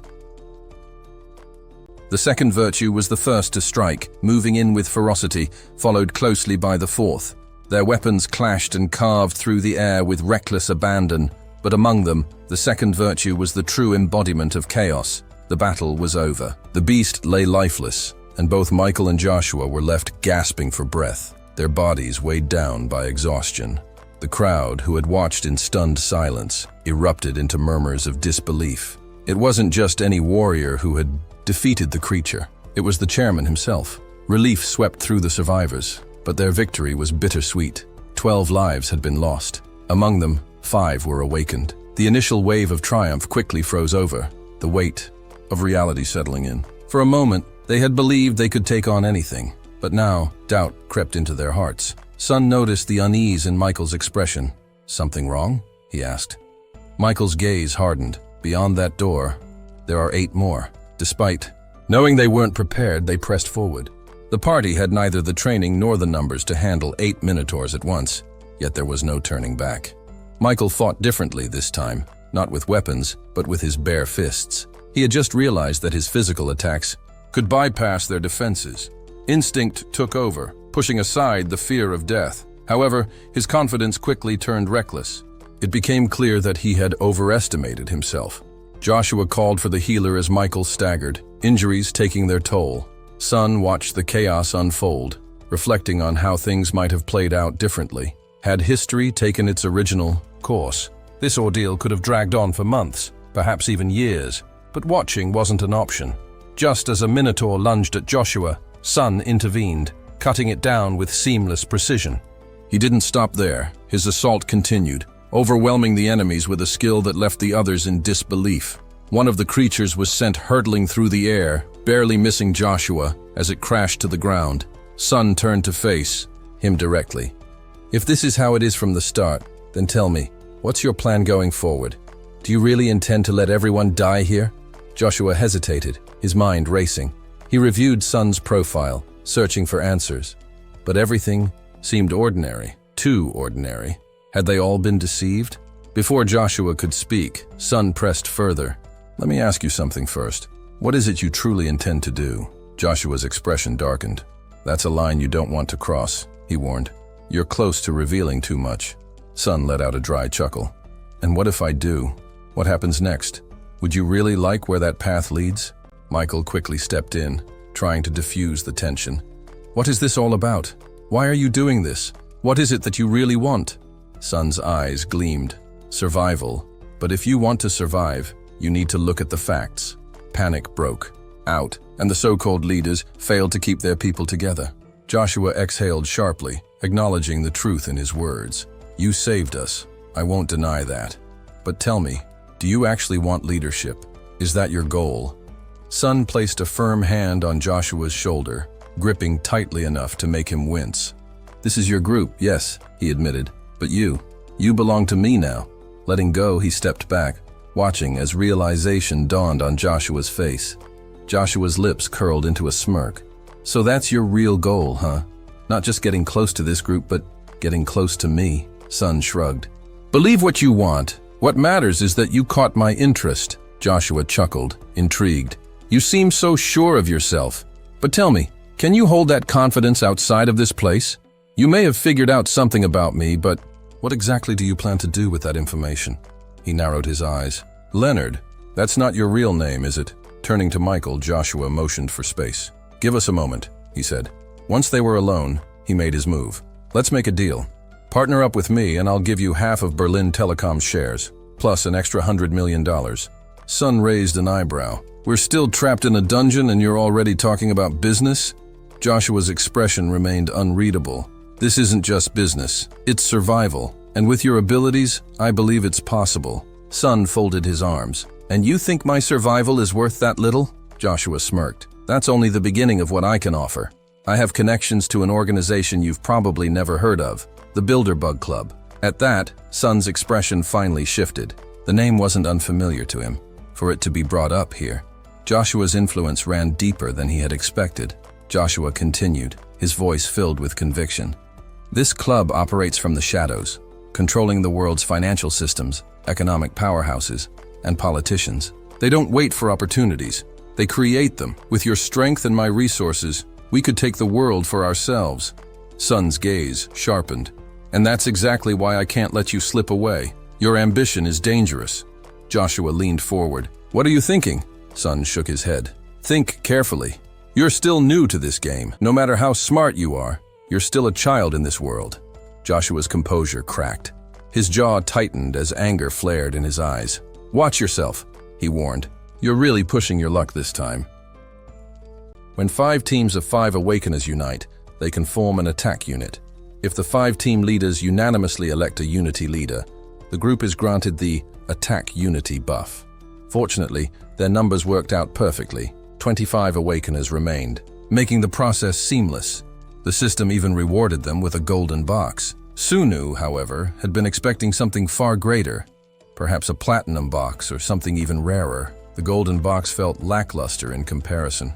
Usually, the system showered rewards upon those who accomplished something first.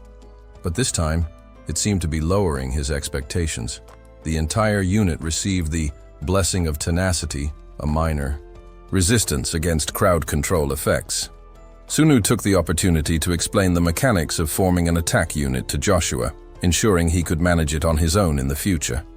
With that settled, they officially designated Joshua as the new unity leader, restructuring the group accordingly.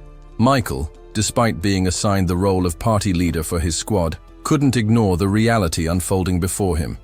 In mere moments, an outsider had seized control of their entire operation, reducing the mercenaries, once formidable, to an afterthought. Now, all eyes were on Joshua. How would the revolution's leader handle this shifting dynamic? The command group, consisting of the party leaders, resolved to stick with their initial plan. Michael informed Sunu of their voting system. Joshua, as unit leader, would have the highest voting power at 4 points, while party leaders held 2 points each. Ordinary members could cast 1 vote apiece. Sunu observed that their governance system mirrored that of London, where authority was distributed to prevent absolute control by a single individual. Whether intentional or not, this model was poised to become the revolution's foundation. The first order of business? Deciding the fate of the now irrelevant mercenaries. 3 options emerged. Assign them as porters, prioritize food and weapon, distribution for awakeners over them, restrict them to prevent potential rebellion. The third option, 1. Though unspoken, it essentially condemned the mercenaries to be used as human shields. Michael watched the scene unfold, scratching his head at the unsettling reality. Though the mercenaries resisted, they were subdued with overwhelming force. If this had been the original timeline, not a single one of them would have left this place alive. Sunu suspected this was why the first and fourth virtues eventually clashed. The fourth virtue had likely formed bonds with the mercenaries he had trained, creating conflict. Turning to Joshua, he admitted he had no idea how this decision would alter events, but it was sure to introduce chaos. Joshua, considering this, asked if Sunu opposed the vote. Sunu merely smirked, abstaining from voting altogether. But as things stood, more people would inevitably turn to him for guidance, a prospect neither of them welcomed. Joshua, envious, remarked that if Sunu wanted to avoid responsibility, he should step down entirely. Sunu countered that if Joshua truly desired his departure, He could leave at that very moment, but did he really want that? Joshua's frustration flared, his eyes burning red. Sunu warned him to control his emotions, both toward him and the rest of the team. "Smile like the leader you are," Sunu advised, voice calm but firm. "And if I ever catch you glaring at me like that again, the next topic of discussion will be your life." With that, they pressed forward into the dungeon's next phase. When the battle began, all eyes were on Sunu, expecting him to handle everything. Instead, he deliberately minimized his involvement. Bound and helpless, the mercenaries erupted in rage, demanding to be put out of their misery. Meanwhile, conflicts broke out among the awakeners themselves. Yet Sunu continued his hands-off approach. Michael, growing uneasy, approached him. "You have to say something," he insisted. "Everyone's waiting for your input. At this rate, even Joshua won't be able to keep them together." Sunu remained unfazed. "I've given plenty of advice already," he said. "I'll simply cast my vote and leave it at that." When the pivotal vote arose, whether to continue using the mercenaries as expendable resources, everyone turned to Sunu. He looked to Joshua. "Go with whatever you believe is right," he said, then motioned to Michael. "Translate that for him." By placing full trust in Joshua's judgment, Sunu subtly shifted the burden of leadership away from himself. The vote proceeded in writing, avoiding outside pressure or last-minute influence. Though not a flawless method, it was the best option for now. Observing the process, Sunu felt a rare sense of satisfaction. By removing his direct influence, he ensured that the group's decisions were their own. The result? The mercenaries were spared, assigned to menial tasks instead. However, if the awakeners broke formation, the mercenaries would be forced into the fight, hand-to-hand, with no weapons. Joshua secured this compromise by promising the mercenaries significantly higher pay than before. With the decision finalized, they ventured deeper into the dungeon. Want to stay ahead of the story? Get up to 16 episodes early, only on Patreon. Support the channel, unlock exclusive content, and be the first to know what happens next. Click the link in the description, and we'll see you way ahead. In the story. Now, back to the video. The guards stationed outside had grown weary. Days had passed since the expedition entered the dungeon, and their patience was wearing thin. Then at last, the air shimmered, and the entrance pulsed with energy as the survivors emerged. Relief quickly turned to unease. Something was deeply wrong. The mercenaries, once fearsome warriors, now staggered out as mere husks of their former selves. One guard, in particular, was shaken. These men were legends, the infamous Skull Gang of the Balkans, veterans of the Bosnian War. How could they return in such a shattered state? What horrors had they faced inside? Joshua, unfazed by the scene, turned to Sunu. He assured him he would see him safely to the mansion, but had different plans for himself. He only needed a car. His destination? The Wilson Hotel. Without argument, they arranged it. As Joshua drove, his thoughts drifted back to the dungeon's climax, the boss fight. He had expected something routine, but what unfolded was far beyond his imagination. The way Michael and Sunu fought was astonishing. He recalled Sunu's words. This was not merely a test of strength. This was a contest where the defeated did not just lose. They were absorbed into the victor's domain. Snapping out of his thoughts, Joshua gave a simple directive to his subordinate, move Lee Sunu, under his alias, into the penthouse suite. But an issue arose. That room was already occupied. In fact, it had been booked for an entire month by someone with the exact same name.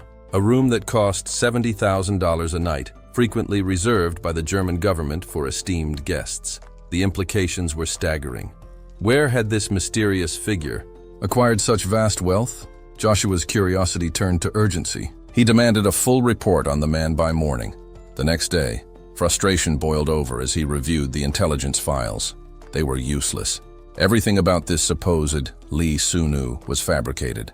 Whoever he was, he had successfully erased his existence and now lounged in one of the most exclusive suites on the planet. Joshua clenched his jaw. This wasn't just a challenge. This was an outright declaration of war. He wouldn't back down. If necessary, he would dismantle this man piece by piece. With assistance from his main family, Joshua gained access to files from the U.S. Department of Commerce and the Department of Treasury. He knew one thing: money always left a trail. No matter how carefully hidden, financial movements always had a source. Somewhere, Lee's past expenditures would reveal the truth. After hours of digging, Joshua uncovered a lead. The money fueling this phantom identity came from the Cayman Islands. Over $100 million had been funneled through a labyrinth of shell corporations to construct the elaborate illusion of Lee Sunu and his fabricated background. This discovery was enough. He was closing in. For years, Joshua had aspired to sit among the elite, to claim a seat at the table of the Bilderberg Club. That ambition once defined him. But now, that dream had faded. A new goal had taken its place. If he could seize control of the enigmatic Lee Sunu, the very structure of power could be rewritten. This wasn't just about influence anymore. It was about revolution. The financial investigation pressed forward, and finally, they unearthed something unexpected. The corporate entity shielding Lee Sunu's assets bore an unusual name: Hello Joshua. A chill ran down Joshua's spine. Was this a coincidence? Or had Lee anticipated every step of this pursuit? His thoughts were interrupted by a subordinate bursting into the room, breathless with urgency. The main family was under attack. Joshua's pulse quickened, but the news took an unexpected turn. This wasn't a physical assault, it was financial warfare. Their stock holdings were being targeted. Relief washed over him, but suspicion followed. Could this somehow be Lee's doing? No, it seemed impossible, and yet he couldn't ignore the timing. Meanwhile, at the Karan family estate, Aaron von Karan, the family's patriarch, sat across from an enigmatic figure, John Doe, known in trading circles as Sunu. Aaron leaned forward, his tone laced with curiosity. There was once a man who struck at the Bank of England, he mused. In doing so, he gained fortune and fame. But few know what followed. 14 grueling years of lawsuits, a relentless battle fought in shadows. He paused, watching Sunu carefully. Most believe it all stemmed from the events in France back in '88, Aaron continued. But tell me, aren't you curious about what really happened? Sunu reminds Aaron that he had already warned him before. Aaron, desperate to stop the attack, offers to personally compensate him for the losses and more. But Sunu only shakes his head, saying that Aaron has completely misunderstood the situation. While it's true that LTCM is part of the Jonathan Investment Group, the investment this time, before he can finish, Aaron cuts him off with a furious outburst, declaring that this isn't an investment at all, but a direct assault. The room falls into tense silence. Sunu remains calm, insisting that this move was made solely by LTCM and all the hedge funds under their umbrella. Aaron struggles for words, his breath catching, so his butler speaks on his behalf. If the hedge funds are acting independently, as you claim, then why did you come to us personally? Sunu dismisses it as a misunderstanding, explaining that he came to meet a friend. Just then, Joshua arrives, greeted with unexpected news. John Doe himself is waiting for him. The butler, escorting him, leans in and quietly remarks that whether they're friends or not doesn't matter. This is a golden opportunity. If they delay any further, the conflict will escalate to a point of no return. However, if the attack ceases now, the main family will cover the financial losses. Joshua frowns. Then why start a fight in the first place? The butler's expression turns grave. If Jonathan moves, every force under him will follow. The resulting damage would be catastrophic. All of Europe would be dragged into a currency war, something that cannot be allowed to happen. Joshua contemplates for a moment, before stating that if the situation is that dire, they should secure the help of the one person capable of standing against Jonathan's group. The butler nods, explaining that the elders are already meeting with him in London, but in the meantime they must do everything possible. Joshua must convince his friend.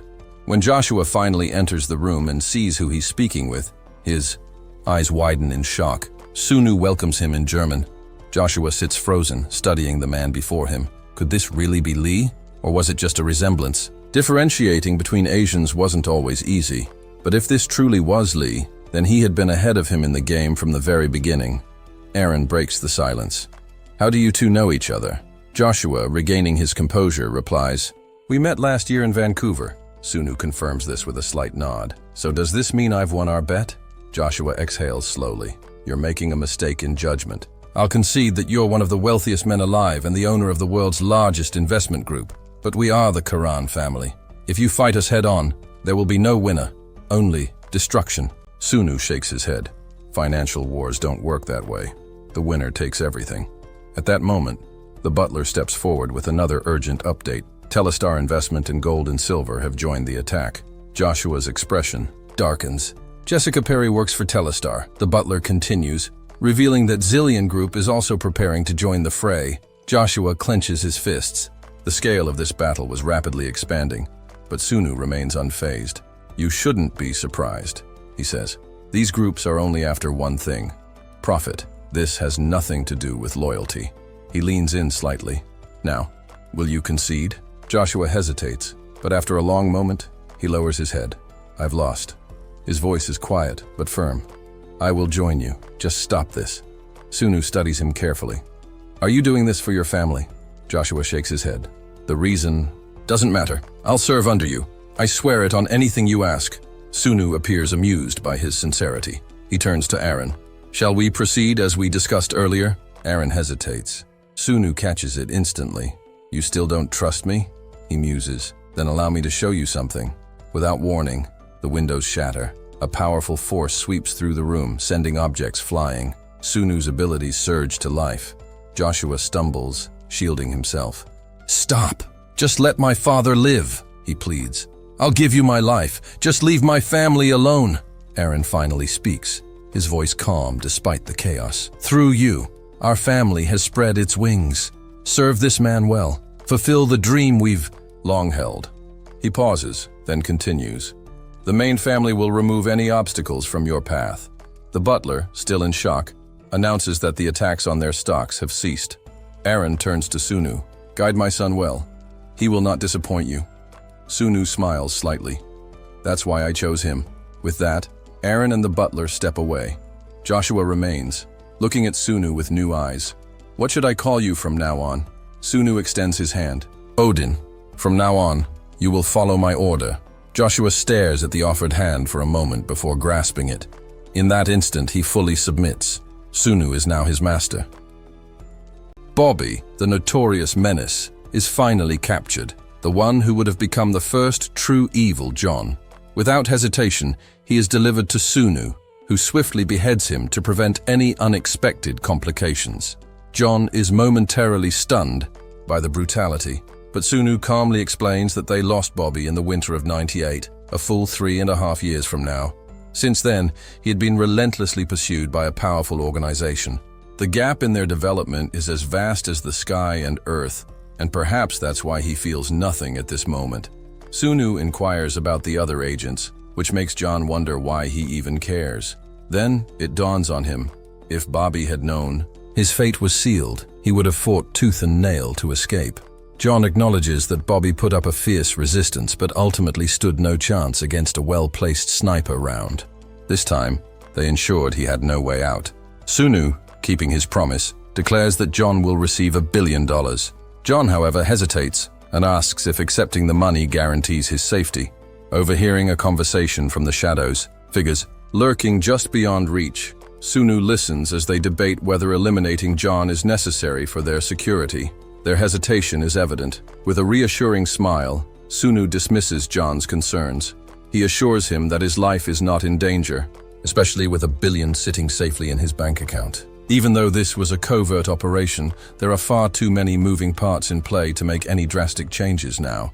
The organization has already poured immense resources into a private military force valued at over $1 billion.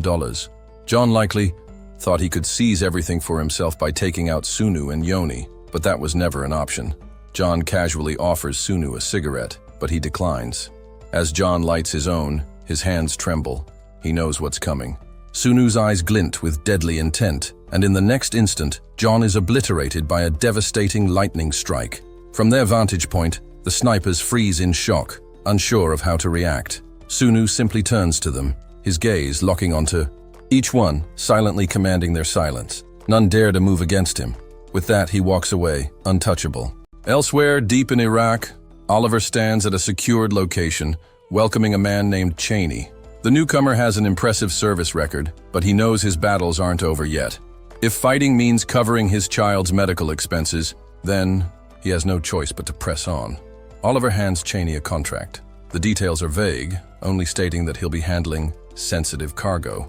More specifics will come after he signs. Cheney hesitates but ultimately puts pen to paper. With an eye scan verification, Oliver grants access to a heavily fortified warehouse. Cheney surveys the security measures and chuckles. This level of protection, I was expecting a drug stash. Oliver smirks. I thought the same at first, but what's inside is far more dangerous. He gives Cheney a firm warning. He may look, but under no circumstances should he touch anything. If he does, they have ways of making him disappear without a trace. Inside, an overwhelming collection of dungeon artifacts stretches as far as the eye can see. To Cheney, their value is unmistakable. He asks where they managed to obtain such rare items, but Oliver simply replies that he'll learn more once his clearance level increases. Until then, it's better that he doesn't know. In a D-rank dungeon called Barback Core Research Center, Jan, holding an item known as the Child Who Abhors Pestilence, watches as a peculiar wisp materializes before her. Sunu observes intently. It's the 7th day since they entered the dungeon, and the quest item has finally activated. The creature before them looks like something straight out of a fairy tale, but Sunu knows the truth. It is anything but harmless. The wisp darts away the moment it senses the artifact Jan is carrying. She looks disappointed, but Sunu reassures her. It left because of the item you have equipped. Don't take it personally. Just then, he moves in a blur, seizing something unseen in his grip. A sickening snap follows, an invisible rat, its lifeless body dangling from his hand. He sighs. These sneaky little things are becoming a real pain. The wisp, now hovering nearby, congratulates them. Sunu narrows his eyes. So, it was testing us. Turning to Yan, he gives her a warning. We'll follow it, but stay sharp. This quest is S-rank, and it's connected to the Doom entity Guasto. The revelation sends a chill through them. Until, recently, they believed S-rank monsters were the pinnacle of danger. But now, the existence of something even greater has shattered that belief. That day, the 7th Demon King, Doom Kaso, emerged from the gate. For the first time, the 8 virtues and evils stood united, fighting as one. Yet, even together, they couldn't defeat him, only drive him back. The weight of their names was no coincidence. Doom was not a title given lightly. Within the depths of the dungeon they explored, they stumbled upon an artifact imbued with the power of one of the 7 demon kings, Doom Eng Guasto. As they grasped its significance, a new quest activated. To dismantle Barbar's core, the mission required them to eradicate countless enemies and obliterate key targets. It was classified as S-rank, an absurdly difficult undertaking tied directly to Doom Eng Guasto. This wasn't just a battle. It was a fight against a catastrophic plague research project, one that threatened to turn the entire world into a wasteland of death. Even the system itself seemed to struggle against the enormity of this threat. Yanhi recoiled at the horrifying sight of the enemies before them, but Sunu quickly reminded her to stay focused. These grotesque figures were once people, now little, more than disposable pawns, twisted by experimentation. This was the grim fate of those who had fallen to their enemies. Determined, he instructed Yanhei to locate the plague crafter among them. Activating his gifted one trait, he cut through the abominations with ease, demonstrating what it truly meant to be a solo hunter. Then, without warning, a massive fist came crashing down. Sunu barely dodged in time. The attack came from a monstrous abomination, a towering creature with strength on par with a low-ranked dungeon boss. But before it could strike again, it suddenly froze. Yanhei had seized control of it, forcing the beast to obey her command. With her newfound advantage, she pressed forward, fulfilling the quest conditions one by one. At last, the system confirmed their victory. The quest was complete. Their reward? A challenger box. Sunu hadn't expected to see such a rare item, especially not before the upcoming examination. He opened it and found the Solar Cape of Ra, a powerful artifact that granted a 20% boost to all resistances, along with several other invaluable abilities. Most intriguingly, the cape could transform into a sword at will. It was an item of legend, untouched by both virtue and evil until now. In Sunu's grasp, it burned with fierce energy. Shortly after, news reports filled the screens. Celebrations for the 2002 World Cup had barely ended when the sound of war erupted in Baghdad.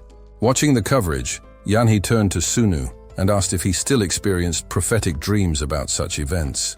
Sunu, ever careful with his words, simply played it off, attributing his knowledge of dungeons and similar phenomena to nothing more than foresight in his dreams. But deep down, he knew the truth. Some fates were never meant to grow this strong. Later, Sunu traveled to Korea, arriving unannounced at his parents' home. His mother, startled to see him, laughed at his unexpected visit, noting that this was such an American thing to do, just showing up without warning. He handed her several gifts before asking about his father. Her expression soured as she sighed, mentioning that he was out drinking again and likely wouldn't return home that night. Sure enough, his father eventually stumbled through the door, completely intoxicated. His mother barely had time to react before Sunu effortlessly lifted him up, surprising her with his strength. Setting his father down on the couch, Sunu listened as the man mumbled in his sleep about an old friend. The next morning, Sunu brought it up.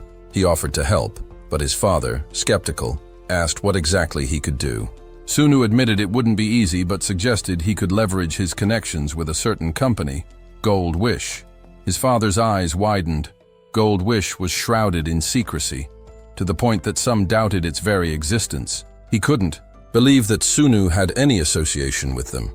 Sunu, however, remained confident. He explained that the owner of Gold Wish owed him a favor, one they would be happy to repay. "Just trust me," he said. "I'm your son, after all."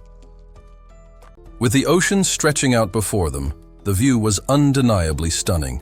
However, the real discussion at hand revolved around the Simon GM reclamation project. Sunwoo's father's friend had brought it up, given that such national projects were often subject to political shifts, constantly opening and shutting down. From a business perspective, there hadn't been a compelling reason to intervene earlier. Sunwoo took his proposal to Jamie, who immediately pointed out a potential flaw. Even if they repurposed the land for farming rather than industrial use, the project still didn't seem particularly lucrative. But Sunwoo pressed forward, arguing that this was the only location that could be developed without causing major complications. Jamie hesitated, asking what exactly he had in mind. He laid out his vision, a high-end, world-class resort that could serve as a stronghold, equipped with a defensive wall and a bunker capable of withstanding a nuclear explosion. When Jamie asked if this was because of North Korea, Sunwoo admitted that while geopolitical tensions played a role, his primary concern was ensuring the safety of their employees. If they could create a secure environment, there would be no reason for their group to withdraw from the country. Her role in this? Convince the government and push the project through completely. Sunwoo believed that if successful, this would also elevate his father's reputation, making it a win-win situation. Despite the long road ahead, just over a decade before the true chaos would begin, this was an opportunity they couldn't ignore. Suddenly, his obstructor trait activated. A system warning appeared. Within the next minute, a quest would be generated, marking him as the target of 100 awakeners. He could cancel it, but only by spending 250 contribution points, a currency incredibly difficult to obtain. The sheer unfairness of the situation made him hesitate. Even by the system's standards, this was excessive. Curious about the quest's details, he asked for more information. The mission was straightforward, an assassination contract. The system would provide his location, allowing the awakeners to track him down. Sunwoo weighed his options. Instead of stopping it, he decided to let it play out. At that moment, Yeon also received the quest notification. The system, which had once seemed like an ally, now appeared merciless, even after he had aided it during the plague crisis. It was coming after him with relentless force. Was it possible that more than one system was in play? Yeon, reading the quest description, was visibly shaken. Sunwoo calmly explained that while others had been assigned to hunt him, he had also received counter-quests to eliminate them. The system had designated Yeon as his primary threat, followed by Suzuki Rara and Chiharu. He needed to set a trap, and more importantly, ensure his family's safety. With no time to waste, he called Jamie. She was in the middle of a meeting but excused herself upon seeing his name on the screen. The weight of the conversation that followed was unmistakable. Sunwoo, instructed her to relocate a man named Janil and his wife to the group's hotel immediately. He also ordered her to arm their security personnel. There was no time for delays. Those two individuals needed protection now. Jamie sensed that the deeper she got involved, the closer she was coming to discovering Ethan's true identity. Something she instinctively knew could be dangerous. Trying to deflect, she asked what kind of threat Janil was facing. Sunwoo's response was ominous.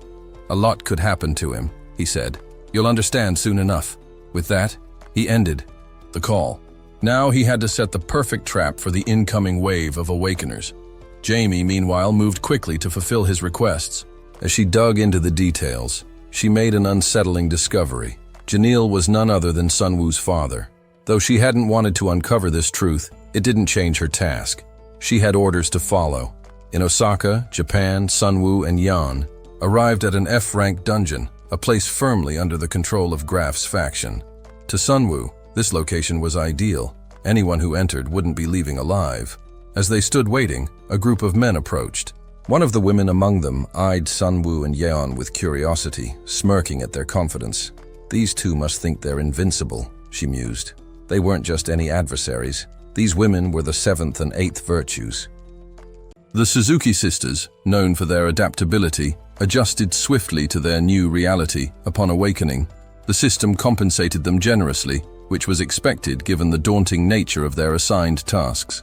Their latest challenge involved seizing control of the gang called Sanumi, a mission that rewarded them with 2 powerful artifacts: the Hermes all-rounded anklet, which enhanced agility by 1 grade, while offering physical and magical damage, absorption, and the emblem of Gwyn, a relic that boosted recovery skills and attributes while reducing cooldown times by an impressive 30%. Sunu examined the anklet, deep in thought. Despite his limited experience with dungeons, he considered himself fairly capable. But could he truly have advanced so significantly just from completing a Grade A mission involving a Yakuza takeover? Perhaps it was the fault of the gang itself for underestimating the severity of the quest, and by extension him. One of the sisters, Rara, remained conscious and defiantly warned Sunu against harming Chiharu, vowing severe retribution. Sunu swiftly incapacitated her, and with Yanhee's help, he cast both sisters and their subordinates into the massive portal looming behind them. More individuals arrived, drawn by the mission's call, including Wang Chen, chairman of the Glory Group. He, like the others, issued a feeble threat before being effortlessly subdued and sent through the portal. Even a passerby, a lower-ranked participant merely curious about the unfolding events, found himself sharing the same fate. Sunu systematically tallied the people he had removed. 35 had been sent to Antel, while 25 ended up in the Revolution. That brought the count to approximately 60 completed quests.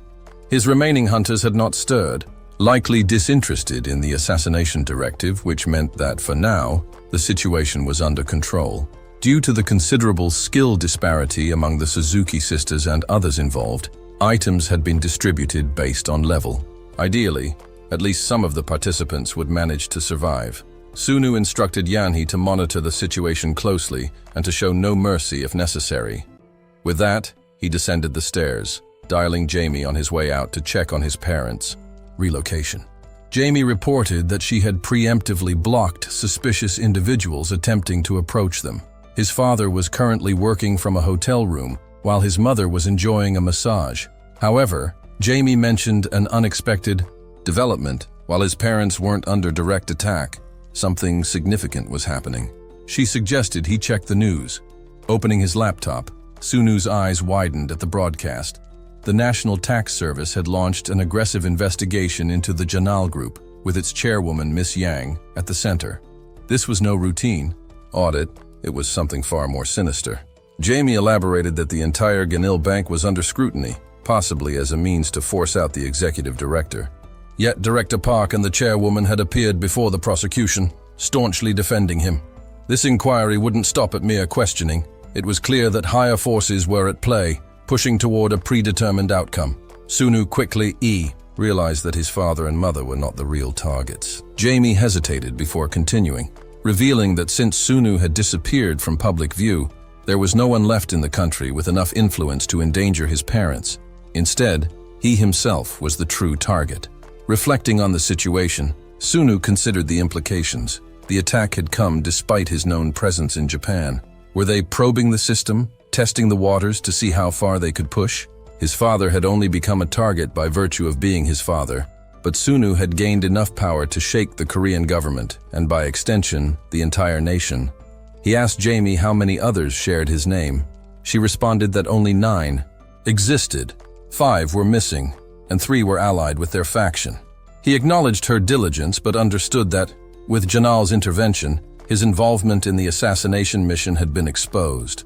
The game had changed, and he would need to act accordingly. Jillian is caught off guard when Sunu asks him to locate those who doubt everything, as he's heading back to Seoul. Although shocked, Jillian can do little but accept the inevitable. Sunu continues to assess the situation, pondering where exactly Washington's mysterious quest could lead, since it wasn't something that was on their radar. He calls Mick to confirm whether his recent email went through and asks him to keep a close eye on the 40 people on the list, ensuring not a single detail is missed. Meanwhile, in France at the Trianon Palace Hotel, a high-stakes debate rages among some major figures of the Bilderberg Club. The argument centers on the United States and the recent attack. 2 factions within the group argue fiercely, each side unwilling to yield. Jillian, who's also present, reflects on the strange cease and desist order they received after the war on the Mark, when victory was almost theirs. This order seemed to intentionally limit their power, specifically stopping them from surpassing the influence of the powerful Kajian family.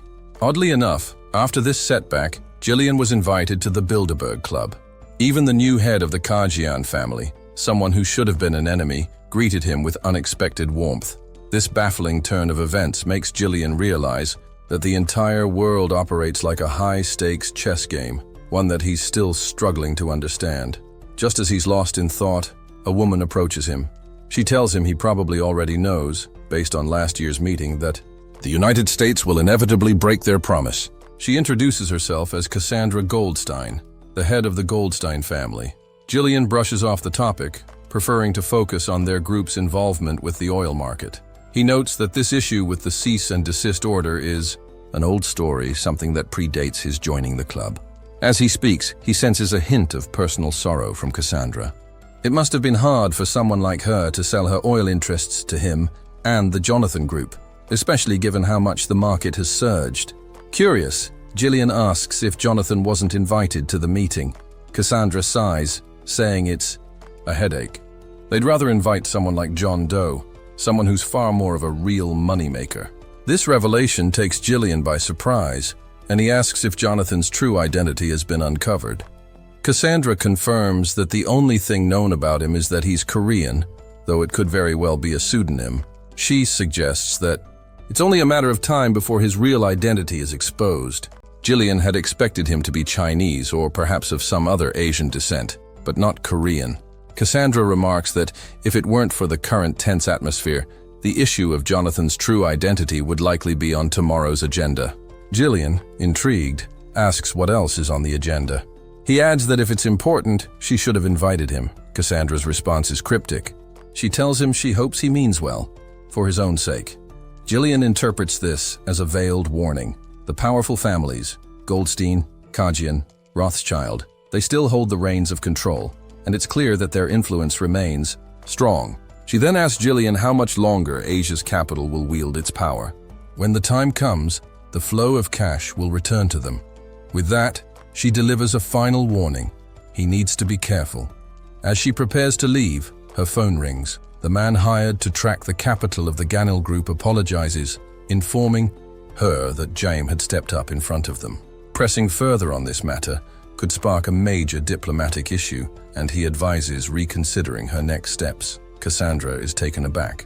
She hadn't expected a situation to escalate so far, with an entire country in Asia being manipulated by a single speculative force, someone with significant power. She uses a location finder to track Sunu's movements and discovers that he's in Osaka, but hasn't returned to Korea. It seems likely that he stayed there after hearing news about his father. His current situation is complicated. He's shackled, unable to take action. She directs the man to monitor Sunu, noting that he's currently in Seoul. Before he can respond, the phone line goes cold. A grisly sound echoes from the receiver. Sunu picks up the phone and casually asks if Cassandra doesn't think this is a bit like cheating. He pauses and then adds with a smirk, "Perhaps I should speak more warmly." He calls her by her full real name, Melissa White Goldstein, a name that surprises her deeply. The following day, Colton Spencer Goldstein arrives at the airport, only to be immediately swarmed by a group of paparazzi. The reporters eagerly throw questions his way, primarily about his involvement with the FTA and the European Council. One of his men gestures to him, signaling that they should take a different route, and as they move, Spencer inquires about the sudden change of plans. His associate explains that the government had been overwhelmed and couldn't manage the journalists' excitement, pleading for Spencer's understanding. Spencer asks if the VIP is aware of the situation, to which the man responds that the VIP is tied up in an important meeting concerning military personnel. The man suggests that Spencer should not be too surprised by the change, given the chaotic nature of the circumstances. Spencer, however, becomes frustrated, feeling as though they are sidelining him as the chairman of the European Council, which he finds utterly absurd. His mind drifts back to a conversation with Melissa, who revealed that someone knows her true name. A shocking claim, as only 4 people within their family are aware of such a secret. This, Spencer knows, is more than enough reason for someone to target her, but Melissa couldn't reveal everything at that moment. He presses her on why she is sharing such sensitive information with him, especially when they have trusted cleaners in the family who could easily handle the situation. Melissa explains that their best cleaner, Samuel, had failed because of the protection surrounding the GAN group. This sends a chill through Spencer, who compares the GAN group to the Korean version of the Carlos Halim organization, or perhaps even more powerful. Spencer questions how they could possibly deal with such a formidable enemy if Samuel, the best they have, couldn't succeed. Melissa responds cryptically, telling him that he is still a child and only needs to restrain the person long enough for her to finish what she started, just like they did in the past. Spencer recoils at the memory, realizing the manipulation at play, as Melissa has always used him for her own gain. In the car, Spencer asks if it's not essential for South Korea to establish itself as a global economic powerhouse. His companion agrees, but adds that the VIP's recent actions have escalated the situation, making it far more complicated than just a few groups trying to shake things up. Spencer acknowledges this, but reassures his associate that the Goldstein family will cooperate fully, regardless of the outcome. The man questions why Spencer is going to such lengths, suspecting that he wants to see the darker side of the global economy move. Spencer dismisses the notion, noting that it likely won't matter in the grand scheme of things. As the car stops, Spencer and his driver step out, only to be confronted by Sunu, who enters the scene with a stern look, declaring that they have much to discuss. After giving Spencer a harsh beating, Sunu begins going through a file on the separation of banking and commerce, a key concept in financial law. This principle, which ensures that financial capital and industrial capital remain distinct, is critical in preventing monopolistic practices and irregularities. Sunu details how the GAN Group exploited the IMF crisis to inject capital into its operations, strategically positioning itself for a massive shakeup. Sunu orders Spencer to make a call, which he does immediately, his fear palpable. Melissa picks up the phone, hearing her brother's voice. Sunu tells her that while Spencer is safe for now, things could change soon. To prove he's serious, Sunu breaks one of Spencer's fingers, causing him to cry out in agony. Melissa, shocked, demands to know who has dared to harm such an important figure. Sunu coldly informs her that she is the one who has created this mess, and that the real reason she is still alive is for her to understand the gravity of the situation and face the consequences. Furious, Melissa throws her phone against the wall, in frustration. Meanwhile, Sunu heals Spencer's broken finger, suggesting a twisted offer. He will give Spencer the entire Goldstein family, though it's clear that their situation is beyond repair. Spencer, glaring at him, demands that Sunu stop trying to manipulate his family, as they have been navigating this treacherous world for far longer than Sunu can understand. In response, Sunu contacts Joshua, instructing him to gather all the funds owed to the Goldstein family. Meanwhile, Melissa walks through the halls of the French local, contemplating the brewing war. She imagines herself striking first, confident that, if all goes well, they will come out on top. She knocks on Aaron's door, where he's leisurely sipping his morning coffee, to deliver an official report from the Goldstein family. Just then, one of her subordinates bursts in, informing her that the loan extensions for the family businesses are being revoked, starting with the Gan Group and rapidly spreading. Panicked, Melissa lashes out at Aaron, her voice filled with fury as she demands an explanation. But Aaron remains unshaken, calmly enjoying his coffee, unaware of the full extent of the trouble ahead. Melissa raced down the hall, her mind racing just as quickly. She couldn't shake the feeling that a direct confrontation would lead to mutual destruction, something that would only benefit the Rothschilds. There was no way Aaron, a man as shrewd as he was old, didn't see this. Yet, it was clear he had formed a quiet alliance with them. The sly fool. She burst into Jillian's room, her urgency clear. "I need you to stand by me on this," she told him, her voice firm. Jillian raised an eyebrow. "Why?" "Because you've been invited into their circle, but you're still an outsider," she explained. "If you want to truly become a part of this, you'll need the support of my family. More specifically, their status. Together, we could dismantle the Rothschild carry-on alliance and reset everything. The entire club would be ours." Before Jillian could respond, his phone buzzed. He glanced at the message, his face darkening. It was a directive to manipulate the stock of every group under Goldstein's control. Melissa's expression turned cold as she saw it. "You're working with the Rothschilds?" she demanded, her voice laced with anger. "Melissa!" He started, but she was already storming out, her rage palpable. Elsewhere, a man, clearly anxious, thanked Jonathan profusely for allowing their unscheduled meeting. Jonathan, ever composed, calmly asked, "How much are you asking for?" "10 billion, immediately," the man replied. "But we're open to any terms you propose." Jonathan raised an eyebrow, remembering that both the Silverman and AP Morgan groups had declined their request. "I take it there's a reason no one else is willing to lend." The man nodded sheepishly. Jonathan handed over a piece of paper. "Here's my offer. If you accept these terms, the money is yours, but I'll need shares in return. The stock's already taken a hit, so you'll want to hold on to at least some of them for the future. Otherwise, what are you leaving behind for your heirs?" The man looked at the offer nervously. Jonathan's tone softened. "This is probably the best deal you're going to get. Think it over carefully." "I need to speak with Melissa first," the man said, his voice strained. He quickly dialed her number. On the other end, Melissa, still seething from her earlier conversation with Jillian, was quick to answer. "Tell me everything," she demanded. After hearing the details, she asked to be connected to Jonathan directly. Once on the line, she apologized for not being there in person and quickly addressed the matter. "I'll give you the shares you want, but I need to know when you'll provide the 10 billion. Jonathan, somewhat surprised by the urgency in her tone, clarified. 10 billion? No, I can give you the shares for only 1 billion. That's what they're worth." The words hit Melissa like a ton of bricks. Her anger flared, and a loud scream echoed through the building as she raged against Jonathan and everyone involved. Meanwhile, the news of Goldstein's financial turmoil spread quickly, catching many off guard. Most notably, Spencer, who stared in disbelief at the reports, unable to comprehend the drop in Goldstein's rank. He turned to Sunu, his voice tense. "Does your offer still stand? The one from before?" Sunu nodded calmly. "It does, but you'll need to rebuild the family from the ground up." Spencer didn't hesitate. "How do I prove my loyalty? I want this done now." Spencer remained eerily calm throughout the proceedings, his demeanor in sharp contrast to Jamie, who trembled with fear after signing the documents.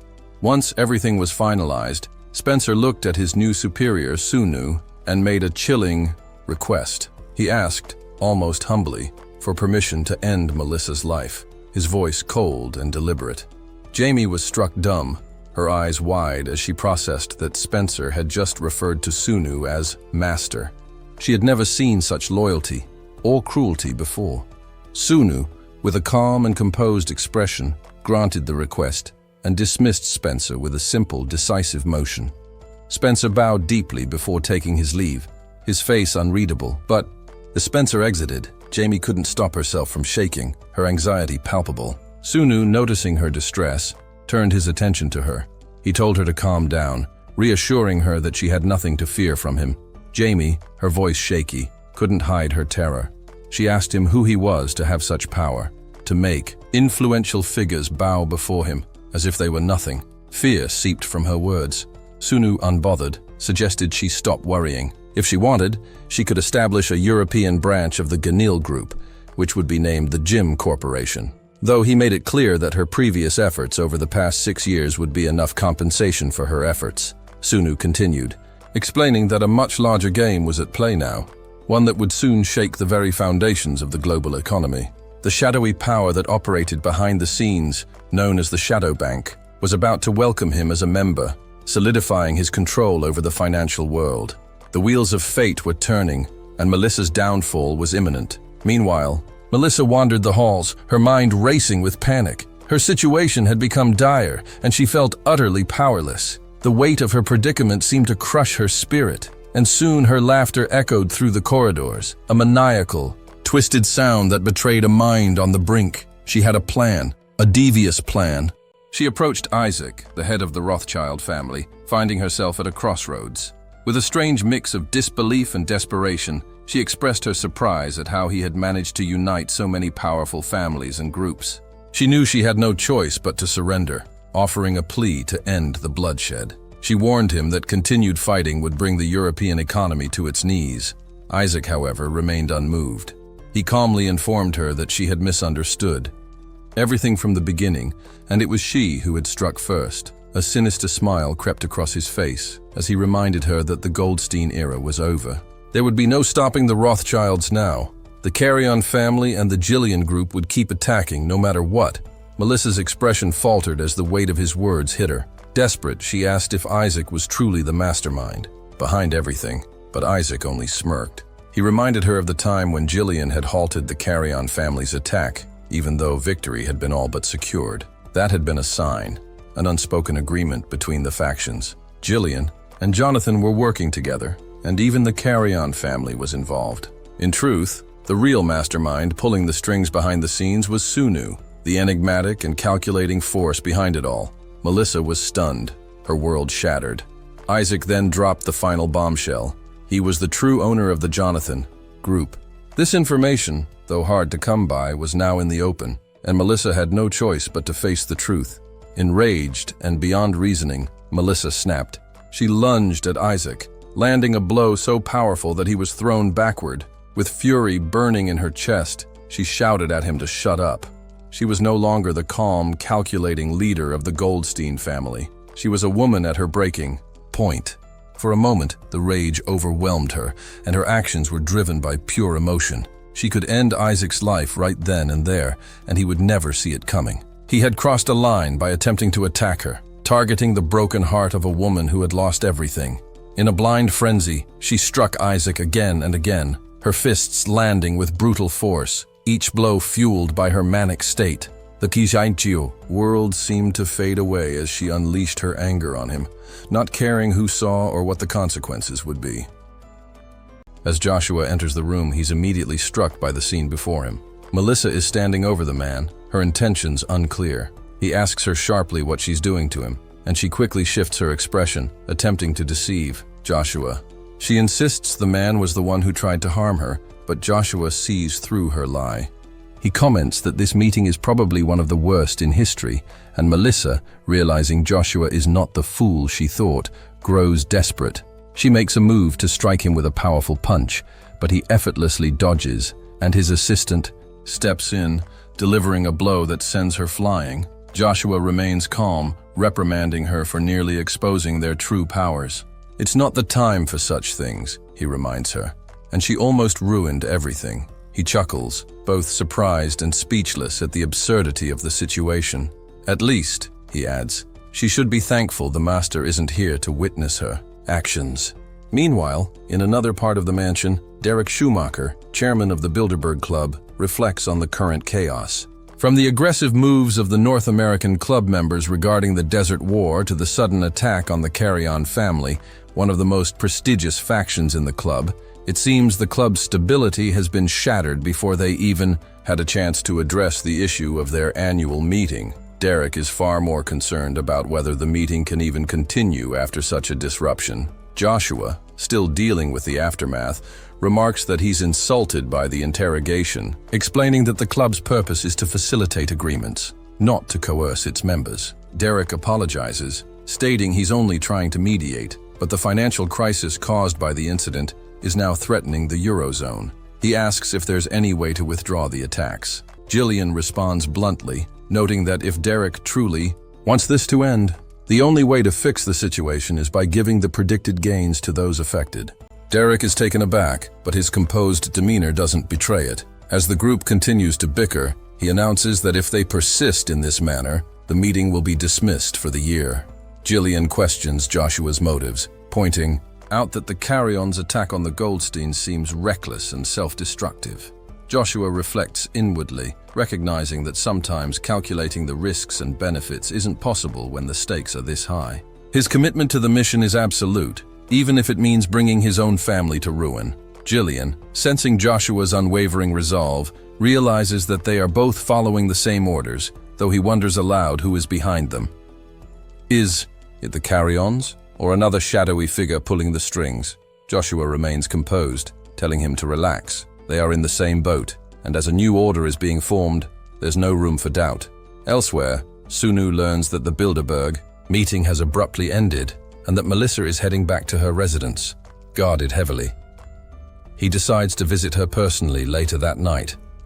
At the Goldstein mansion in France, hired guards chat about the beauty of the estate, speculating that the recent trouble with the Goldstein family may just be paranoia due to their immense wealth. But one guard feels a strange sensation and turns, seeing nothing but a light breeze. Sunu, using his shadow ring, is moving Melissa quietly through the residence. Deep in the woods, Sunu places Melissa down and stands over her as moonlight glints off his back. Melissa, still groggy, demands to know what he's waiting for. Does he lack the courage to kill her? She challenges him to speak, but he remains silent until her brother arrives with a large bag, urging her to take it as his last offering. Suddenly, a dungeon door opens beneath her, and Sunu explains that it leads to a lower-ranked dungeon. This, he says, is her chance, her opportunity to save herself. Though hesitant, Melissa reluctantly accepts the bag, and Sunu notes her strength. Is likely around E rank, though it won't matter in this dungeon. She smiles, determined to return from whatever horrors the dungeon holds, even if it's the darkest pit of hell. Her brother, worried, asks if Sunu plans to harm her if she returns, but Sunu assures him that he will keep his word. In his mind, though he knows the dungeon's dangers will likely ensure she never comes back. Sunu receives troubling news about the growing threat the gang poses. The number of SU Uki sisters is increasing rapidly, and at this rate, it's only a matter of time before the dungeon is exposed. While Sunu has nothing pressing to do, he knows it's time to deal with the issue at hand. In a traditional Japanese home, a businessman informs a colleague that the Goldstein Group has taken swift countermeasures. European stock markets are stabilizing, and German banks have lifted their restrictions, meaning there's nothing left to worry about. The businessman is speaking to Takauchi Ryus, the leader of Sankai Gumi, who mentions he heard that the group's chairman went missing from his own home. The businessman brushes it off, shifting the conversation to a different topic. Takauchi says he plans to wait for advice from Congressman Tawada, but the businessman warns him that this matter is beyond his control. The US government is stepping in to impose sanctions on violent groups, and Takauchi wonders whether groups like Kamur from Italy or Los Jetta from Mexico will soon crumble due to these sanctions. The businessman tells him that Sankai Gumi is likely to be next. Takauchi asks what action they should take in this situation, and the businessman suggests investing in the Jonathan or Jillian groups. Though they are unlisted, these companies are still a good option to explore. Additionally, an IT company named Google is going public soon, and Wall Street is getting involved. Takauchi considers that if he can secure funding from organizations worth more than 3 trillion yen, he will be set. These elite groups need ways to launder money, making it an ideal opportunity for someone like him. As Takauchi contemplates this, he realizes that finding the people behind these operations is tricky, but he's confident it will work out. Just as he begins to relax, Sunu appears, and before Takauchi can react, a paralysis seal takes hold, rendering him immobile. Sunu steps forward, and Takauchi assumes he's there to meet the chairman, but Sunu corrects him, saying he's here for Takauchi, the financial manager of Sankai Gumi. Sunu asks about the guards, and Takauchi dismisses them, but Sunu reassures him that if he follows his orders, he will gain control of the entire organization, with no changes to how it operates. Takauchi agrees without much thought, but Sunu makes it clear that this isn't a deal. It's an order. With a sudden move, he crushes Takauchi's shoulder, and the sound of his scream fills the room. Later, Sunu and Yoni return to the dungeon, where they previously tossed people in. Of the 30 thrown in, only 7 survived. Among the survivors, Aoki Yuria stands out as a skilled leader, commanding the group effectively in their attacks. Sunu is impressed by her ability to multitask and take charge in a high-pressure situation. He knows she's someone reliable, someone he can work with. Back in his office, he tells Yuria that the day of reckoning is approaching and that she is a valuable asset. She asks if she has a choice, but Sunu reminds her that she does, though she should carefully consider her options. Her eyes widen when she sees the conditions laid out before her. Meanwhile, elsewhere, a man named Mr. Camille sits in a psychiatrist's office. The doctor asks if he still knows the location of Sunu, but Camille sighs, worn out from hearing about his delusions. All these years, he's been tormented by thoughts of Sunu, and now the doctor is asking him to revisit it again. The doctor suggests that Camille might be suffering from dissociative identity disorder, commonly known as multiple personality disorder. The other personalities might be the ones causing his delusions. Camille is skeptical, but the doctor presses on, suggesting that Camille may not even recall the personality that brought the location tracker. Frustrated, Camille asks if the constant presence of black cars following him and the strange blue window he keeps seeing are also delusions. Desperate, he pleads with the doctor for help, as he feels he's nearing his breaking point. The doctor offers treatment programs supported by the government and assures him that he will be placed in one. Camille leaves the office, still reeling from his current state of confusion. Later, Yuria appears before him, offering a card from her corporation. She came all the way from Japan just to meet him. Camille, stunned by the offer, listens intently as she explains that she only came to speak with him. Finally, Sunu receives word that the final location tracker has been activated. While meeting with Jonathan, who, amusingly enough, seemed to be indulging in a bit of skincare, Sunu couldn't help but comment on how diligently he pampered himself, especially for someone in his early 30s. Jonathan chuckled and complimented Sunu on his recent accomplishments, adding that Sunu still looked youthful enough to be mistaken for someone years younger. Sunu, however, lamented that he felt like he was aging faster than expected. Jonathan leaned in slightly, his tone shifting. He advised Sunu to step out from behind the curtain, implying that carrying all the burdens alone wasn't sustainable in the long run. As they spoke, Sunu silently agreed. It wasn't easy. Last year he'd managed the takeover of several small banks, and now he was handling a major collaboration with Google. It was an exhausting climb, and Jonathan's words weren't wrong. Jonathan's expression grew more serious.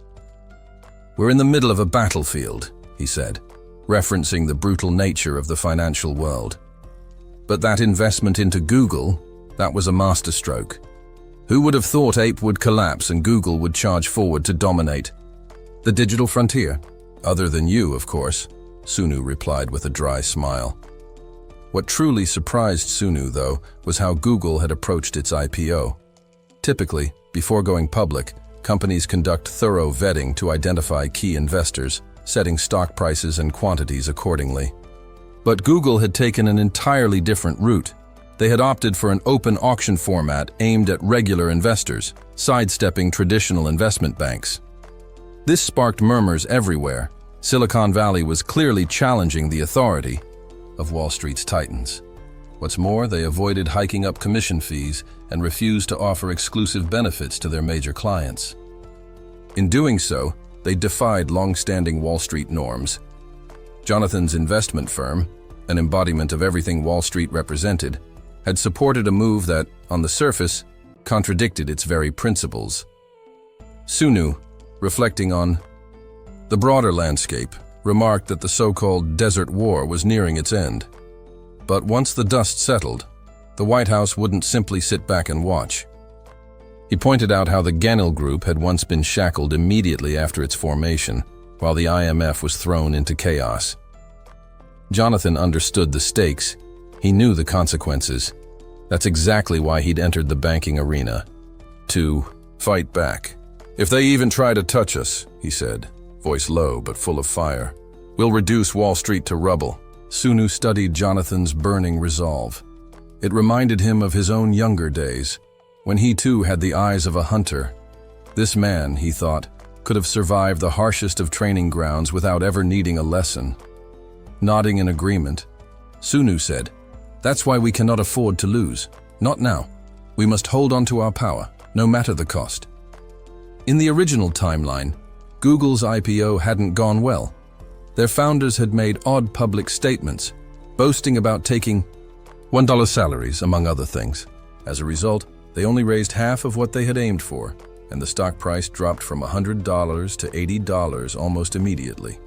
It had been a direct punishment for challenging Wall Street orthodoxy, but this time, things were different. This wasn't a one-off event. It was a strategic auction stretched over 10 rounds in 10 days. Jonathan had leveraged every ounce of his influence to make Google appear irresistible to investors. He even manipulated the market using shell companies to help inflate interest and boost prices wherever possible. The battle was far from over, yet with Jonathan at the helm, known for his ruthless cunning, and Sunu backing him in silence, it was one they couldn't afford to lose. In a quiet room lit by the glow of a massive digital screen, an elderly man stared at the ticker. Google's stock had soared past $500. The message was loud and clear. Wall Street had been dealt a crushing blow, and now they would have to accept it. Meanwhile, deep within the confines of a dungeon, a towering minotaur lay motionless. The fight had ended. Sunu, still catching his breath, slowly rose from the rubble and made his way to Yanni, who was pinned beneath the beast's massive frame. He helped her up, and a faint smile crossed his face. They'd done it. Just the two of them had managed to clear a B-rank dungeon. Yanni, still shaken but proud, admitted she hadn't thought it possible.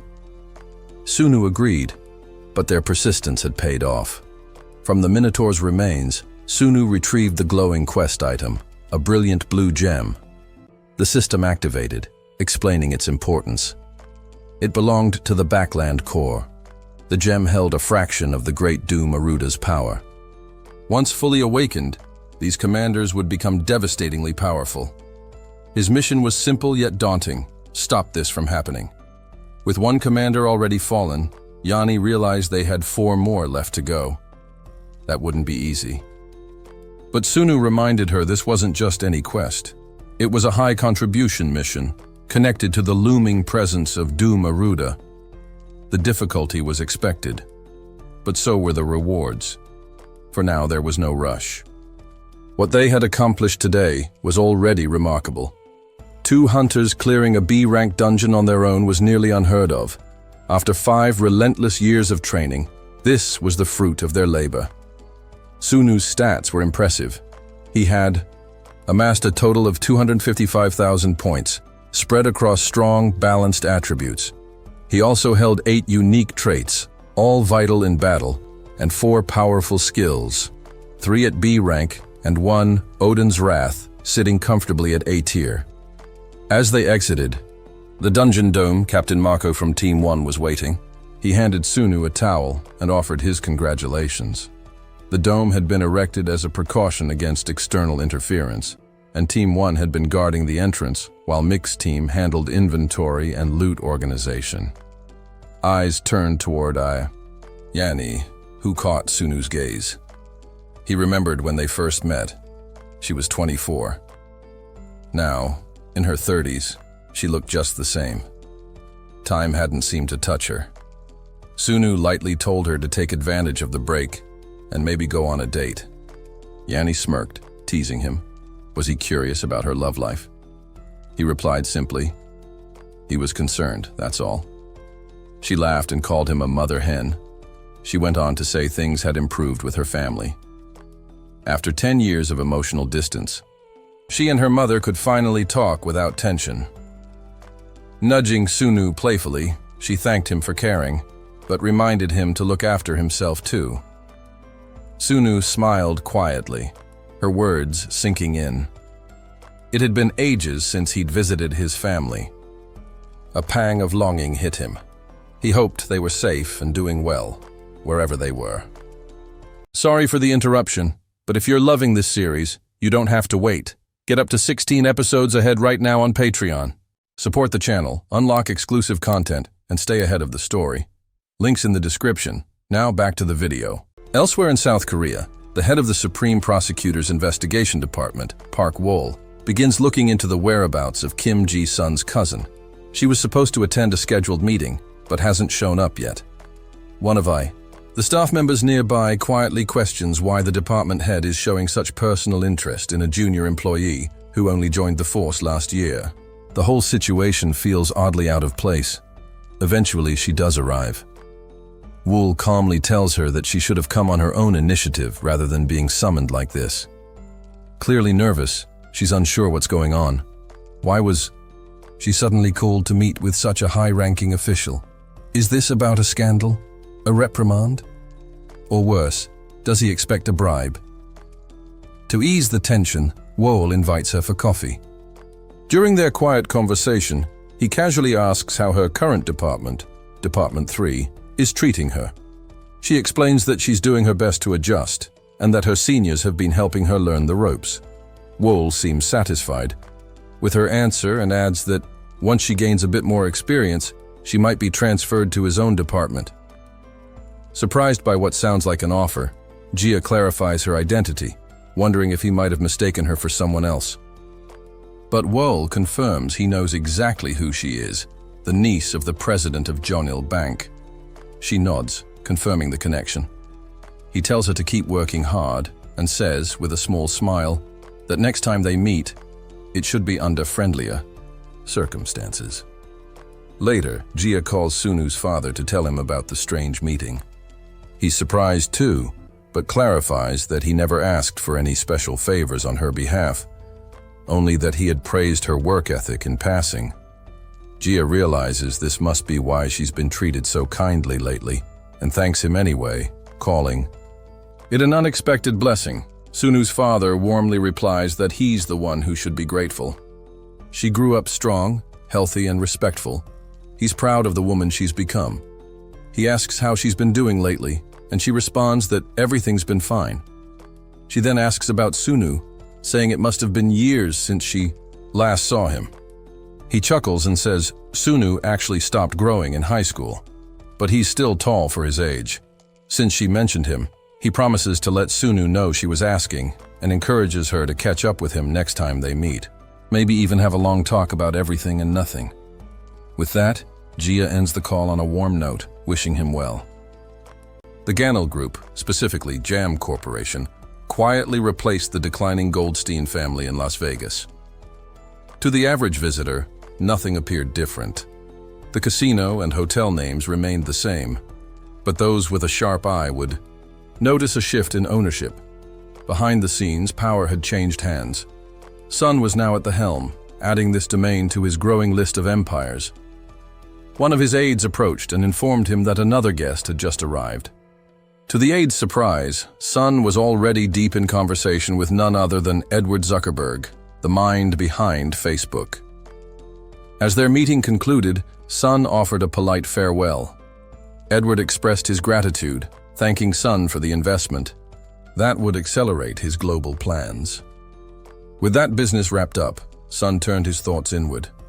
This year, he had two major objectives. The first was to prepare for the incoming global financial collapse, a crash not unlike the subprime mortgage crisis that Jonathan once leveraged to print wealth out of thin air. The warning signs were already here: the declining bond index, economists raising red flags, and financial sirens sounding everywhere. But as always, the world would dismiss it all as noise, just a blip in the market. Sun, however, saw it differently. The coming economic nuclear bomb would mark the final push of his financial dominance. His second mission involved a newly emerged scientific group known as the Destiny Group. This year, they were destined to succeed in converting the mystical energy from magic stones into usable electricity. In a crumbling world, that kind of breakthrough would be revolutionary. Their innovation wouldn't just keep the lights on, it could empower ordinary people, giving them access to defensive technologies with the help of energy-enhancing seals.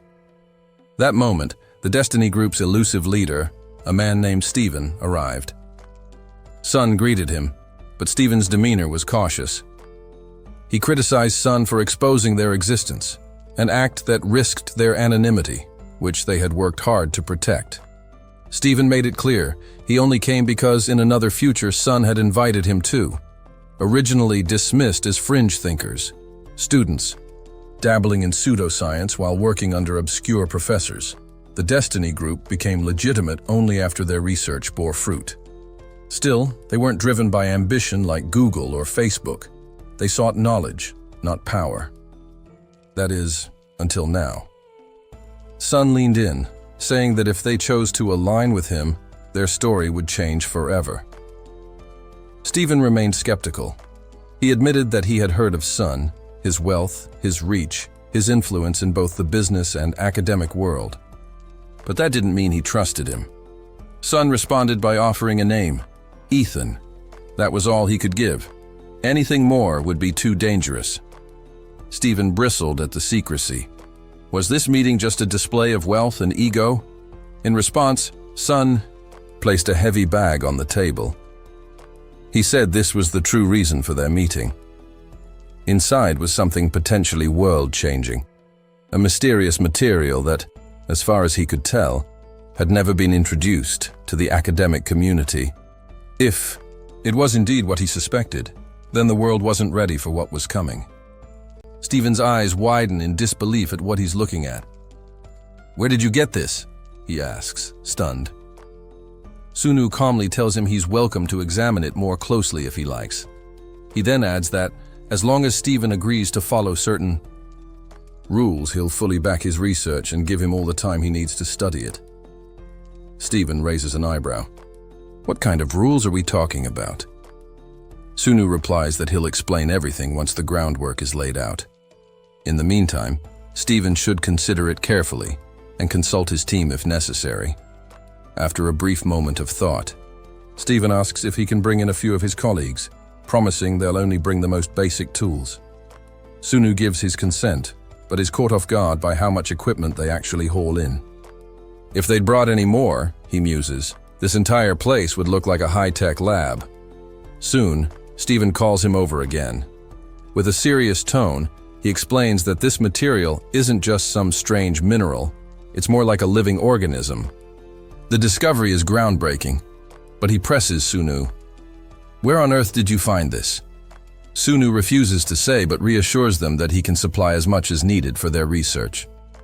He promises them industry-best treatment and even opens the door to unimaginable wealth, depending on how well they perform, of course. The only condition? Sunu must be able to access all research results whenever he wants. Just then, Steven's colleagues let out a burst of excitement behind him. They're overwhelmed by how intricate and advanced the material is. Sunu watches them with a faint smile and promises that when this discovery is revealed to the world, their names will be at the top. He insists on one thing, though. The idea that the West is more open-minded than the East is a deeply flawed assumption. In fact, if Park Chun-sik is the president of South Korea, then Jonathan might as well be the president of the entire world. Naturally, when Jonathan arrives at his hotel, he's treated like royalty. The head butler greets him respectfully and asks what brings him to their establishment. "I'm here to see Ethan," Jonathan responds. The butler is taken aback. First Edward Zuckerberg, now the god of investment himself. What could Ethan possibly be planning? Jonathan strides confidently into the VIP room, throwing the doors open. He's pleased to see Sunu looking relaxed.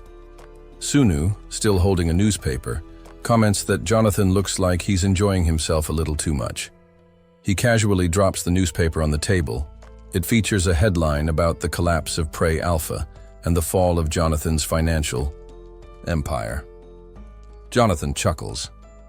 "Even if they tried their hardest to bring me down, they couldn't even get close," he says. What a joke. He adds that they even blew $1 billion just to raise the stakes in the Russian financial war. What a strange strategy. Sunu agrees it's strange, but clarifies that what's happening now isn't just a reaction. It's a calculated performance meant to signal their exit from the grand stage. This scenario had been in the works for a long time, and while the timing of entry was crucial, the timing of exit is just as critical. Crude oil futures have already peaked, now soaring at $120 a barrel compared to the $15 price point during the bubble. Jonathan grins knowingly. He and the Rothschilds have been dominating the $2 trillion annual crude oil market. But pulling out isn't so simple. If Jonathan and Jillian tried to exit, the market wouldn't make it easy. And if they forced a way out, they'd have to share the profits, something they'd rather avoid. So instead, the plan is to keep passing this volatile asset back and forth like a ticking time bomb. Eventually, one unfortunate member of the Jonathan group will be stuck holding it, with no one left to pass it to. And that's when the prey group falls. To pull off the plan, they had to find a hedge fund with strong credibility, something like LTCM, but not quite as massive. Under that criteria, they zeroed in on Prey, a fund with just the right amount of prestige. Once they took control and replaced the board of directors, they launched a covert operation, build a portfolio that would absorb the shockwaves of an inevitable bankruptcy. Over the next 5 years, Prey expanded and evolved into the Prey Group. At one point, the story made it into the news.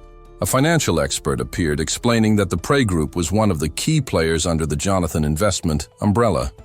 In fact, it was practically built using Jonathan Investment's capital, so much so that it may have doubled as a personal vault for both Jonathan and John Doe. If Prey collapsed, it could mean massive losses for the two of them. Yet, back at headquarters, Jonathan and son HHO were laughing hysterically at the broadcast. The truth? The money they had funneled into the Prey Group barely made a dent in their vast fortune. It was pocket change to them. Meanwhile, another analyst warned that if the financial crisis bubbling under Prey began to spread through the rest of Jonathan Investment Finance, the firm could face some serious fallout.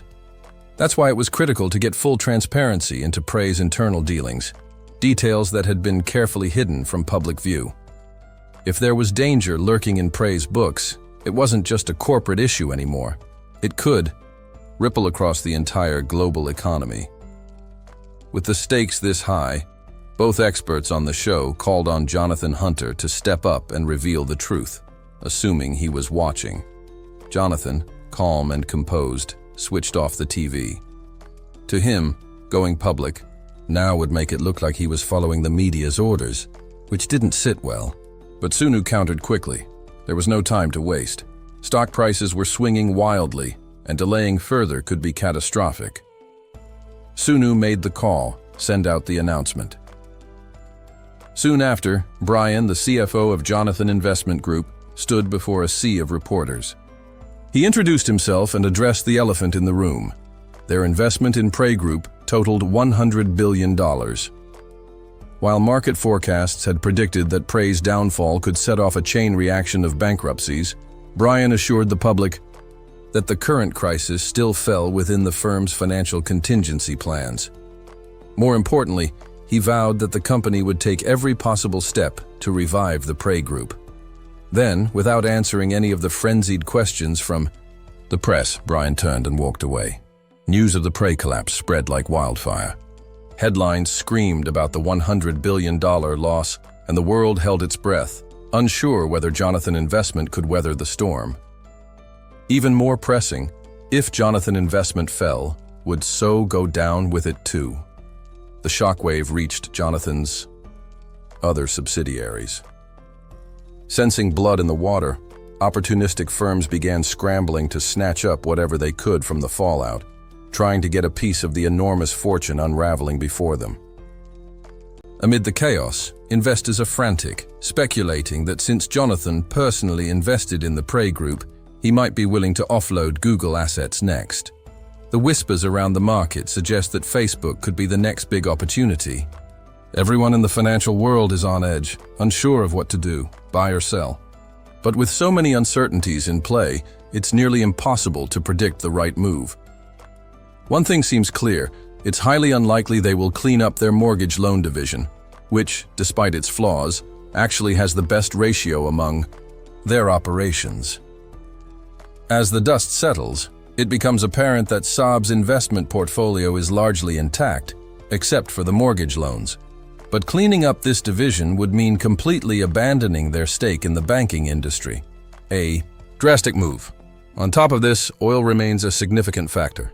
Jonathan is one of the few who holds a massive amount of oil reserves, so the idea that he would let go of these assets is hard to imagine. As things heat up, Isaac Rothschild, ever the opportunist, orders his team of experts to give the Jonathan group some space. Clearly, they're struggling. Isaac can't help but smile at the unfolding drama. It's a chance to reclaim some ground he lost to Jonathan investment in the past. The Iraq restoration operation, the oil development project, and the raw materials initiative were all swiftly snatched by Jonathan's team, who moved far faster than Isaac ever could. Now seeing Jonathan flounder, Isaac relishes the moment. He knows that this is the perfect opportunity to make a move. His thoughts linger on Sunu, the real strategist behind the scenes. Isaac knows that Sunu is also just a man, and if anyone can help them now, it's him. Isaac picks up the phone and dials Jonathan, introducing himself as Isaac Rothschild. Jonathan responds, stating that this is their first time talking, though it doesn't feel like it. Isaac remarks that they should have done business much sooner, but it's not too late for them to collaborate. Given their current situation, he suggests that now might actually be the perfect time for both groups to join forces. Jonathan listens as Isaac explains that he's been holding on to oil shares, but it looks like Gon's side has started unloading their shares as well. Isaac proposes that they team up and share the burden because it's simply too much for one side to handle alone. Jonathan firmly rejects the idea, saying that the market will decide the outcome, not personal alliances. Isaac retorts, asking how long this will continue, as accepting the situation without help will be impossible.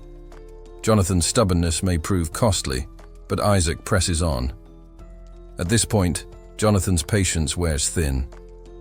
He tells Isaac that he didn't take this call to be insulted, and demands that Isaac stop wasting both of their time.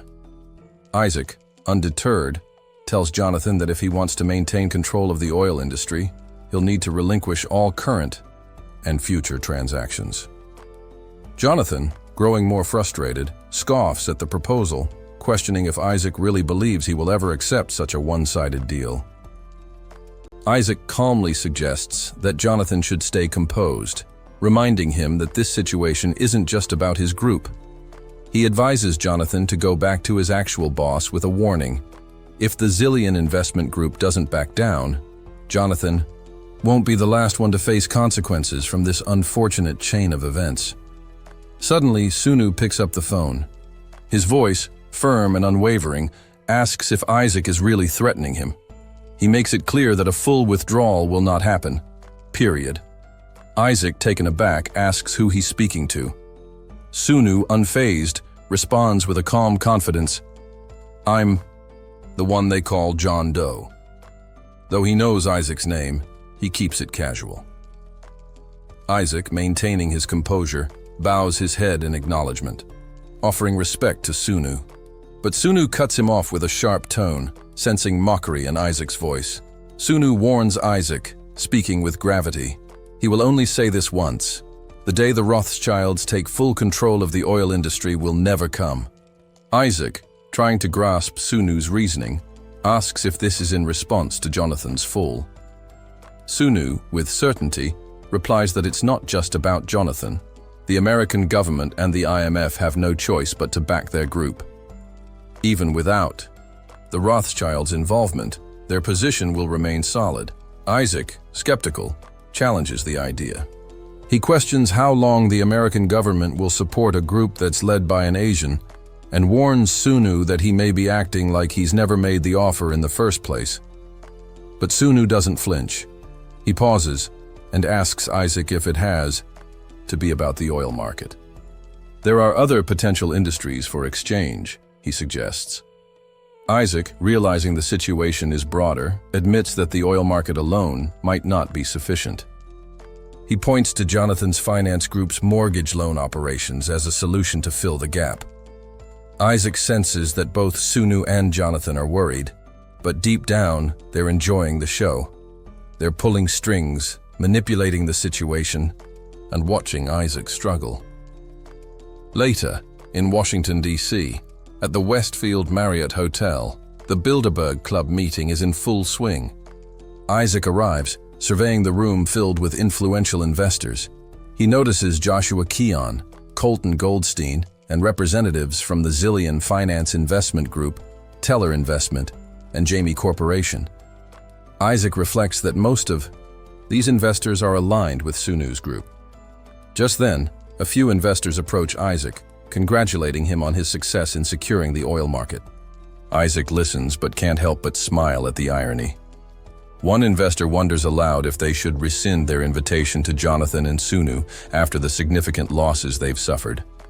Isaac counters, suggesting it's premature.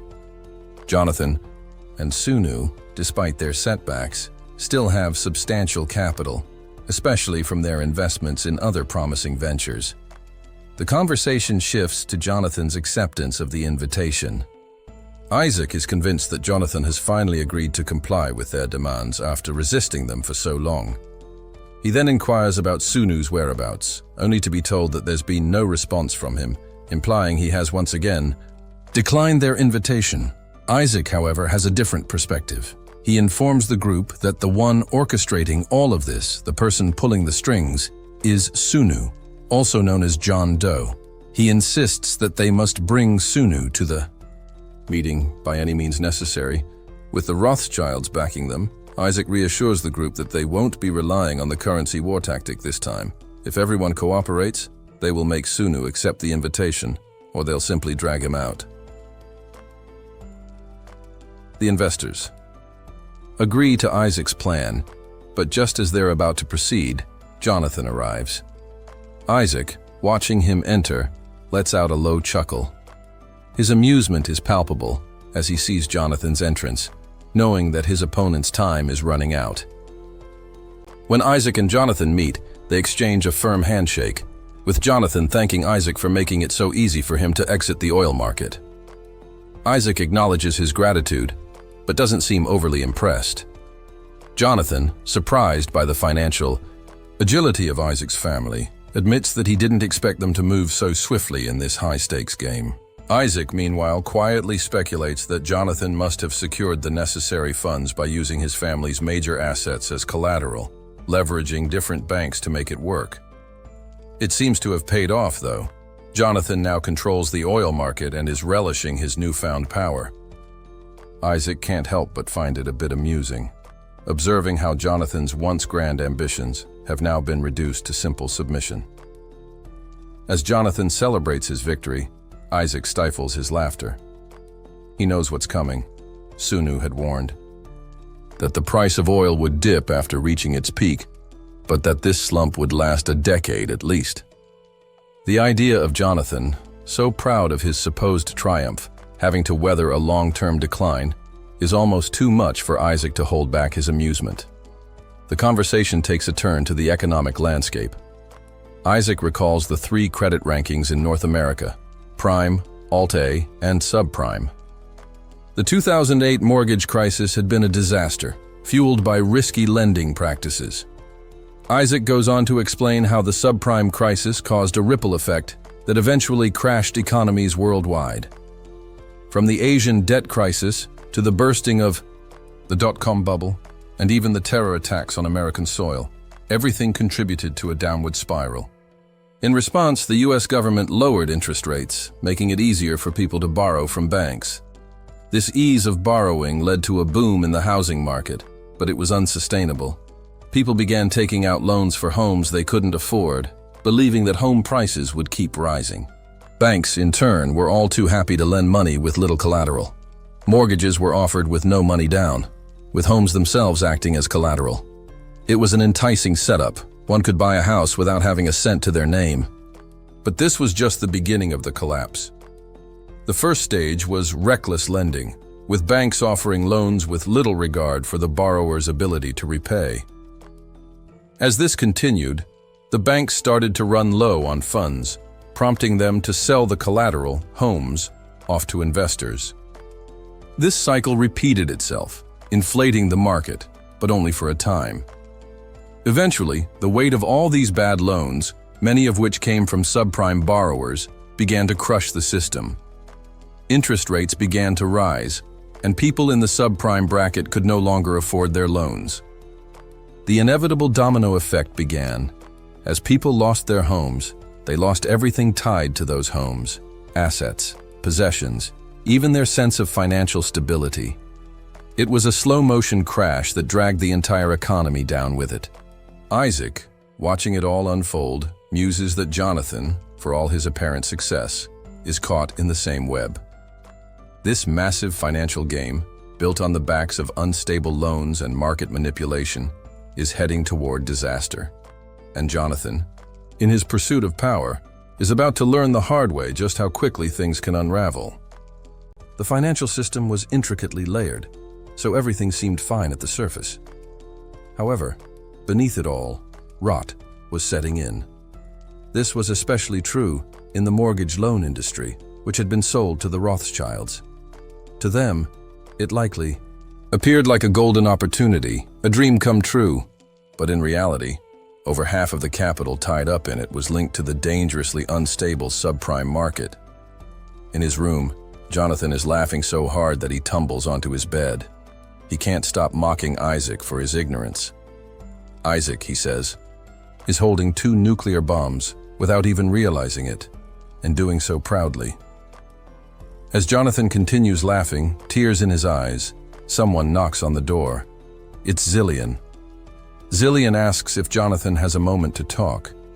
Jonathan recognizes that it's their first face-to-face meeting, though they already know each other in a way. Zillion hands him a letter, explaining that it's meant as a token of thanks for Jonathan enduring the difficulties he's been through. Jonathan reads the letter, noting that he's the first person invited. Zillion reads it carefully, seeing a date, 5th of May, 2009, and a location, Janil Hotel. The event is sponsored by Sunu. Jonathan explains that Sunu is an elusive figure, a mystery man. Zillion might have heard of him, but Jonathan knows him by another name, Ethan, and soon Zillion will know him by yet another name, Odin. After their conversation, Zillion stumbles out of Jonathan's room and encounters Jessica. She sees how disoriented he is and asks what Jonathan told him about the directing department. Jonathan had already explained to Zillion that there was no such thing. It was all part of Sunu's, or rather Odin's, vision. Zillion, excited, tells Jessica that he might have been invited to a new world order. He's overjoyed by the possibility, but wonders what such a genius might think of him. Does he, Zillion, look like an insignificant ant to them? Jessica, annoyed, tells him to stop rambling. She's already tired of it. Zillion, realizing he's gotten carried away, apologizes and suggests they discuss it later. Taking his hand, Jessica tells him that if he truly understands why he should be sorry, he'll never need to apologize again. She proposes that they get married, and she'll handle all his complaints and concerns when they're in bed together. With that, she pulls him away, and it seems a long night awaits them. Meanwhile, in the conference room, the chair of the Federal Reserve, Jaden Powell and Isaac are arguing over when to sell certain assets. They're also discussing data, which Jonathan watches with interest. Isaac storms out of the room, frustrated, and his assistant asks him what would happen if the interest rates were increased. Isaac already knows that the subprime mortgage loans would decrease, but he's more interested in how much of the CDOs are tied to the MBS from the subprime market. His assistant reassures him that there's no need to worry. Everything they obtained from Jonathan's investment finance group is high quality and has an A8A rating. Isaac insists they've investigated the situation thoroughly and concludes that even if interest rates rise, the impact on returns will be minimal. Still, he thinks about Jonathan and how he must feel, losing everything in the deal. It gives Isaac a bit of satisfaction, though not much. But there's still the issue of not having had a chance to speak with Sunu. Isaac believes this meeting won't lead to any good outcomes. Just then, Isaac receives a message on his phone. All key members in North America are to gather in one room for an urgent discussion. When they meet, they'll address the risks involved in Isaac's plan. Isaac assures them there's money to be made, and they should simply watch closely. But then, as they continue their conversation, all their phones buzz with the same message. Shocked, they look at Isaac, wondering if he's lost his mind. What kind of plan is this? His assistant rushes to him, handing him the phone, and Isaac sees what the message contains. Bear Stearns, one of the top 3 investment firms in North America, has filed for bankruptcy protection. Isaac's face goes pale. How could this have happened? He gets another call, and the news hits hard. The subprime mortgage goods, along with related investments, have completely collapsed. Confused, Isaac presses for more details. Why would subprime assets crash like this now? His assistant chimes in, confirming what Isaac fears. This is exactly what brought down Bear Stearns. Isaac, furious, mutters that they must have been fools, chasing fast profits without understanding the risk. He assumes they must have been dealing in low-grade, unstable products. But then something shifts. His assistant suddenly drops to his knees, pleading for forgiveness. Isaac, alarmed, urges him to get up, saying this must be some sort of sick joke. But the assistant breaks the final piece of truth. The collapse came from AAA-rated mortgage securities, the same high-ranking products they got from Jonathan. Isaac's expression goes blank. The weight of it all shatters him. In a panic, he stumbles to instruct his team to sell off the mortgage loans immediately. Chaos ripples outward. Protests and demands to dissolve the Bilderberg Club erupt. Meanwhile, Dronzer Rothschild finds himself face to face with Jonathan, just outside the prestigious club's gates. Tensions are sky high. Without wasting time, Dronzer accuses Jonathan. The financial products he sold were riddled with flaws. Jonathan raises an eyebrow, surprised, but Dronzer isn't having it. He cuts him off, asking if Jonathan sold them, knowing full well this disaster would happen. Instead of answering directly, Jonathan deflects with a calm question. How's Isaac doing? He heard Isaac is paralyzed from the waist down, but surely he can still speak, and must have told Dronzer everything. It wasn't Jonathan who demanded those products after all. It was Isaac, the family head, who practically celebrated the purchase. Dronzer pleads for a middle ground, warning Jonathan that he's being offered a golden opportunity here. Jonathan asks what kind of opportunity he's referring to. Dronzer reminds him of the Rothschild legacy. They've always repaid debts, always honored interests. He's giving Jonathan a chance to avoid making an enemy of them. Jonathan smirks. Clearly, Dronzer doesn't realize how deep the damage runs. Jonathan reveals he already pushed the Rothschilds out from the North American network. They've been cut off. So really, what kind of opportunity could they possibly offer? Dronzer responds with a desperate pitch. Return the mortgage. Loan operation to them. For $1 billion, Jonathan bursts out laughing. That loan operation is worthless now. Total garbage. He flatly rejects the offer, stating that unless the Rothschilds offer something substantial, like stakes in the Federal Reserve, there's no deal. 3 months pass. Dronzer fails to return to the UK. Instead, he buries himself in efforts across Washington and Wall Street, trying to repair what's left of their crumbling influence. But it's too late. With nearly a third of all American banks going bankrupt, the financial collapse is spiraling beyond control. Then one day, a call. Dronzer is summoned to the White House. There, a government official lays out the brutal reality. The Rothschilds' chain business holds 80% of the subprime market. If it falls, everything falls. So they're prepared to offer a $200 billion emergency fund, but Dronzer doesn't flinch. That won't be enough.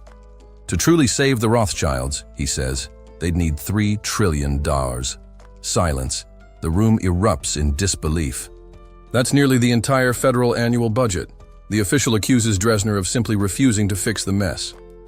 But Dronzer responds with bitter honesty. They can't fix it. They would have, if it were even remotely possible.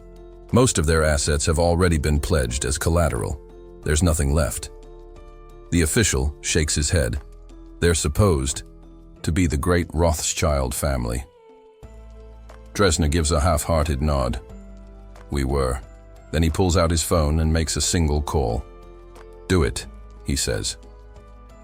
Moments later, he turns to the stunned officials and claps slowly. They've just filed for bankruptcy protection. This isn't a bailout.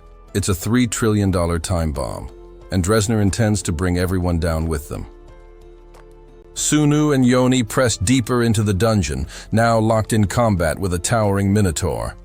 Despite Sunu's relentless attacks, including powerful weapon arts like the Blade of Ra, the beast barely seems fazed. Its sheer durability impresses even Sunu, who pauses mid-battle to acknowledge its endurance. Without warning, the Minotaur launches a sudden, crushing blow that slams into Sunu. Yoni reacts instantly, using her spells to patch up his wounds just enough to get him back on his feet. The fight isn't over yet. Drawing on the power of Odin's wrath, Sunu ignites his blade and charges the beast head-on. His strike lands true, piercing the Minotaur's chest, but in the process, his leg is severed clean off. Knowing he has only one move left, Sunu releases every bit of energy he's holding. The resulting explosion rocks the battlefield, engulfing both him and the Minotaur in its blast. When the dust settles, Yoni rushes to his side, fearing the worst. To her relief, he's still alive. Barely. With a faint smile, Sunu tells her she'll have to carry the rest of the mission from here. This encounter had been part of the Backland Core quest, and the Minotaur was one of the remaining 4 commanders. With only 3 left, Sunu's body, capable of full recovery in a single day, would soon be back to fighting form. Still, after enduring a month of non-stop life-and-death combat, both of them desperately needed rest. They took it. A full week of eating and sleeping in a Las Vegas hotel became their much-needed reward.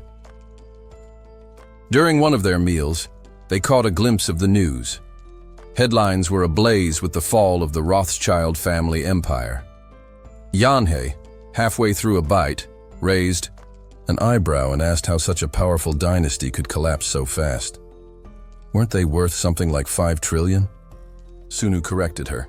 5 trillion was an exaggeration, but admitted they only survived as long as they did because of their legacy and name.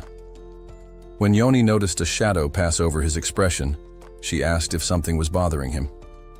As an empath, there was no hiding it.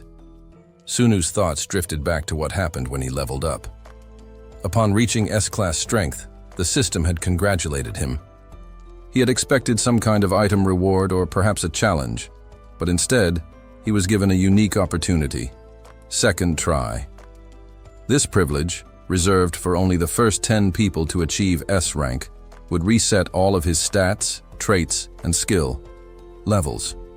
But in return, the growth cap for everything would rise to SS rank, and he'd be able to carry 10 more skills, traits, and items than before. Sunu had never imagined something like this could exist, but he knew, out of the first 10, to receive the offer, only he would ever truly take it, and even then he might have passed it up, if he were alone. But he wasn't. Not anymore. He turned to Yoni and said softly, "There are only 10 years left until the Day of Beginnings, 2018. I know you're tired of hearing me talk about it, but there's one last thing you need to know. If he were to activate second try within the testing site, it would be game over. He had to max out all his stats to S rank before the promised day. Doing some rough calculations, that would mean clearing at least 370 B rank dungeons in 10 years. At their current pace, about a dungeon per month, it wasn't exactly encouraging. Even if they managed to move faster, there was no guarantee of success. Sunu laid it all out for her. Yoni listened quietly, absorbing the weight of it. Her only question? Whether his items would reset too. He shook his head. No, They wouldn't. That seemed to be the only answer she needed. She smiled and said, "Good. I figured you'd already made up your mind." Sunu gave her a deep, genuine thank you. Her response was a confident grin. She mentioned that she'd pass her responsibilities at the medical corporation to her younger sibling. For the next decade, she said, they'd be living in dungeons anyway. He nodded. Once one of his stat ranks improved, they'd allow themselves a break. Time to recover mentally, even if just for a while. After finalizing their plans, they clinked their glasses together. Yoni made him a promise. When the time came for his second try, she would be there to help rebuild him, no matter what. At the White House, a government envoy sits down with Jonathan, ready to deliver the administration's latest stance. He explains that the president is growing increasingly uneasy about the overwhelming influence Jonathan's organization wields. But Jonathan has heard these complaints many times before. He brushes off the concern with a cool indifference and invites the envoy to get to the point. The representative continues, warning that although the subprime crisis might have publicly seemed to strike at the Rothschilds, in truth, it was a disaster they helped engineer. If Jonathan's group continues on its current path, ignoring official warnings, the consequences won't be pretty. Jonathan lets out a dry chuckle. To him, the idea that his group triggered a global crisis is laughable. Something even a first-year economics student would scoff at. He tells the envoy to drop the theatrics and speak plainly. They're both too busy for a roundabout conversation. The representative finally cuts to the chase. There's already a fund with the same mission as Jonathan's environmental protection fund. Why have two colossal institutions doing the same thing? He names the rival, the International Environment Fund. Unlike Jonathan's, this one is aligned with the administration and stands in direct opposition to the Rothschild-backed initiative. Though marketed as a way to safeguard ecosystems in developing countries, the real strategy behind the Rothschilds Fund is to secure land rights by issuing small loans and claiming the land as collateral. To date, they've already seized over 30% of the Earth's surface. Jonathan realizes this includes regions like the Amazon, and he's right. But he doesn't see this as a problem. Soon enough, both funds will fall under his group's control anyway. He suggests defunding the original Rothschild-driven initiative and focusing efforts on building up the International Environment Fund instead. There's room for collaboration, if done on his terms. As the envoy starts to mumble something about the president's position, Jonathan cuts him off. If the president's unwilling to play ball, he might as well kiss his re-election. Goodbye. There's no need for more posturing. Just get the president on the line. When the president answers, Jonathan keeps things short. Had he already received a call from the Rothschilds? The president admits that he had. Jonathan hands the phone back to the envoy. The president gives a series of instructions, and once the call ends, he assures Jonathan that the administration will publicly support the launch of the new fund and will assist in reorganizing the previous one.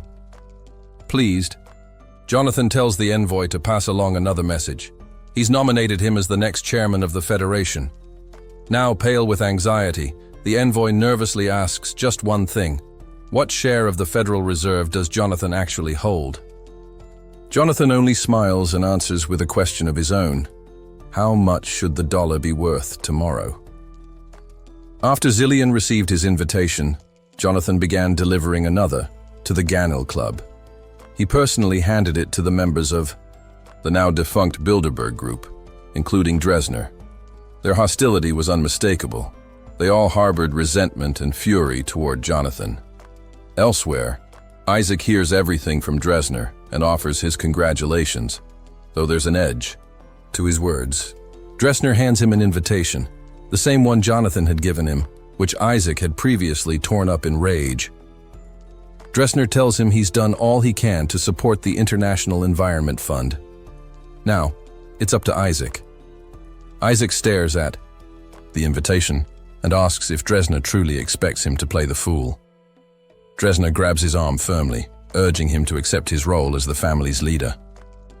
If not for their own sake, then at least for the generations to come. because that's all that remains now. At the Seonem Resort in Busan, a hotel manager informs a guest that the entire facility has been booked out for the day. He recommends the man turn around and leave. The guest isn't having it.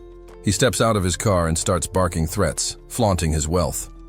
His wife calmly adjusts herself beside him. Suddenly, impatient honking erupts behind them. When the man turns, he's stunned. An endless row of Rolls-Royces lines the entrance. Each one costs at least $700,000. Sun Wooho receives word that all expected guests have arrived.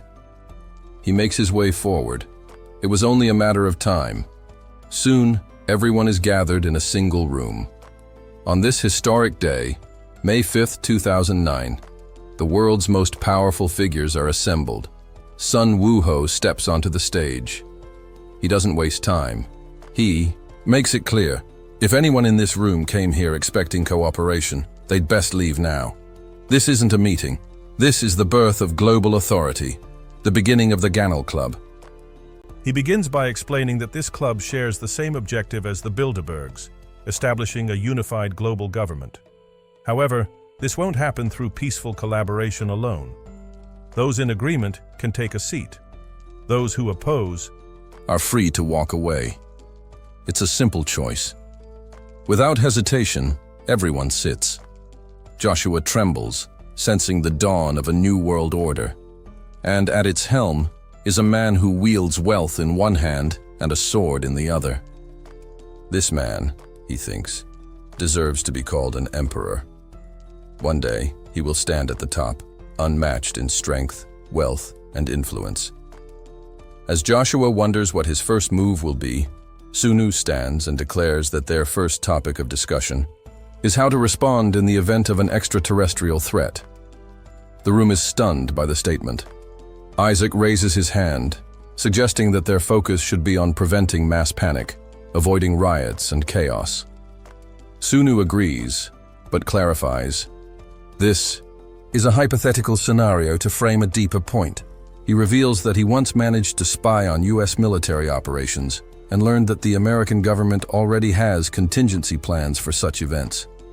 These preparations, made during the time of the Bilderberg Club, include extreme measures, like using nuclear weapons that could destroy the global economy in the name of defense. That is exactly what they must avoid. Their group's first and clearest principle must be this: no matter the threat, the financial systems of the world, banks, trading networks, essential institutions, must remain open and operational. Most in the room are still confused, wondering why he's going on about such an absurd scenario. But Sunu presses the point. An alien invasion is just a metaphor. What matters is this: if disaster strikes, of any kind, they cannot afford to let fear collapse the world. Even in the worst-case scenario, Sunu promises to put everything on the line, his entire fortune, to keep the financial system from shutting down. That promise shakes the room. If aliens came tomorrow to erase what they're building, he'd still fight to protect it. That's how far he's willing to go. Later, Sunu meets with Jonathan and Zillion. Jonathan is visibly surprised by Sunu's decision to start liquidating assets. He tells him to calm down, since it's not something that needs to happen immediately. Turning to Zillion, he asks if he's truly okay with this plan. Sunu explains they won't act recklessly. Starting. In 2016, they'll slowly begin converting assets to cash. Moving too quickly would only cause another collapse. Everything would fall apart. Zillion asks how much cash Sunu is aiming to gather and whether there's even a market left in the world that needs that much capital. Sunu calmly reminds them that today's meeting, the discussion about a hypothetical threat, wasn't for show or intimidation. That day will come, and when it does, they'll need every bit of cash they can gather. Jonathan and Zillion exchange a look, wondering if he's lost his mind. But then, to silence any doubt, Sunu reveals why he took the name Odin. He raises his hand, and a crackling wave of lightning arcs through the room. Both men freeze in fear, as the light flickers and dims. Sunu then regains control, letting the room fall quiet again. He says that when that day comes, he plans to be ready to save the entire world. And they too will play a role. 8 years pass. In 2017, a politician mocks his rivals on live TV while cheerfully wishing the world a happy new year. Jonathan, now deep into his training, watches this unfold and thinks to himself, the determination of their club may have finally broken him. For the first time, their actions and influence are clearly paying off. Their businesses are thriving. But to Jonathan, it's all pathetic. He resumes his intense training. Suddenly, his opponent slams him into the mat. Jonathan can't keep up. The man smirks, thinking they're evenly matched. But the truth is, he spent his entire life in war zones. How could someone like Jonathan, one of the richest men on earth, expect to compete with that? Jonathan tells him to take a break and heads downstairs to towel off the sweat. Then, out of nowhere, Sunu appears. He compliments Jonathan on his progress. Yanhee is with him too. Jonathan jokes that she hasn't aged a day, and she fires back that she's the one who should be jealous. She and Sunu will never know what it's like to grow old. Sunu hands Jonathan a small gift. Nothing flashy, just something discreet. Jonathan asks if he'll make it back on time. Sunu says he hopes so, but realistically, this may be the last time they meet like this.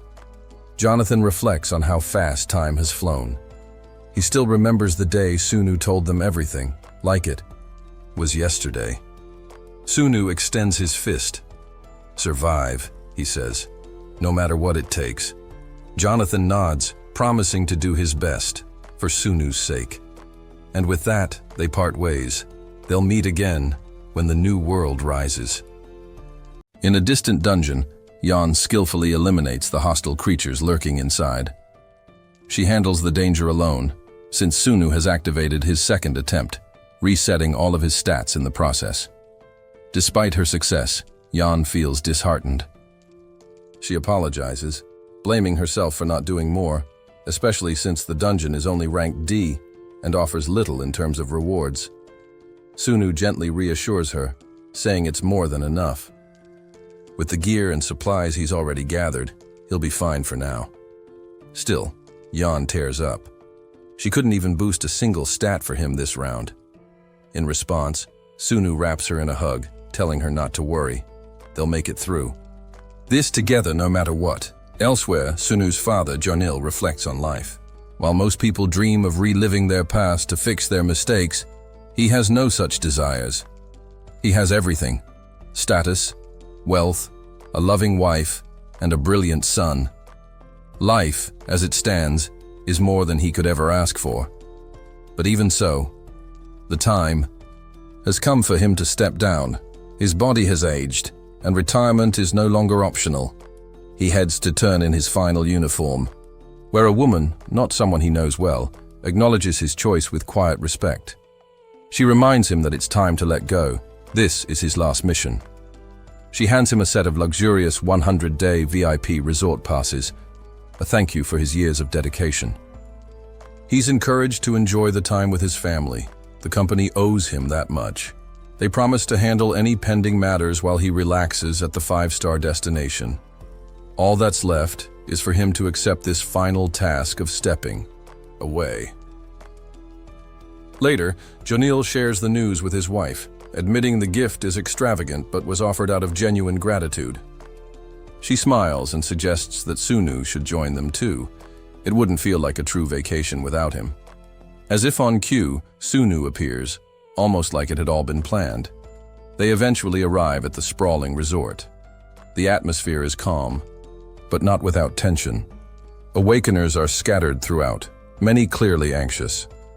The day of beginnings is looming. Even the Destiny research team is here, trying to enjoy their time off while still staying productive. At one point, Sunu helps Yanhee into a cab, escorting her as she heads off. She thanks him sincerely, not just for the ride, but for caring so much about her and her family. Sunu assures her it was only natural, and also apologizes for assigning her such a burdensome mission. Yanhee is bound for the United States and will remain there until the testing grounds officially open. Thanks to their club's efforts, they've successfully shut down any plans to use nuclear weapons, regardless of circumstances. But the current US president is volatile, and precautions must continue.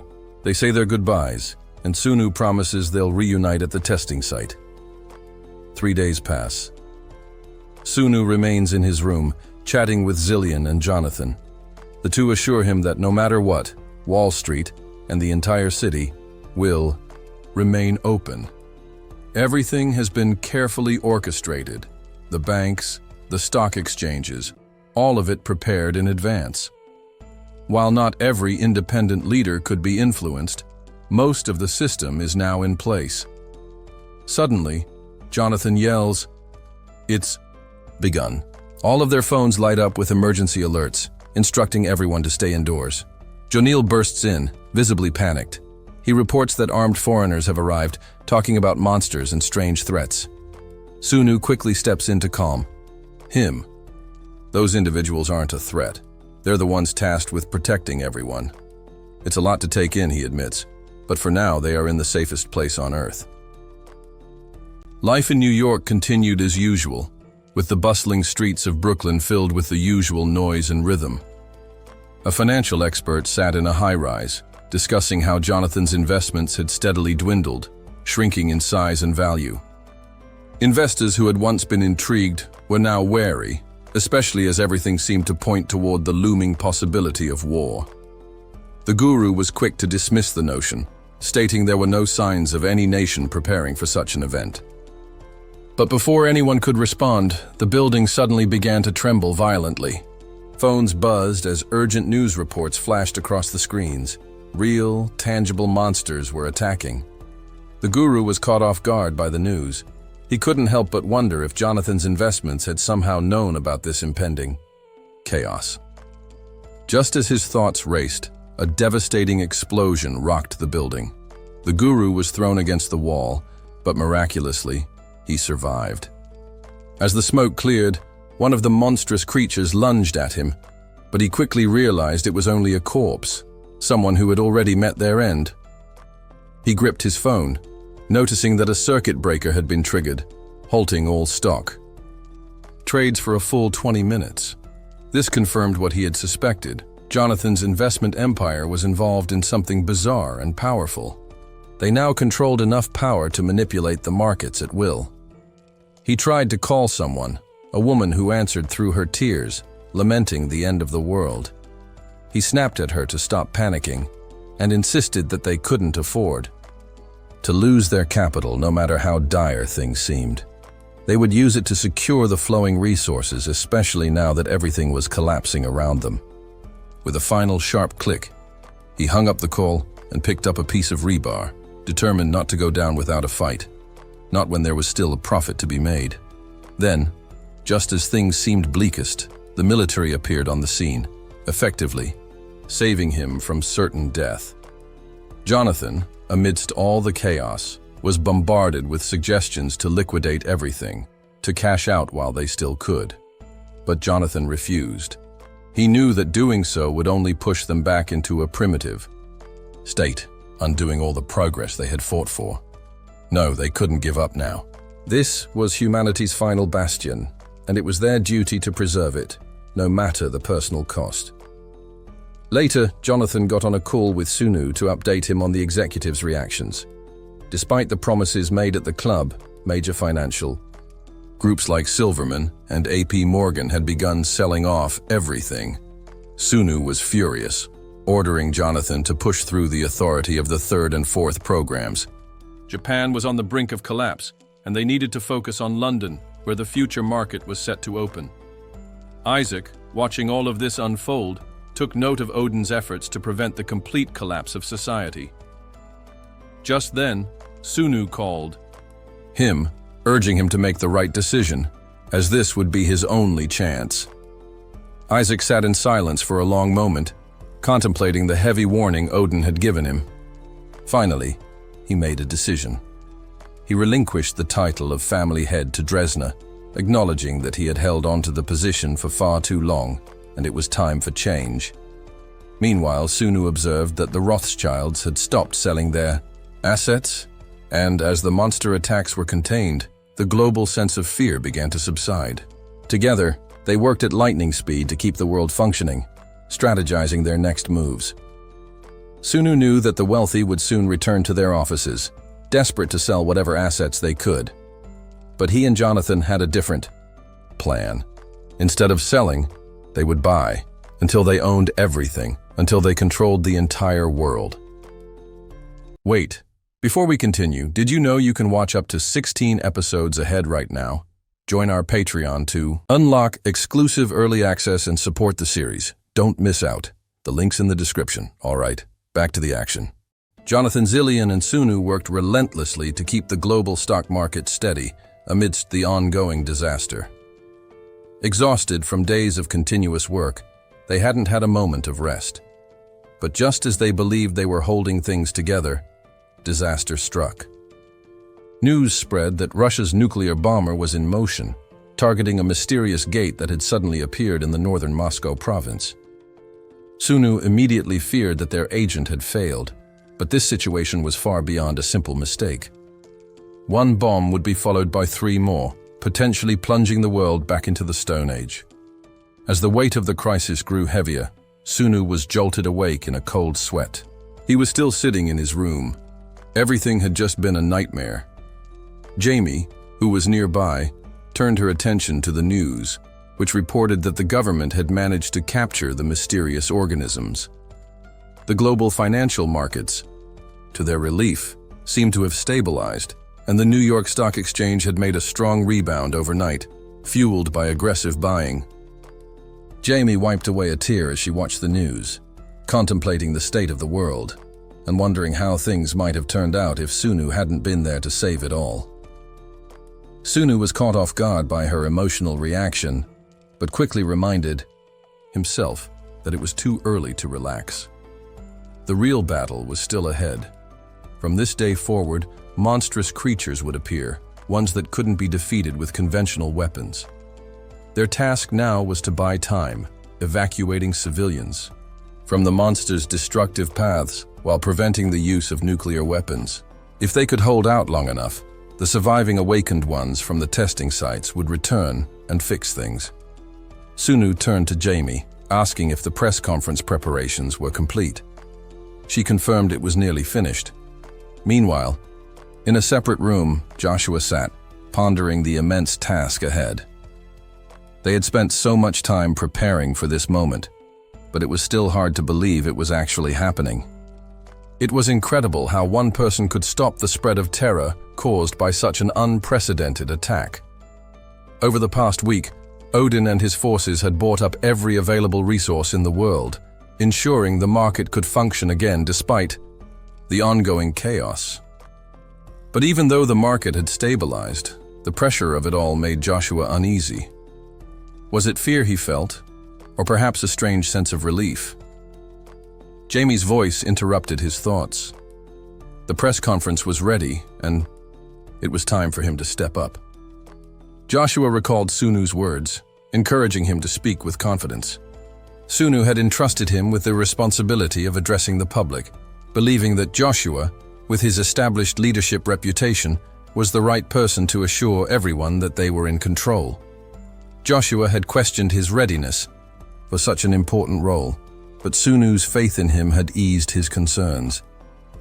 Now, with only a few hours before the testing site opened, Joshua steeled himself. He felt ready to deliver this final task that Sunu had entrusted him with. Stepping forward, he thanked his master in his heart before opening the doors and heading straight for the podium. The conference room fell silent as Joshua began speaking. A week ago, humanity was invaded by the unknown, he declared. The audience, both in the room and watching from afar, looked to Jonathan, who had become the symbol of hope for the global market. It seemed to them that Jonathan alone had saved the entire world. But Jonathan knew the truth. He could never be the sole hero of this story. He turned to Brian, standing beside him, and shared a thought he had kept to himself for too long. As soon as people learn about the stocks we hold, they'll turn against us, Jonathan said. They'll call us opportunists. It's human nature. Brian nodded in agreement. They needed to move swiftly, spreading out their shares and using cross-trading to fragmentize the transactions, erasing any trace of their involvement. The New York Stock Exchange, being a private institution, would make it easier for them to cover their tracks. Jonathan's mind returned to the bigger threat, monsters that would soon pour out of the gates. They had only a short time to act. Brian, visibly shaken by the situation, suggested they leave the city before the chaos escalated. But Jonathan reassured him, turning on the TV to calm his nerves. "The higher-ranking monsters are beyond the military's capabilities," Jonathan said. "It's our responsibility now, not theirs." Back at the World Awakener Association press conference, Joshua continued his address. "We will face another attack from the unknown," he warned. "But this time, we can't stop them with weapons, be it guns or nukes. There's only one way to fight back." He demonstrated his supernatural ability by gliding across the conference room, a shocking display that left the audience speechless. "The unknown will fall to the awakening of those who possess special abilities," he continued. "In 1 hour, the monsters will invade once again, and at that exact time, the testing site will open. Some of you watching today will be selected to enter Stage 2, where time flows differently. While it may seem like a sudden appearance to defeat the monsters, those who enter will have been preparing for this moment their entire lives." Joshua's words were met with a mix of fear and hope. "Instead of dread, feel hope," he urged. "We will return stronger than ever. Trust us." Sunu, watching the broadcast, considered the implications of what Joshua had said. He felt a sense of confidence that this testing site might truly be the key to victory. At exactly 5 p.m., the gates opened, and the first wave of high-ranking monsters emerged, setting the stage for the chaos to unfold. A sense of unease spread across the world, but at 5:55 p.m., the moment when the U.S. had once threatened to use nuclear weapons, the only thing on the screen was news of the monster attacks. Sunu clenched his fists in frustration, knowing that despite everything, the battle was far from over. As the clock ticked toward 5:59 p.m., Sunu grabbed a heavy bag and promised his father he would return soon. Before his father could respond, Sunu was enveloped in a burst of blue light and vanished. The world held its breath, awaiting the return of their last hope. Everyone selected for the testing site suddenly finds themselves teleported into an unfamiliar world. Naturally, they're confused and disoriented. A notification appears before them, congratulating them for being chosen.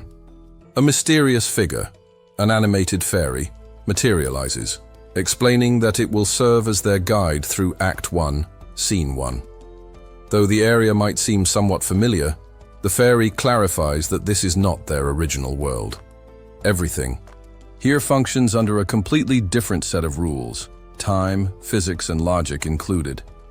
Magical beasts roam the land, captivating many with their fantastical appearance. Some even find the place beautiful. The fairy continues its explanation, telling the group that various systems have been prepared to help them grow stronger. One of these systems is the quest system. By completing quests, they can progress to the next stages and unlock greater power. Before the guide can continue, one man steps forward, visibly agitated.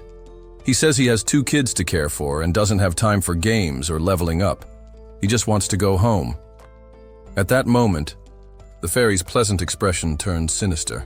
It asks coldly if it's really so hard to understand how this world works. The man starts convulsing. Then, without warning, his head explodes in a brutal, bloody mess. The fairy, now deadly serious, tells the remaining players it will continue explaining the rules as many times as necessary, though clearly, there are consequences for not listening. Panic spreads.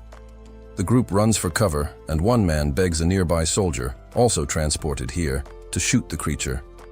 The soldier considers it, but quickly realizes something's off. Even though he still has his gear, none of it functions here. Guns are useless in this strange place. The group barricades themselves in a building. Some cry, others panic, and a few are simply frozen with confusion. Seeing the chaos, the soldier realizes he needs to maintain control. He stands up, commanding attention, and introduces himself as Lieutenant Lee Gubim of the 34th Infantry Division, White Skull Search Team. From now on, he says, he'll be taking command. He calls on anyone with military experience to step forward and tries to organize the group. He asks everyone to check their phones, hoping for any working signal or function. But someone in the crowd cuts in, saying it's pointless. This is a different world, and nothing electronic will work here. The soldier glares at the speaker and demands he identify himself before speaking again. The man responds calmly. His name is Kwon Su-il, and he wasn't trying to be disrespectful. He just wanted to clarify things. If the soldier truly wanted to lead, he should try to understand their new reality. Su-il then urges the soldier to say the words, "status window." He promises something interesting will happen. The soldier refuses, thinking it might just create more confusion. But Su-il insists, and even pulls out a knife, explaining that anyone who says the words will receive a weapon just like his. Tension rises. The soldier immediately raises his gun, declaring Su-il a threat. But someone in the group nervously tries saying, "status window." And sure enough, a system appears for them. They receive an awakening reward. Realizing he's been wrong, the soldier tries to reassert his authority, but the group is no longer listening. Su-il, unimpressed, decides to leave the group. That's when he notices a hooded figure nearby and rushes over. When he gets close, he introduces himself, but the hooded figure only asks one thing. "Are you really going to follow me?" Su-il replies that he'd like to. He believes they'll have a better chance surviving if they stick together. The hooded figure shrugs and says he can do as he pleases, but warns him, following could very well get him killed. Meanwhile, the fairy returns and tells the group not to fear it. It only wants what's best for them. Since one player has now dropped out, the guide assumes the rest have accepted the basics and announces that the next stage is beginning. The first quest wave is now active. The group has 24 hours to prepare. The fairy wishes them luck. They'll need it. Su-il, still skeptical of the fairy's cheery tone, watches the hooded figure walk into a mysterious red barrier that looks ominous and dangerous. Su-il decides not to follow. Something about it feels off, even if that man is powerful. He finds the soldier again and explains what just happened.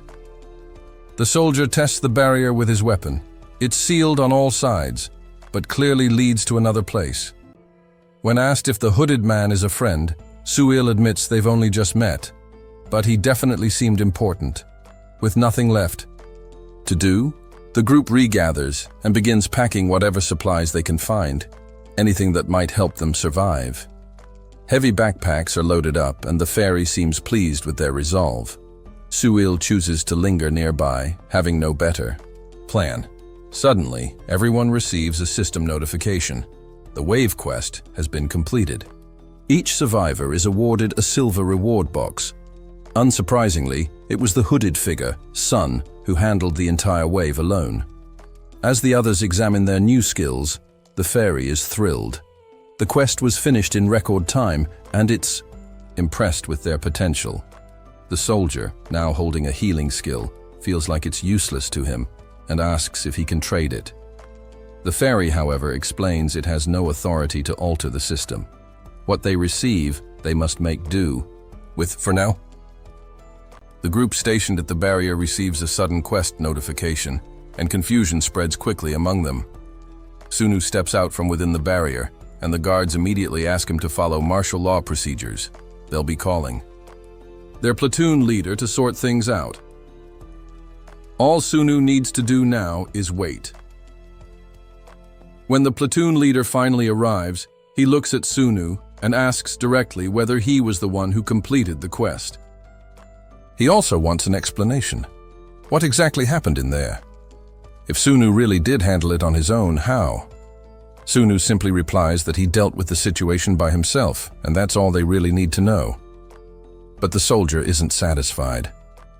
The speed at which the task was completed has apparently triggered a problem. He asks Sunu if he saw the new quest pop up too. Sunu shrugs it off, saying that things like this will keep happening.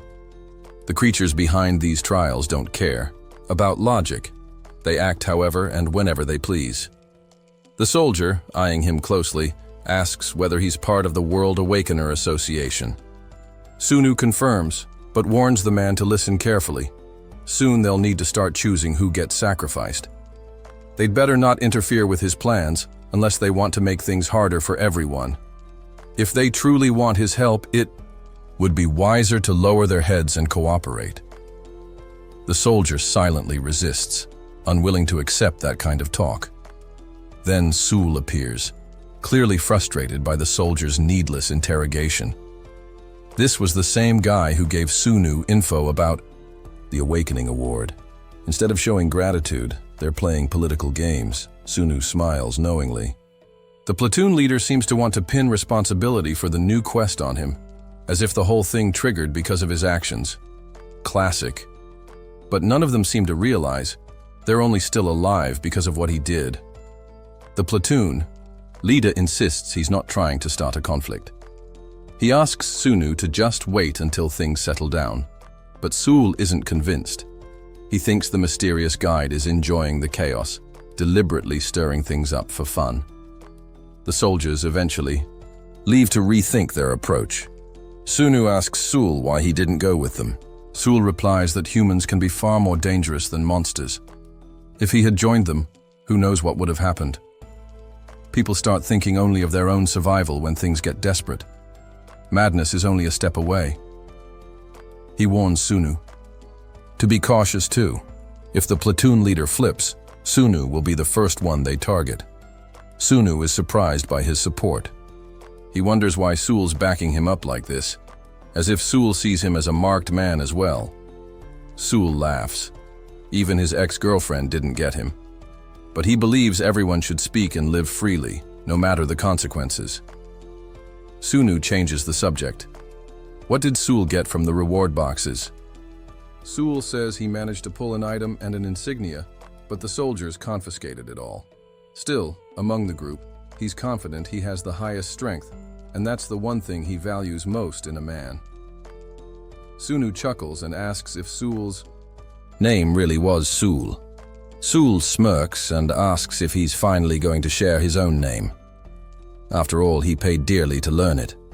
Sunu says his name is a bit too valuable to give away for free, but then asks again, will Sul really keep following him? Life with him will be full of danger. Sul admits the warning is scary, but he still chooses to stick with Sunu. He trusts him more than the others. Then, with a sheepish grin, he apologizes for running off earlier. Sunu tells him not to stress about it. It would have been worse if he'd recklessly followed him into danger. He believes Sul has earned a proper introduction. It might sound a bit grandiose, but from now on, he should call him Odin. Eventually, the no-name quest is marked as completed. The soldier walks over, looking drained. Behind him, the rest of the group is visibly mourning. Sunu silently respects the man's strength of will. He must have been the one to choose who would be executed. The soldier tells Sunu that he wants his help. He asks him to let them handle the next wave. They need the combat experience themselves. Sunu repeats what he said before. They won't get in each other's way. And when it comes to fighting, they'll get their fill soon enough. Suddenly, the guide reappears, grinning as always. He asks if they've had a nice break. The first wave was light, but now they'll have plenty of time to prepare for the next challenge. This time, though, enemies will attack from 2 directions. A new quest is triggered. They have 19 hours to get ready. Sunu tells the soldiers to defend the southern front. He wishes them luck. They'll need every ounce of it. The soldier barks, orders. Everyone is to build barricades and defend them like their lives depend on it, because they do. When the wave hits, the group manages to hold their ground. But only a few remain standing, and even those survivors are barely clinging on. Sunu and Sul return as well. Sul notices that the soldier didn't make it. He looks down, clearly affected. The man lived by strict rules and died a meaningless death. Tragic. With the third wave looming, Sunu and Sul leave the remaining members to grieve and gather their strength for whatever comes next. Shugul and Sunu took on the fourth wave completely on their own.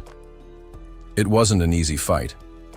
There were moments when Shugul teetered on the edge of disaster, but somehow they made it through. Their effort didn't go unrewarded either. The loot they secured was nothing short of amazing. The guide, impressed by how quickly they cleared the stage, acknowledged their top-tier performance. It realized it had been underestimating them for far too long. Next time, it promised, they'd be in for a challenge they wouldn't soon forget. But for now, rest was in order. Shugul found it oddly refreshing that the guide didn't toss another surprise quest their way. Still, it only reaffirmed his suspicion. That strange little creature did whatever it pleased. Sunu then told Shugul to stick with the group going forward. With his stats now boosted, he'd need to learn how to handle them properly. Shugul remarked that Sunu was being unusually kind to someone who had once considered killing him. But Sunu just shrugged it off, telling him to follow his own path, just not to do anything without value. Teach them discipline, he said. Taking that advice to heart, Shugul approached the current leader of the group, Chaeol Young. A wiry doctor, Chaeol had earned everyone's trust after they saw him successfully treating the wounded during an emergency. He wasn't a natural leader, but his actions had made him one. Shugul made it clear. From here on out, they needed to remember who their real safety net was. Odin, the man standing beside him. It was Odin who had suggested they help in the first place. Still, he reminded them, nothing in this world came without a price. Chaeol Young nodded solemnly and vowed to gather every valuable item and hand it over once they escaped this nightmare. But Shugul declined the offer. He had no interest in their gear or trinkets. The only thing he wanted were the stones that came from the monsters. Magic stones. He explained that these stones would soon become a precious resource, eventually, taking on the role of currency. And with that shift, order would follow. Because large stones were hard to transport, banks would emerge to store them. Over time, this would lay the foundation for a new kind of society. Even so, the ultimate goal for everyone wouldn't change. Eat, survive, grow stronger. That, Shugul said, was what this world would demand from everyone, sooner or later. In the cleared zones, food and water were finally obtainable. While none of it looked particularly appetizing, the most important part was that it could be eaten. As Shugul savored a grilled fish, he mused that it would be even better to find a monster that was safe to eat, though he wasn't eager to gamble with something that might kill him from the inside. Noticing two group members eyeing his food, Shugul offered them a deal. 1 fish for 2 magic stones. There was no shortage of food in this area, after all. As long as they brought him stones, he'd make sure they got a share too. With waves 3 and 4 halting at their respective points of entry, the influx of magic stones to town had slowed. Now, some townspeople had the nerve to say they didn't want to hunt monsters anymore. They pleaded with Shugul to be considerate. After all, they were living together. But Shugul wasn't swayed by their whining. He demanded to know where their pride had gone. That kind of entitled mindset wasn't going to work on him. If they were too afraid to cross the barrier, then they should just sit tight and wait for the next wave to hit. He didn't like repeating himself, but the truth remained. If weaklings didn't stand up and fight the monsters, they wouldn't survive. Just then, Cha Young stepped forward and backed him up. He told everyone that Shugul was right. They couldn't depend solely on him forever. The group needed to form hunting parties and fend for themselves if they hoped to make it out alive. Shugul stood up, brushing off his clothes and announcing that he'd go with them when they crossed the barrier. There was no reason to be afraid. Cha Young quietly thanked him and murmured that mutual support was the only way forward.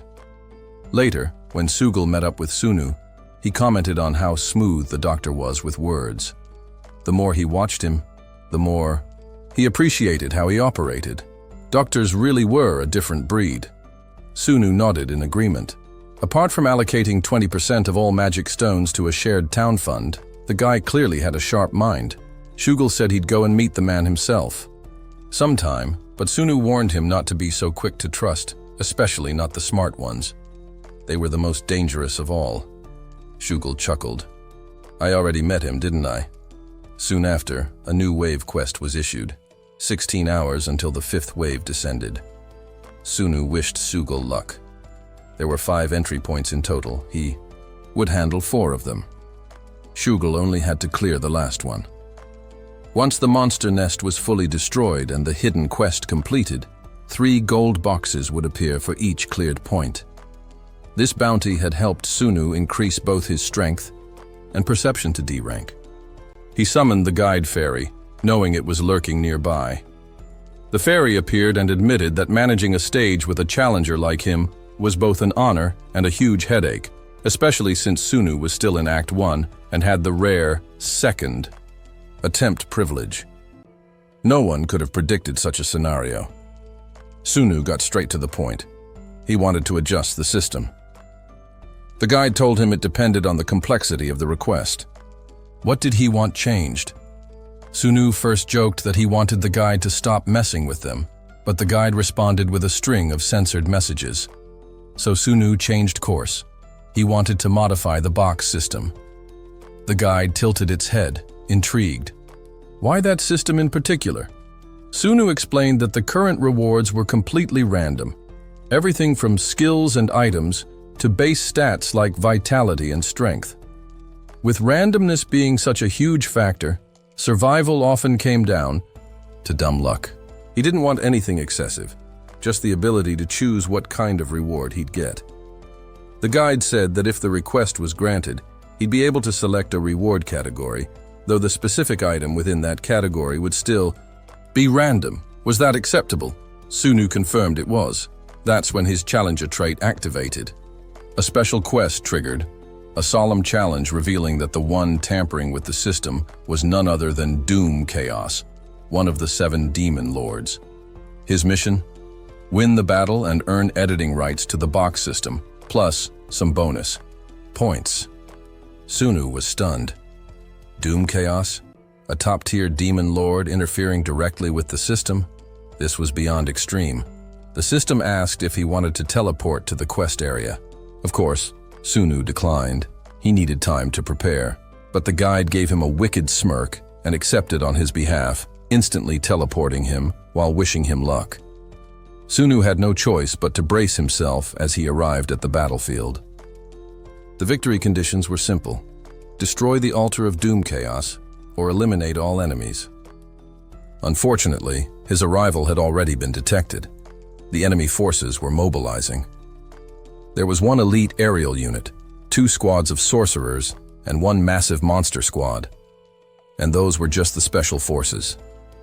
Including the rest of the troops on the ground and in the air, he was facing roughly 1,000 enemies. The memory of his first solo dungeon run surfaced. It felt just as hopeless. His items wouldn't help much here. But with his domination ring, he summoned an adult graph to target the air units as he rushed into battle. Time passed, and with just 2 hours left before the 5th wave, Cha Young asked Sugul if he knew where Odin was. Sugul replied that Odin was probably at the entry points, blocking them as promised. He was in charge of 4 out of 5 after all. There was no need to panic. Even so, a nagging feeling in the back of his mind told him something wasn't quite right. Cha Young halts at the entrance of the first barrier, frozen with uncertainty. A wave of fear hits him. What if there are even more monsters beyond this point? Should he turn back? Doubt creeps in as he questions everything about himself. Suddenly, bolts of lightning rain down, obliterating the monsters surrounding the few survivors left. Su-Nu makes a dramatic return. Though he's missing an arm and a leg, he's still powerful enough to unleash his abilities. With his return, the system reconfigures, and the loot boxes are neatly categorized according to their drops. Relief washes over the group. Odin is back. Cha-Young stands still, shocked. He tells himself to stay composed, to appear grateful for Odin's return. He can't afford to repeat his past mistakes and let his fear show again. As they regroup, Su-Nu instructs Su-Gol not to leave his side until he wakes up. But first, they need to deal with one more problem. Su-Gol agrees, and just as Cha-Young is fumbling for an excuse to explain his cowardice, Su-Gol silently raises his massive mallet overhead, and we all know how that ends. Later, Su-Gol stays by the unconscious Su-Nu's side, pondering what to do with the 5 silver boxes he earned from the quest. He reflects that while becoming stronger is vital, he almost died because he lacked speed. With that in mind, he dumps all 5 boxes into dexterity. The results are underwhelming, but his stat does rise to 92. Still, it's frustrating. The drop rate ranged from 11 to 40, and clearly, luck wasn't on his side this time. Suddenly, there's a knock at the door. A woman announces herself as a healer. She heard they were in need of one. Su-Gol welcomes her in with warmth, right up, until she mentions that she expects payment for her services. Since most of the magic stones have already been claimed, her request catches him off guard. Immediately, Su-Gol is irritated. How dare she ask for payment when Odin risked everything to save her life? Are all people this selfish?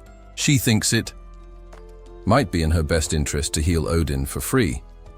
Yet if Odin plans to use magic stones as currency, he must be a rational man. Perhaps he even worked in finance like her. She argues that Odin wouldn't want charity. Even though Su-Gol disagrees, he gives in. He tells the healer, Su-A, to just take all of his own magic stones. Odin must be healed, no matter what. But Su-A declines the offer, stating she only needs 10. Su-Gol is annoyed but accepts her terms. She gets to work healing Su-Nu using Cure Body and suggests that Su-Gol should take a rest too. But he refuses. He still doesn't trust her. Su-A insists that trust is essential in times like these. Su-Gol isn't having it. She's starting to sound way too much like someone he's already put in the ground. If she keeps talking like that guy, he warns her, she won't like how it ends. She needs to stop talking nonsense and just focus on healing. Eventually, Su-Nu stirs and regains consciousness. Su-Gol is visibly relieved. He tells him about Su-A, the healer who worked tirelessly to help him recover his limbs, though she didn't do it out of charity. Su-Nu asks how much she wants, and she replies, just 10 magic stones. He finds the price reasonable. Curious, Su-Nu asks if Su-A is the new leader, given how competent she seems. She denies it, explaining that a council has recently been established. Cha-Young had originally created a system where 20% of all magic stones were pooled into town resources, but instead of one person managing everything, the people voted to appoint a council of 10 members to oversee things and take on leadership roles. As Su-Nu gets dressed, he asks her what she did before all of this chaos began. She tells him she worked at Day Securities. That makes sense to Su-Nu. He figured she had a sharp mind. She then asks about him, and he reveals that he worked at Telestar Investments. Her eyes light up. That's the company her idol worked at, the place she always dreamed of joining. Su-Nu expected that kind of reaction, but now he knows she's the real deal. He decides to keep an eye on her, to see what she's truly capable of. When Su-Nu steps outside, he notices that a market has formed. People are trading goods using magic stones. Even in a world that would shatter most minds, these survivors are adapting, measuring value, forming strategies, pushing forward despite their exhaustion. There's a flicker of hope in the air, and it's exactly the future Su-Nu had been working toward. Waves 6 and 7 came and went. The group grew accustomed to the battles, and after Wave 6, They suffered no more casualties. Even injuries became rare. The guide, watching their progress, is deeply moved. He quietly hopes they can make it through the final wave without losing anyone, as he's come to care for them. But Sunu suspects this won't be the end. He had hoped Wave 10 would wrap things up, but now he realizes the guide won't let them off that easily.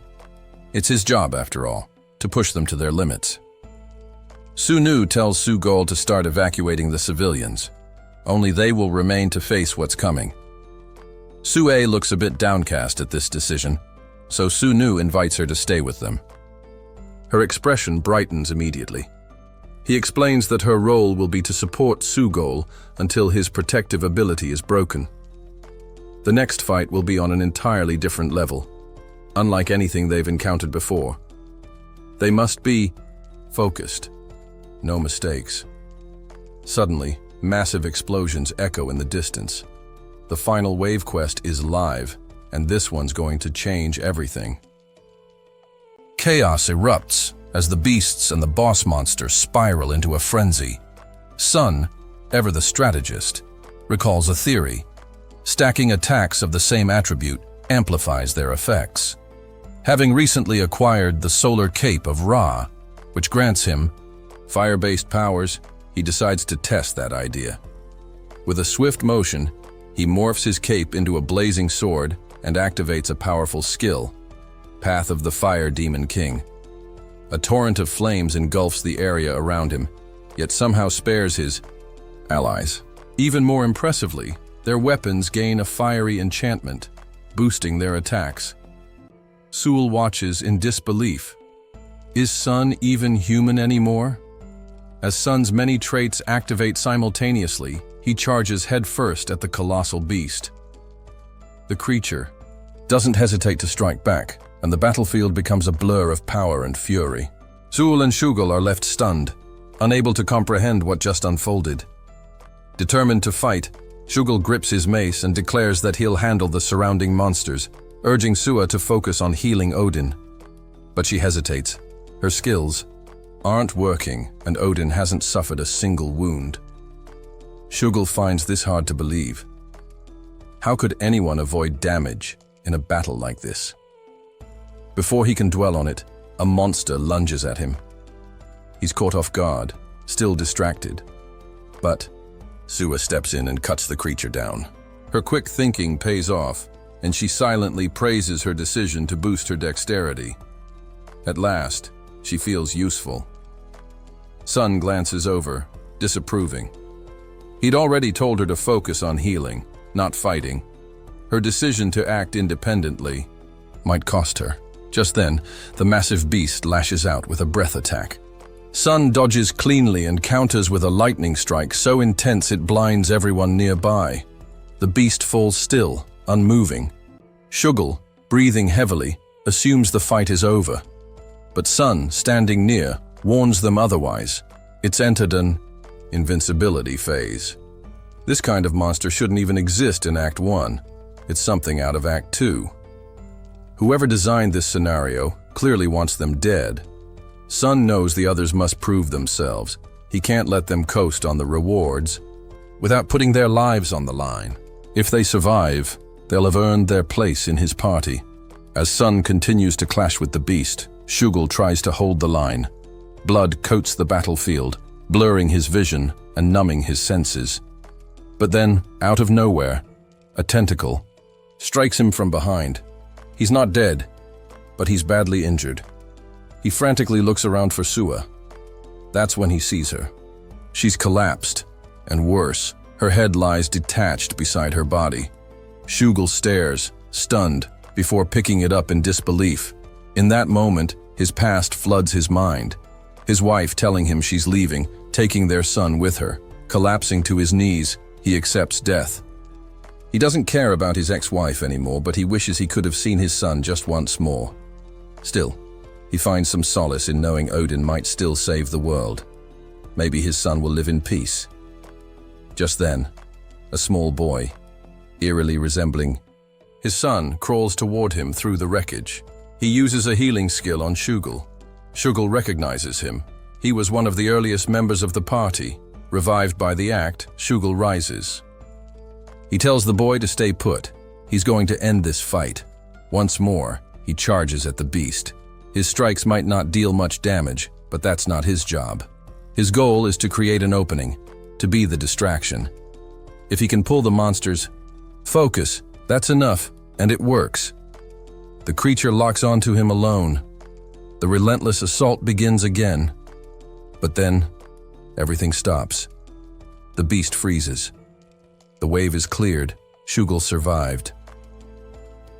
As Shugul begins to celebrate, a wave of dizziness suddenly overtakes him. He collapses to the ground, completely unconscious.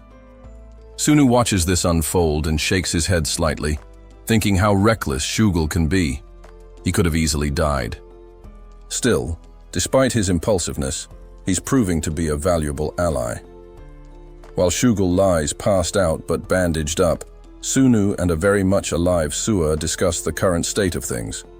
With magic stones becoming incredibly valuable, there's been a sharp rise in crimes like theft and robbery, and the council simply doesn't have the authority to keep things under control. Sunu suggests they establish a bank. After all, finance is Sua's area of expertise. It might help bring some order. Not long after, Shugul finally stirs and wakes up. Sua quickly apologizes, saying she lost track of him during the chaos of the fight. Still dazed, Shugul stares at her, convinced he must have died and entered the afterlife. He swears he saw her head roll across the ground. Sunu tells him it was nothing but a hallucination. "Just how much did you drink?"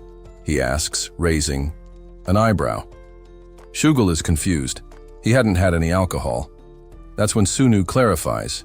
He's not talking about regular drinks. He's referring to monster blood. In battle, it was everywhere, and a bit of it must have gotten into Shugul's mouth. That stuff causes vivid hallucinations and illusions, and he'll need to be more careful in the future. Sunu asks Shugul to describe exactly what he saw, and Shugul gives a detailed account of the battle. After listening closely, Sunu concludes that most of what Shugul saw was real, except for Sua dying. That part was the illusion. The rest, unfortunately, actually happened. Shugul then brings up the kid who saved him at the last moment. Sunu confirms the child was real. He really did save him. His reward has already been set aside, so Shugul can rest easy now. Although they've patched him up, he still needs proper rest to recover fully. Meanwhile, the kid who rescued Shugul, Jung, sits quietly and checks his status window. Sunu approaches him and asks for his name. Jung introduces himself, and Sunu asks why he broke cover when he had told him to stay hidden. Jung answers calmly, "If you all died, we'd be next anyway." Sunu is impressed. There's something unsettling about Jung, not in a bad way, but in the sense that he's no ordinary child. He has the potential to go either way, greatness or danger. To guide him, Sunu gives him a special ring, the Ring of the Wind Warrior. It boosts his stats and offers protection, but he's warned not to tell anyone about it. Sunu also offers him his support. He should come to him directly if anything ever troubles him. The boy is visibly excited by the gift, but that's not all. Sunu also hands him a bank check for 100 stones, which he can hand over to Sua whenever he wants to withdraw it. Meanwhile, Sua has begun organizing the newly formed bank. She lines people up to register, collecting signatures and assigning account books. She explains that these books are official records and will have more pages added as needed. One of the men opening an account asks what happens if someone steals his book. Sua reassures him that since they know everyone's face, a thief wouldn't be able to access the stones. Still, she advises him to keep it safe, especially as their numbers grow. Eventually, she won't be able to guarantee that kind of personal protection. Elsewhere, a sinister pair arrives on the scene. A man surveys the area, noting how relaxed and carefree the atmosphere seems.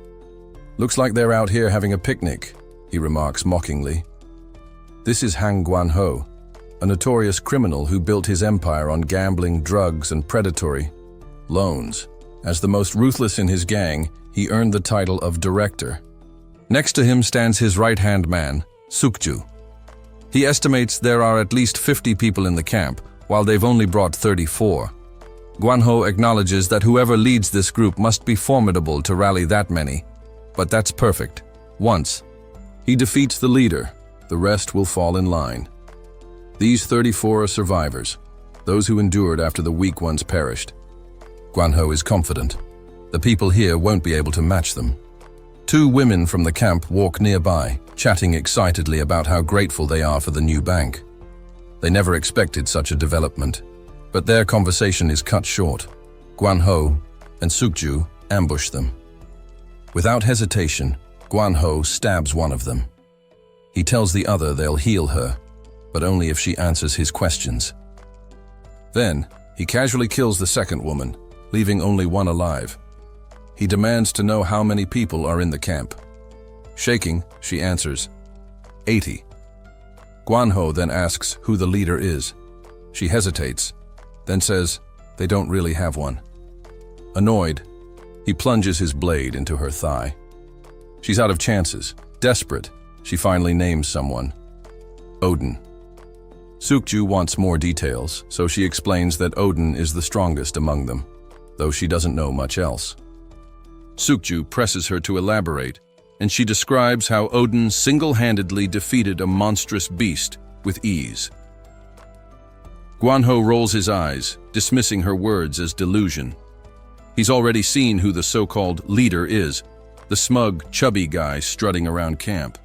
Without another word, he beheads her. Guanho wasn't exaggerating when he claimed the 34 survivors made it through because of him. His combat instincts and hunting skills were top-notch, especially for someone from the modern world.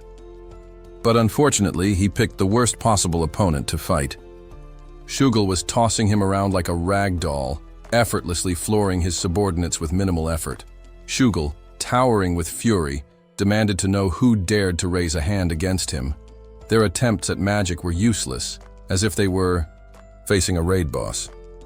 Even with all the buffs and bonus items Guanho had collected, he was still hopelessly outmatched. Shugul caught on to Guanho trying to heal himself, and realized he was the team's healer. With that, Shugul crushed his leg completely, ensuring that no amount of healing could save him from the injury. Guanho screamed in agony, wondering how this man became so powerful. But the truth was simple. Shugul had completed every quest up to the 4th wave, including all hidden challenges. He'd even earned a top-tier reward in the last round. And because the difficulty had been cranked up significantly, the rewards were even more generous than normal. At this point, only early awakened members of the Awakener Association could hope to stand against someone like him. Jung, seeing the situation unfold, signaled for Sua to join them. Meanwhile, Guanho's men were in complete despair, wishing they had never come. Despite his broken state, Guanho managed to beg Odin for mercy. But Shugul simply replied, "He's not Odin." And where had Guanho even heard that name? Just then, Sua arrived and reported that she'd only managed to rescue one of the women who'd been assaulted. She was too late to save the other. That news sent Shugul into a cold rage, and he dealt with the attacker swiftly. Guanho's remaining thugs were stripped down and interrogated. Suku, one of them, claimed they only obeyed Guanho out of desperation. Sua agreed that if that was true, they weren't much different, but judgment would still come. Their actions would be evaluated, and punishment decided. Suku glanced at Sua, convinced he recognized her from somewhere. After a moment, it clicked. They'd met at last year's Ganil Members' Night, a gathering of high-ranking personnel. He mentioned it to her. Sua remembered now. He was that arrogant guy who had looked down on her for leading a subsidiary team. He'd even mocked her openly. Oh, she remembered exactly who he was now. As for the rest of the group, those who hadn't attacked Suil, 27, were stripped to their underwear and spared for now. Their guide eventually returned with some news. Thanks to their performance, he'd been chosen to continue as their guide for the next part. Act 1, Scene 2 would now play out differently. It combined 5 stages into one. Because they delivered the best results, their stage would be the central hub, with the 4 others supporting it. Since they'd already met another stage, they should have realized the central zone is where the quests progress from. As a reward, each member would receive a silver box. But Sunu wasn't interested in the standard prizes. He was after the hidden reward of this stage. With that, the guide announced the next phase, and suddenly, a massive, twisting, tentacle-covered tower shot up from the earth, doors embedded throughout its height. Sunu estimated there were 7 levels. Each floor had fewer doors, meaning the top had only 1. He turned to Shugel and said, "If I don't make it back, find Mary." Then, without another word, he bolted. At the tower's peak, the so-called 8 evils and virtues awaited. Each carried unique, powerful abilities or artifacts. Evils. A man who overcomes adversity, gaze of Isis skeleton dragon, revered even by the Undying Zeus's lightning spear form of the Jinset's wave of death Shiva's sword queen mother of the West's millennium. Spider virtues, Di's sword Osiris's domain clown's dagger Hera's madness passionate one Odin's, wrath Lakshmi's, lucky dagger Buddha's, palm out of all of them. Only one was known to have been obtained from the testing site, the skeleton. Dragon. It was also considered the most formidable summonable creature. Now, the tower itself began resisting Sunu. He was meant to progress floor by floor, but instead, he charged straight to the top. Suil expected as much. This was just like him. But what had he meant earlier when he said that thing was dangerous? By the time Sunu reached the 7th floor, the guide shook his head, noting he was doing something weird again. But Sunu didn't care. That was just how he operated. He ordered the guide to open the final door. The guide smiled knowingly, wishing him luck, and opened it. What followed was a deafening explosion. The top of the tower was obliterated. Suil stood frozen, in shock. Just what happened to Odin? Sugel doesn't want to think too hard about it. Instead, he eyes Sunu's seemingly endless inventory. Looks convenient, he comments. Then, changing the topic, "You want to come watch the fight? I'll make it look like child's play." As the rival factions beat their war drums, preparing for the leader's arrival, Sunu observes the crowd. It's clear now, his tampering with the system's randomness has had a positive effect. Far more people survived this stage than he remembered. It was all worth it. With better survival rates ahead, things are finally shifting in the right direction. His current focus is finding Yan, but their stages must merge first. Once that happens, she'll likely begin searching for him as well. While walking through the crowd, someone calls out to him. A familiar face, a classmate from before, recognizing Sunu immediately. He hasn't changed much in appearance, still as quiet and reserved as ever. The man notices he has no items equipped and assumes he must be a weakling now. Back in high school, Sunu was a big deal, but now the man, who turns out to be one of the bullies Sunu had long since trained to submit, thinks for a moment about revenge, but then he shrugs it off. He's an awakened now, strong and respected. There's no point bullying the weak. He gives Sunu a hug instead, playing friendly, and asks which direction he came from. Sunu replies, and the man says he came from the west. Lucky for him, since their leader, Cha Young, will probably take charge of the next mission. Sunu raises an eyebrow. Is she that strong? Strongest person in the world, the man nods. And a leader who brings the best out of everyone. You'll be blown away once you see her in action. Tired of waiting, Sugel suddenly slams his club into the ground. He shouts that both leaders should attack him together. He doesn't have time to deal with them one at a time. The Eastern faction's leader, Honu, warns him not to regret those words. The Western leader, Cha Young, accuses him of underestimating her just because she's a woman. Keep thinking like that, she says, and you'll lose an arm. Sugel smirks. This isn't a debate. Charge already. Both leaders rush forward, and the battle erupts in full force. As the battle rages on, Enro is shoved forward by Young, who curses at her for playing such a dirty trick. His frustration grows as he tries to regain control of the situation. Meanwhile, Seul spots an opportunity and begins pounding on his shield. Yanu, noticing just how strong Seul truly is, watches as the relentless assault continues, aiming to break through the shield. However, this particular shield is of high rank, and even with Seul's impressive strength, breaking it would take more than just a few hits.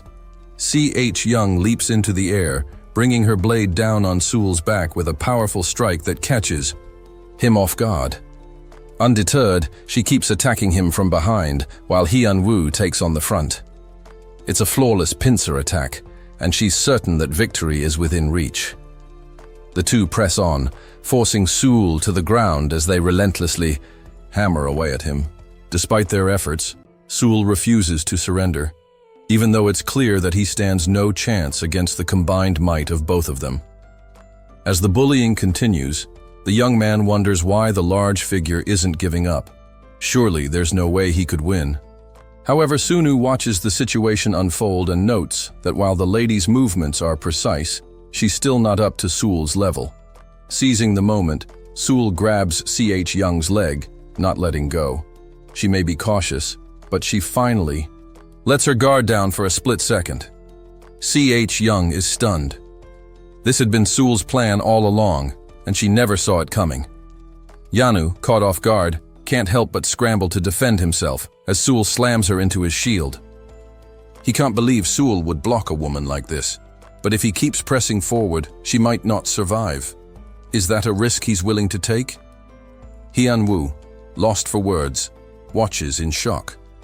But before anything else can happen, Jung arrives, on the scene. With confidence, Jung declares that this is his signature move, human caliber. Seul continues to fling C.H. Young around, as if she were nothing more than a puppet, forcing Hyun-woo to surrender. He doesn't want her blood on his hands, and with that, Seul emerges victorious in this bout. Afterward, Seul returns to Sunu, eager to hear how he did, but something catches his eye. A figure approaches them, and he wonders who it might be.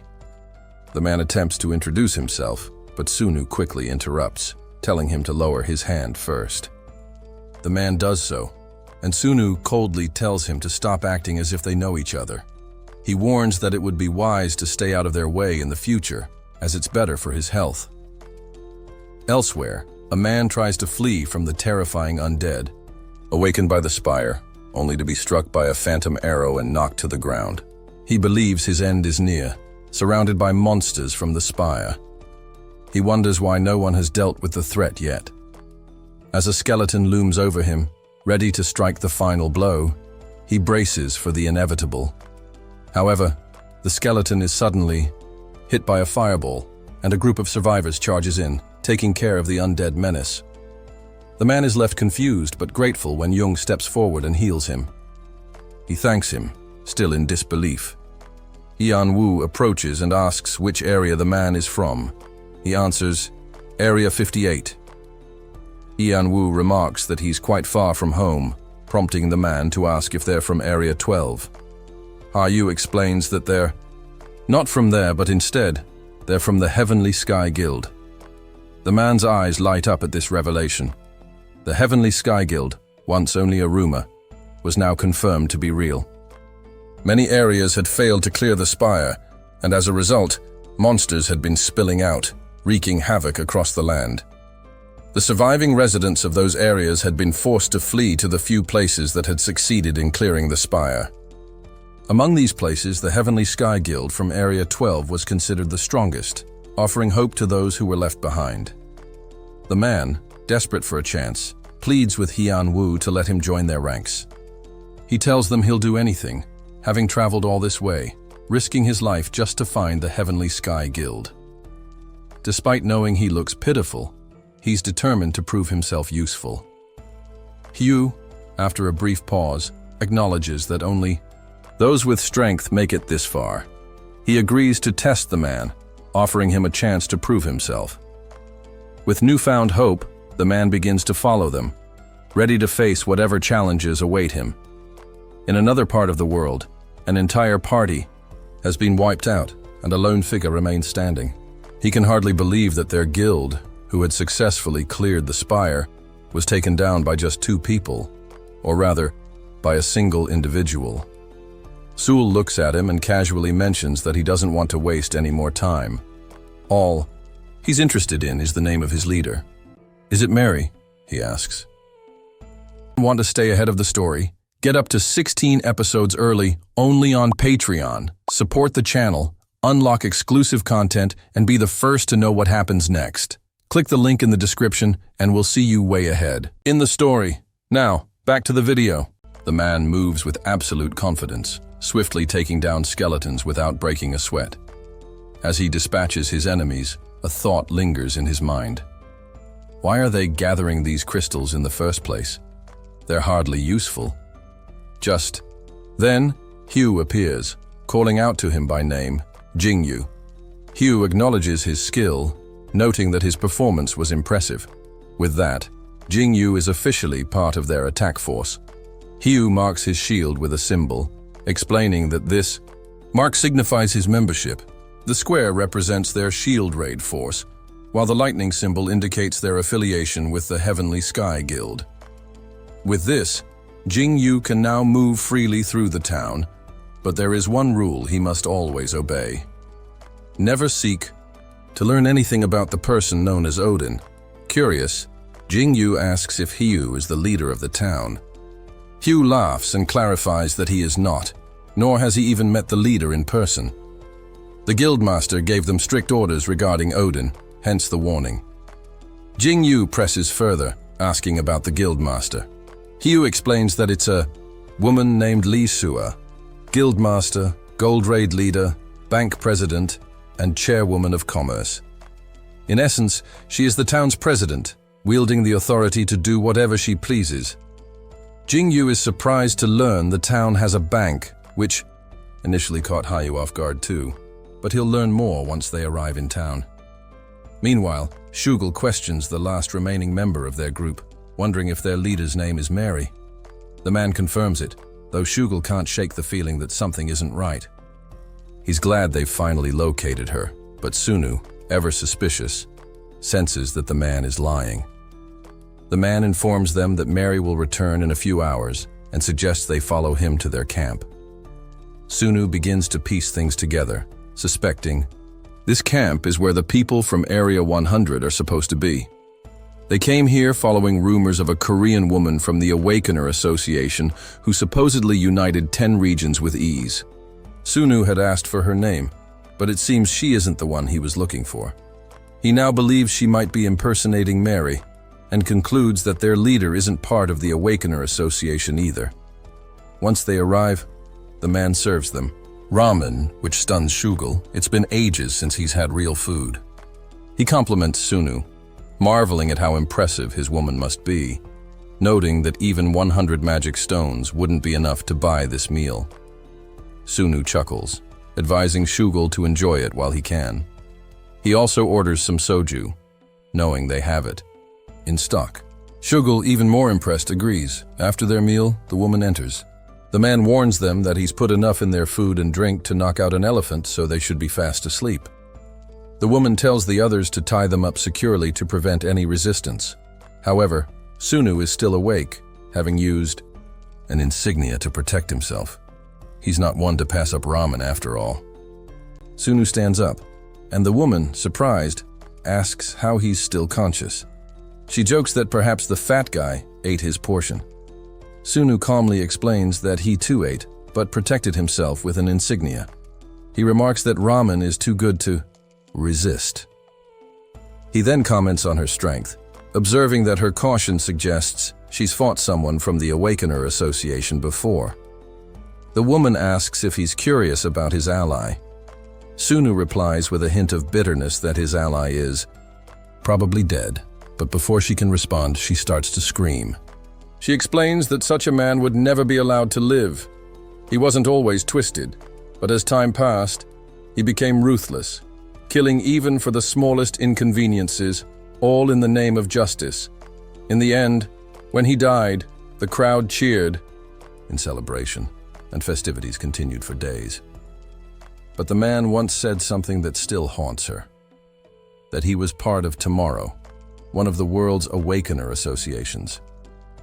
His death was supposed to end things, but the bonds between their allies only grew stronger. The woman concludes that if Sunu is truly part of that organization, he won't listen to her, so she must kill him first. She summons 12 faceless, stone statues that rise dramatically from the ground. Sunu, recognizing the connection to the Temple of the Dead, notes that these statues were likely the guardians of a final boss. His own skeleton dragon, a divine relic, was protected by the same force, so these statues are no match for him. Using Tail of Hanuman, Sunu easily defeats them, but the woman, undeterred, reveals her true strength. It's clear she is the one who united the 10 regions on her own. Sunu asks why she killed the man, but the woman brushes it off, saying it doesn't matter. She then snaps that she won't allow just anyone into their ranks. With gritted teeth, she explains that her former leader was like the devil incarnate, and the world he built was supposed to protect the weak while empowering the strong, but instead, he twisted the system to his own ends. Sunu apologizes, acknowledging that he cannot know the thoughts of every person. Still, the woman insists on rejecting him, believing their bonds to be unbreakable. Suddenly, Sunu's mind shifts.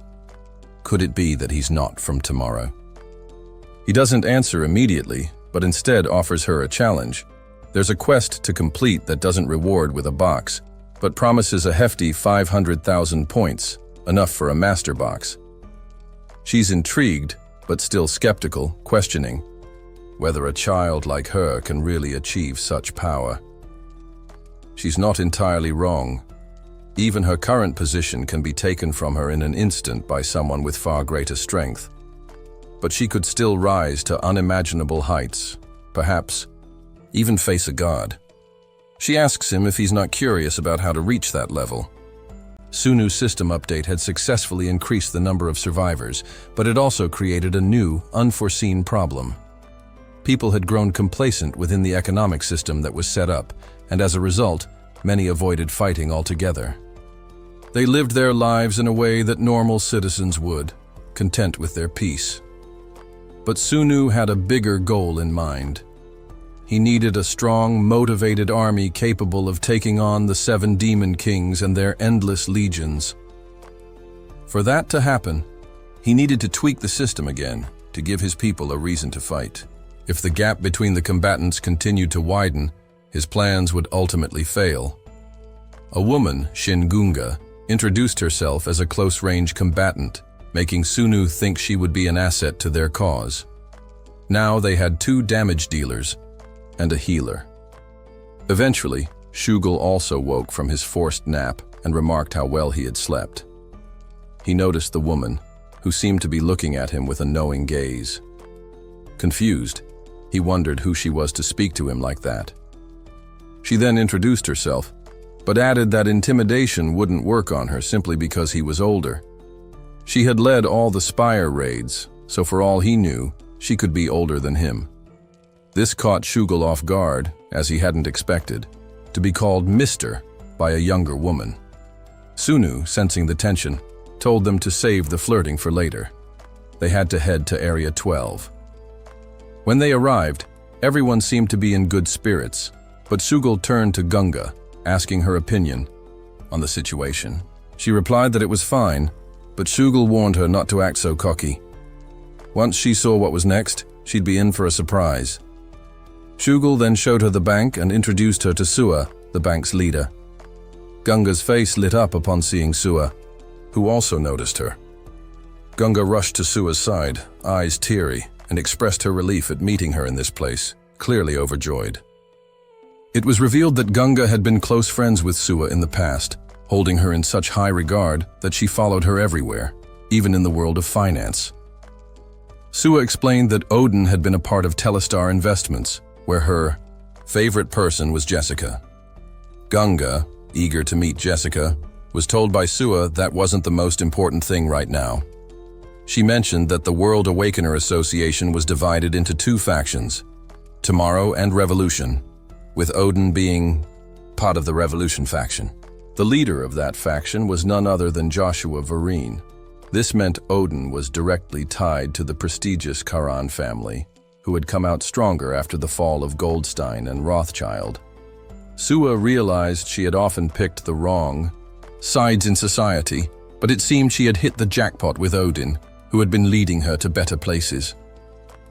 Meanwhile, a bully bumped into someone who stopped him to have a word. The bully noticed the Miracle Raid Force pin on the man's armor and tapped him on the shoulder, warning him to be cautious. Although they now had a bank, they didn't have a court yet. The man hurried off, and the bully thought to himself that his time spent at PC cafes wasn't entirely wasted. An older man called the bully Vice Raid Leader, saying the actual raid leader was waiting for him.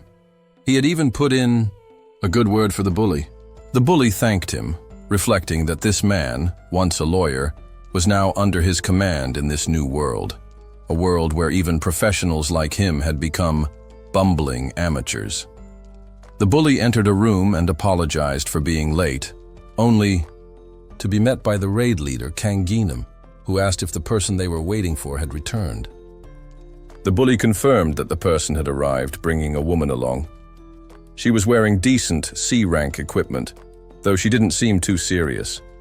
Ginam noted that she must be someone of importance, and he'd have to introduce himself to Odin sooner than he expected.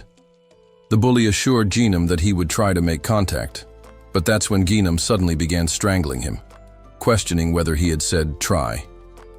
The bully scrambled away, muttering that he would make contact, now but was unsure how.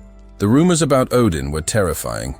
He was said to be the strongest in the guild, with both Shugal and Sua under his command. Odin possessed incredible power and was ruthless enough to eliminate anyone who stood in his way. The bully remembered how Odin had told him to act like a stranger and not waste time, advising him to not even try.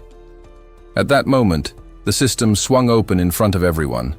The guide's voice echoed, acknowledging that it had been a while since they last spoke. He thanked everyone for reaching the final scene they had eagerly anticipated. With that, Act 1 officially began. The others cheered, but the guide quickly silenced them, explaining that he wouldn't tolerate any further interruptions. As he spoke, he killed one of them instantly. The guide went on to explain that when the 200 areas merged into one, the final 20,000 participants took their places. Despite all their efforts, they had limited themselves to small-scale battles. Their enemies were ruthless, aggressive creatures, ready to destroy them as soon as they were unleashed. In this final scene, they would face an army of these creatures, and they had to unite to survive. Their task was clear. They needed to defeat Commander Kipos and his personal army, who were even more fearsome than they had imagined. But with beyond so many survivors from previous stages, the guide was confident they would fight without fear. He wished them good luck as they prepared for the ultimate challenge ahead. As the final phase of Act 1 begins, Sunu reflects on how the testing site is broken into 3 distinct acts, each one like a stage performance with its own scene. The third and final scene is the most brutal yet. A battlefield where entire armies must be fought. Sunu's Explorer trait activates, revealing 23 distinct gates across the field. He carefully inspects each one to find the location where the enemy commander will emerge. Once he locates it, he announces that he will personally handle Gate 2. However, protecting the remaining 22 gates will require serious manpower. He recommends deploying at least 5 raid units per gate, built around elite units, to stand a chance. Turning to Sua and Ganga, Sunu tells them to aim for the top-ranking rewards. Shugal then asks what task awaits him. Sunu informs him that a hidden item will appear during the final scene. His job is to retrieve it. Before Shugal can leave, Ganga interjects. She insists she was always meant to accompany him. Shugal snaps back, telling her to be quiet and obey orders, reminding her that Odin doesn't tolerate backtalk. Ganga protests, saying that she didn't join for Odin. She came to work with him. Sunu steps in, agreeing that he made that promise to her. However, he explains that the stage she's looking for isn't this one. It's the one that comes after. Still, he urges her to face this scene and decide whether she's truly prepared to step onto that greater stage. If her resolve remains, after this trial, he promises they'll face it together until the very end.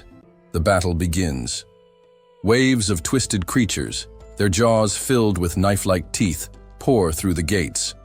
The defenders fight desperately, but the monsters seem unfazed by injury, driven by an unrelenting bloodlust. Then disaster strikes. One of the commanders appears, overwhelming a squad and killing them all with a single devastating swing. Panic spreads. Survivors turn to flee, only to spot a massive dragon soaring overhead. Dread fills them. It seems like the end. But Sunu calmly gives the command.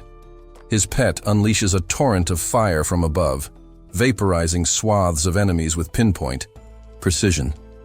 Even the commander is scorched and visibly injured by the blast. Enraged, the beast lunges at Sunu with its remaining arm. Sunu doesn't flinch. He braces his crude axe and stares it down. "Remember this," he growls. "As a warrior of Kipos, know that it is humans who will bring about your extinction." With the commander's death, Sunu completes the commander quest. The morale of the demonic army plummets instantly. He roars for the others to stop hesitating and chase down the fleeing enemies. Despite receiving a challenger box as a reward, Sunu's focus is elsewhere. He wonders whether Shugul succeeded with his mission and hopes the intel he gave him was accurate. Though, even with the right info, the task wouldn't have been easy. Sunu eventually finds Shugul, gravely injured, missing an arm and a leg, but alive, clutching his prize, the divine artifact of Chapos. It holds the power to set a return point. Without hesitation, Sunu lifts him up and prepares to return. Though the two of them are battered, neither has changed their resolve. Sunu then calls forth the system's fairy. He wants to restructure the ranking system. Currently, ranks range from F to S. To level up, one must increase each of 4 stats by 100. A system Sunu finds overly complicated, especially when combined with the pressure of choosing the right items. His new proposal is to convert every 5 stat points into 1 level. Stats will now appear in a simplified format, allowing players to level up more often and stay motivated through a constant stream of upgrades and rewards. He also proposes a proficiency mechanic for skills and traits, growth based on use and practice. Though the core mechanics remain unchanged, the way progress is displayed will be far more intuitive. The fairy hesitates.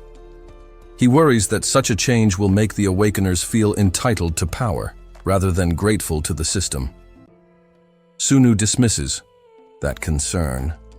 If they fought for it, they deserve it, he says. The system isn't the one out here bleeding. He then asks the fairy, is the system's purpose to grow its worshippers, or to protect humanity from extinction? The fairy doesn't answer directly, but offers a compromise. Proficiency can be added, as long as the growth rate matches their current stat progression. With that, Sunu's challenger trait activates again, unlocking a new mission. Solemn Challenge 2. This time, he must assassinate the Backland King, an enemy of terrifying strength. Before Sunu can fully prepare, the fairy transports him to the quest zone. He believes a 4-person party should suffice, until a shocking notification pops up. Uyan has joined the party. As soon as Sunu is transported to the quest area, Yanhee appears right beside him. She's the one he had hoped to find, someone he knew would be the most helpful. Yet her sudden arrival frustrates him. He didn't want her involved in something this dangerous. He asks her how she managed to get here, and in response, she embraces him tightly. She explains that she received a quest tied directly to him, one that activated the moment it appeared. Before long, the rest of the group arrives. Shugul, observing the scene, figures this must be Mary. He's heard plenty about her. He steps forward to shake her hand, but she only shoots him a piercing look. Her cold demeanor makes it clear. He can call her Mary and nothing else. Then, turning to the others, she warns them that she'll be keeping a close eye on them. She throws in a smirk at someone labeled the best lifeline, sending chills down Sua's spine. Sunu instructs everyone to stay put while he speaks privately with Mary. Watching them, Shugul quietly remarks that she really is Odin's woman. He expected nothing less. Gunga, meanwhile, seems completely stunned. To snap her out of it, Shugul lightly knocks her on the head, clarifying that he used no real strength. Surprisingly, it works. Gunga mutters that there's definitely something off about that woman. Sua asks Shugul how he knows Mary belongs to Odin, especially since she's never heard of her before. Shugul admits he doesn't know much. He's as unsettled by her as they are. But Sua insists that if she's going to be part of their group, they need to know everything they can. Shugul chuckles at the idea of them being on the same team. It's obvious to him just by looking at Mary. The power gap is too wide. She's in a league of her own. As they continue walking, Yanhei comments that Shugul's passable, but the two women are far from ready. Sunu had waited patiently for Yanhei to grow into the kind of person she's become, but now that she has, he finds himself almost intimidated. He asks her again how she ended up on this quest. She explains that it goes back to elementary school, when she first received a life quest to assist the one designated by the system. Sunu had advised her to abandon it back then, claiming the reward was too vague. But she refused. Over time, she nearly forgot about it, until a chain quest appeared, telling her to help him. Something about the system felt strange, like it was slowly being reshaped by unseen hands. Sunu reveals that he's the one responsible for that. The current quest they're on? That's part of it too. Yanhei isn't shocked. It makes sense. Thanks to those changes, more awakeners have survived. But a part of her wonders, is survival always a good thing? With power, people change, sometimes for the worse. She drifts off in thought, only to snap back when she notices Sunu visibly angry. He knows what she must have endured because of those traitors. If she hasn't already punished them, he's more than ready to do it himself.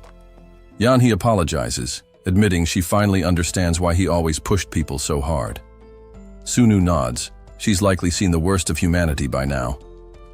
But two people alone can't fix the world. That's why they founded the Awakened Association, to create some level of control. Mistakes will happen, but she shouldn't immediately dismiss everyone he brings in.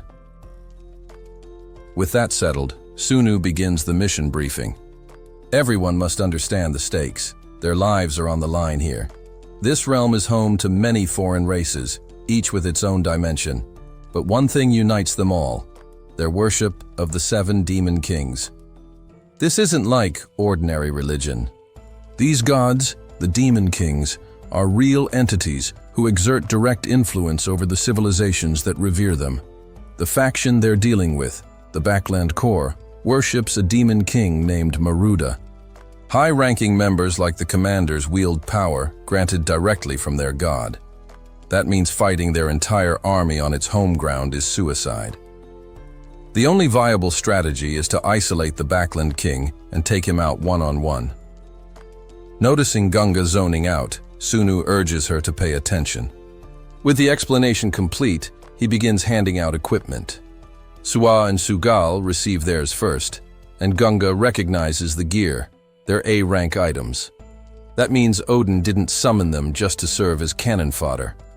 Their powerful leader actually plans to see them through, and with Mary present, the quest feels far more manageable. Sunu catches the admiration in Gunga's eyes and asks if she can actually see the person standing beside him. He wants her to describe Mary. Though she finds the request rude, she complies.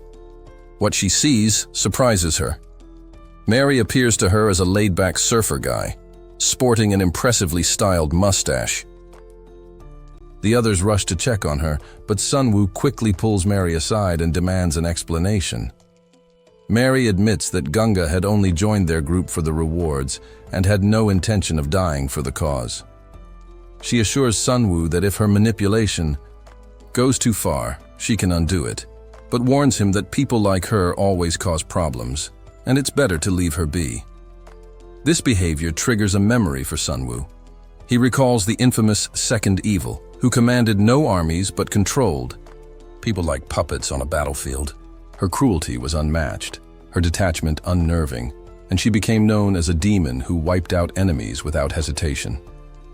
Sunwoo never learned her identity, but one careless comment from the First Evil revealed that she was a woman, information that nearly cost the First Evil his life. Still, Sunwoo doubts that Mary could truly be the Second Evil. She possesses traits of the First Evil, not to mention a range of virtuous abilities. But if she ever does turn into the Second Evil, he knows he'll have to stop her, and without hesitation.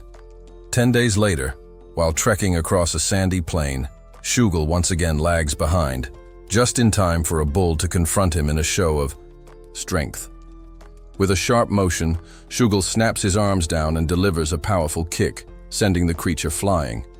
He shouts for Sua, only to realize she's pinned beneath another bull. Without hesitation, he launches into the fray, kicking the beast squarely in the head. Afterward, he immediately turns his frustration towards Sua, scolding her for wandering too far away. But before he can finish, she shouts a warning. Another bull is charging from behind. Just as it looks like Shugul might be gored, Gunga leaps dramatically into the air, claiming he's acting like a character from a drama. He warns Shugul not to underestimate Sua, but Shugal has had enough. His nerves are frayed, and fear still has Sua's mind in a chokehold. Sua too isn't doing well. Ever since they encountered Odin's group, she's been emotionally off balance. Shugul reminds her that with Odin's barrier gone, she has a more vital role now. Out of the blue, Sua asks if Mary is also a healer like her. Shugul confirms it, confused as to why she's asking. Didn't she see Mary reattach his severed hand? Apparently Sua was in disbelief over what she witnessed. Shugul looks over. Sure enough, Mary is on the ground, tearing through wave after wave of bulls with Sunwoo, backing her up using lightning magic. Then it hits him. Mary and Sunwoo aren't lagging behind. They're acting as bait, typical of those two. Despite everything, Shugul still worries about Sua's mental state. He gently grabs her and shares a metaphor. If a sparrow tries to walk like a stork, it'll only break its legs. He tells her not to compare herself to others and to focus on what she can do now. He promises to protect her. She asks what he's doing, but he brushes it off and urges her to stay by his side. With that, they charge forward again. For the next 2 months, the group battles relentlessly, traveling over 1,500 kilometers. Sunwoo's stats gradually return to the level they were before his reset, something that Yanhee finds impressive. But the rest of the team is exhausted, so Sunwoo calls for a maintenance break. It's been 5 days since their last rest. Everyone has shown significant growth, and Sunwoo believes they'll be even more useful once they reach the royal capital, where the king resides. Meanwhile, Shugul considers how to properly address Mary. He remembers Sunwoo telling him that Mary is his senior in more ways than one and should be treated with respect. Reluctantly, Shugul starts calling her Lady Boss, which amuses Sunwoo. Mary is older than him too, though she looks much younger. Still, Shugul finds some comfort in not having to call someone younger boss. His pride is somewhat intact. They all have their own quirky ways of addressing each other now. Sunwoo jokingly tells Sua to start calling him Appa to make things easier. She agrees, right as Yanhee walks up beside Sunwoo and smiles at the peaceful moment. She casually mentions that Sua likes Sunwoo, and that the feeling is mutual. Sunwoo didn't realize it, but Yanhee believes their feelings have been quietly developing for a while. Perhaps he's just been suppressing them because of his strict stance on not allowing romance between teammates. Still, Sunwoo knows better than anyone how dangerous emotions can be on the battlefield. Even if Yanhee doesn't dare read his mind, he knows he's walking a fine line. He quietly gets up, murmuring that the risks outweigh the rewards. He's painfully aware that personal feelings can cloud judgment in life or death situations. No matter how much affection grows between them, the boundary between himself and Yeonhee must remain intact. They can never allow themselves to fall in love, no matter what. Eventually, the group reaches their destination, a massive city erected by the Bull clan. As they gaze upon the towering walls and fortified structures, Sunu points to the center, explaining that the Backland King is likely entrenched there. To complete their mission, they'll need to force him out. Yeonhee offers to infiltrate the city herself, but emphasizes it should only be a last resort. Sunu agrees and lays out the plan. The rest of them will create a diversion. From the very beginning, the city has been sealed off to outsiders. If they charge in recklessly, they risk being completely surrounded. Sunu compares their situation to the 1997 Hong Kong financial crisis, when a sudden 400% interest rate hike triggered a collapse from within. What they need now is fear. Fear sown along the city's borders, enough to draw the king out. In this culture, after all, the king is also the strongest warrior. If he doesn't show himself, they'll resort to using the return stone for guerrilla warfare. Suddenly, the sky splits open, revealing a colossal, glowing eye overhead. Sunu instantly recognizes it. It's the gaze of Damaruda. As the eye solidifies, a wave of psychological pressure crashes down on the group. A system alert flashes before them. A new quest. Worship Damaruda has begun. To survive, they must maintain their sanity until the ritual being performed by the Backlands concludes. Unfortunately, Sugul, Gonga, and Sua aren't strong enough to resist the influence. They begin walking, entranced, toward the city, drawn into worship the god's overwhelming power. Yeonhee quickly realizes she can only save one of them. The choice weighs heavily on her. While the heavens rumble and the city looms, Sunu makes the call, Sugul. With a burst of light, Sugul is snapped out of his trance and granted a new trait, authority resistance. But he's disoriented, unaware of what just happened. The other two remain under Damaruda's control and immediately turn violent, attempting to kill Sugul on the spot. Sunu shouts for him to duck and unleashes a devastating attack, severing Sua's weapon-wielding arm entirely. Seeing the power radiating from Sunu, Gonga and Sua flee, their minds still enslaved. Sugul calls out to Sua in agony, but Sunu tells him not to worry. Mary had protected him, though the effort left her unconscious. When Mary comes to, she comments on the sheer strength of the 7 demon kings. Just being glanced at nearly killed them. Sunu affirms this. The attack wasn't even directed at them. They were just unlucky enough to cross its path mid-ritual. Sugul asks if there's any way to recover Gonga and Sua. Yeonhee answers grimly. They're gone. Their minds are completely consumed. He barely made it out himself. Sunu's frustration boils over. They've lost 2 comrades because a god merely looked their way. The power gap is still immense. Still, there's no time to grieve. They must assess their position. Gonga, in particular, is a danger. With her potential, she could come back not just as an enemy, but as a true monster. Sunu warns Sugul. Those 2 are no longer allies. If they return, it will be as adversaries, and any hesitation will mean death. Now, their mission truly begins. It's time to drag the king out of his fortress. The group led by the 5th virtue stood out from the rest, not because they chased after lucrative quests, but because they sought only bloodshed. They weren't driven by rewards. They were driven by violence. The 5th virtue often claimed his only goal was to protect Seifi, but somewhere along the way, he became powerful enough to take on any of the 8 evils or virtues in both this world and the land of the dead.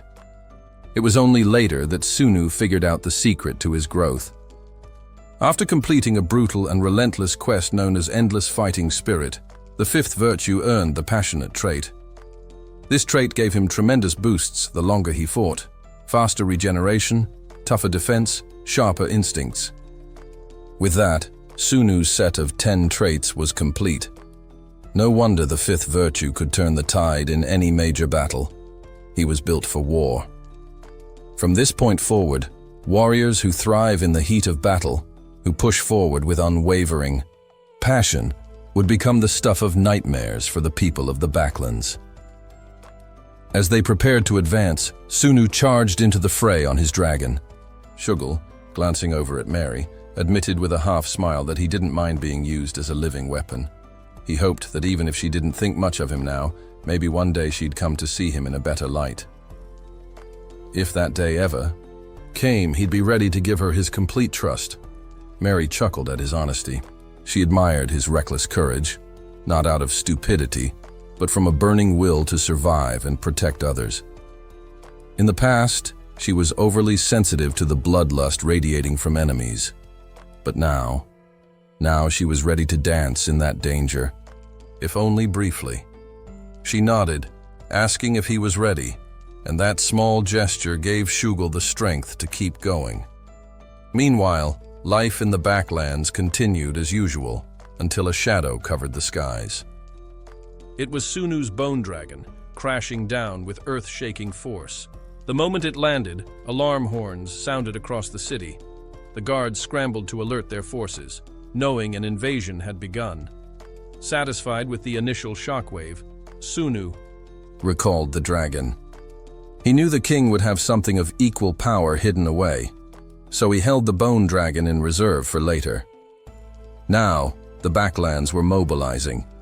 Waves of warriors flooded the streets, elite knights mounted on wyverns, high-tier troops, even powerful sorcerers. It was no longer just a skirmish. This was shaping into a full-scale war. To Sunu, it now resembled an S-rank dungeon, not impossible, but far from easy.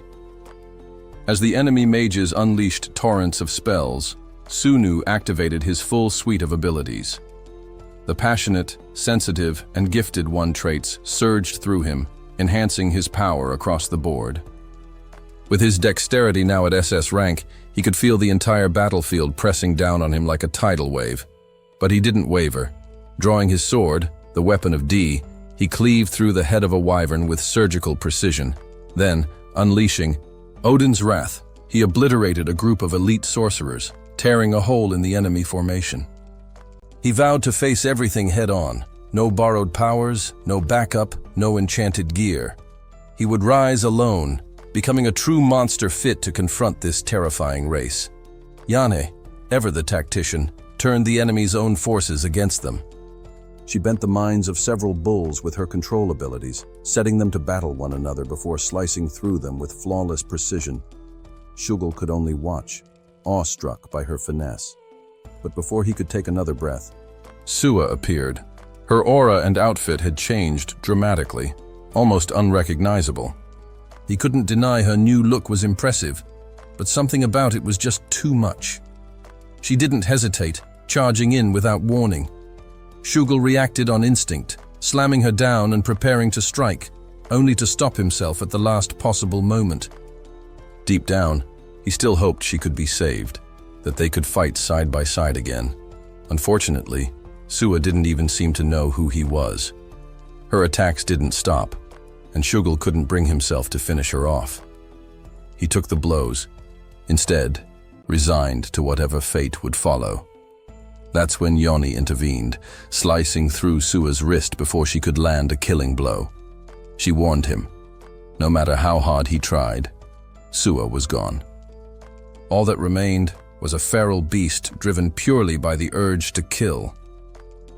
Meanwhile, Sunu continued to wade through the herd, cutting down bulls despite being drenched in poisons and curses. The passionate trait shielded him, letting him resist the onslaught. Then, a lone wyvern charged. He met its force head-on, stopping it with brute strength alone. But he wasn't at full power. Roots from a death magic effect bound him, leaving him vulnerable. Another bull slammed into him at full speed while he was trapped beneath the wyvern. That was enough to awaken the man who overcomes adversity trait. With a roar, he rose again, unleashing a blinding lightning strike that caught even the king's attention. The others regrouped, though Shugul could barely stand. Yoni wondered aloud whether the king would even bother to appear. Shugul, breathless but still stubborn, mentioned he had a trait called Fist Destroyer, which, despite everything, he still thought sounded awesome. Then, Sunu spotted him, the king. When the challenge quest finally activated, no one dared to interfere. The one who emerged was the supreme ruler of the species, their greatest warrior, and their king, Aruda, High Priest of Doom. His defense stats were mind-boggling, 210,000 physical and 300,000 magical. He wasn't alone either.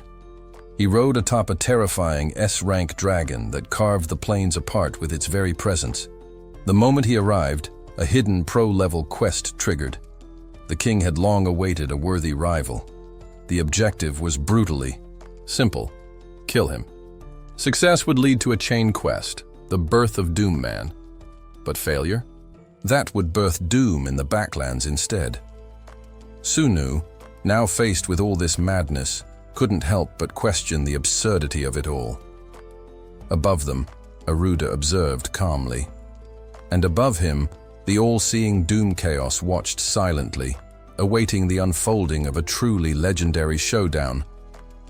The king and Sunu lock fists in a brutal clash that sends a shockwave tearing through the air, nearly blowing everyone away. The impact is so intense that Sunu's muscles are shredded on the spot. Fortunately, his regeneration ability kicks in, allowing him to recover almost instantly and keep fighting like an unstoppable force. The king is taken aback by Sunu's resilience. Sunu seizes the moment, channeling a blazing punch that pierces straight through the king's hand. The impact causes a massive explosion to erupt in the distance, resembling a nuclear blast. Just then, Sunu receives a system alert. The framework of the system has been altered. Some features, like the rank system and loot boxes, have been removed. In their place, new elements are introduced: proficiency, item levels, and skill ranks. From now on, a skill's effectiveness will be determined by its rank, and using it successfully will increase the user's proficiency over time. Hyan-Woo reflects on how his bronze and gold box skills evolved the more he trained them. Since everything starts at rank F, he always struggled with choosing which ones to prioritize. Now, with this update, he can finally see what each skill is capable of through its detailed stat display, a user-friendly feature that makes the system much clearer. Jin arrives, noting that the visual interface isn't the only thing that's been revamped.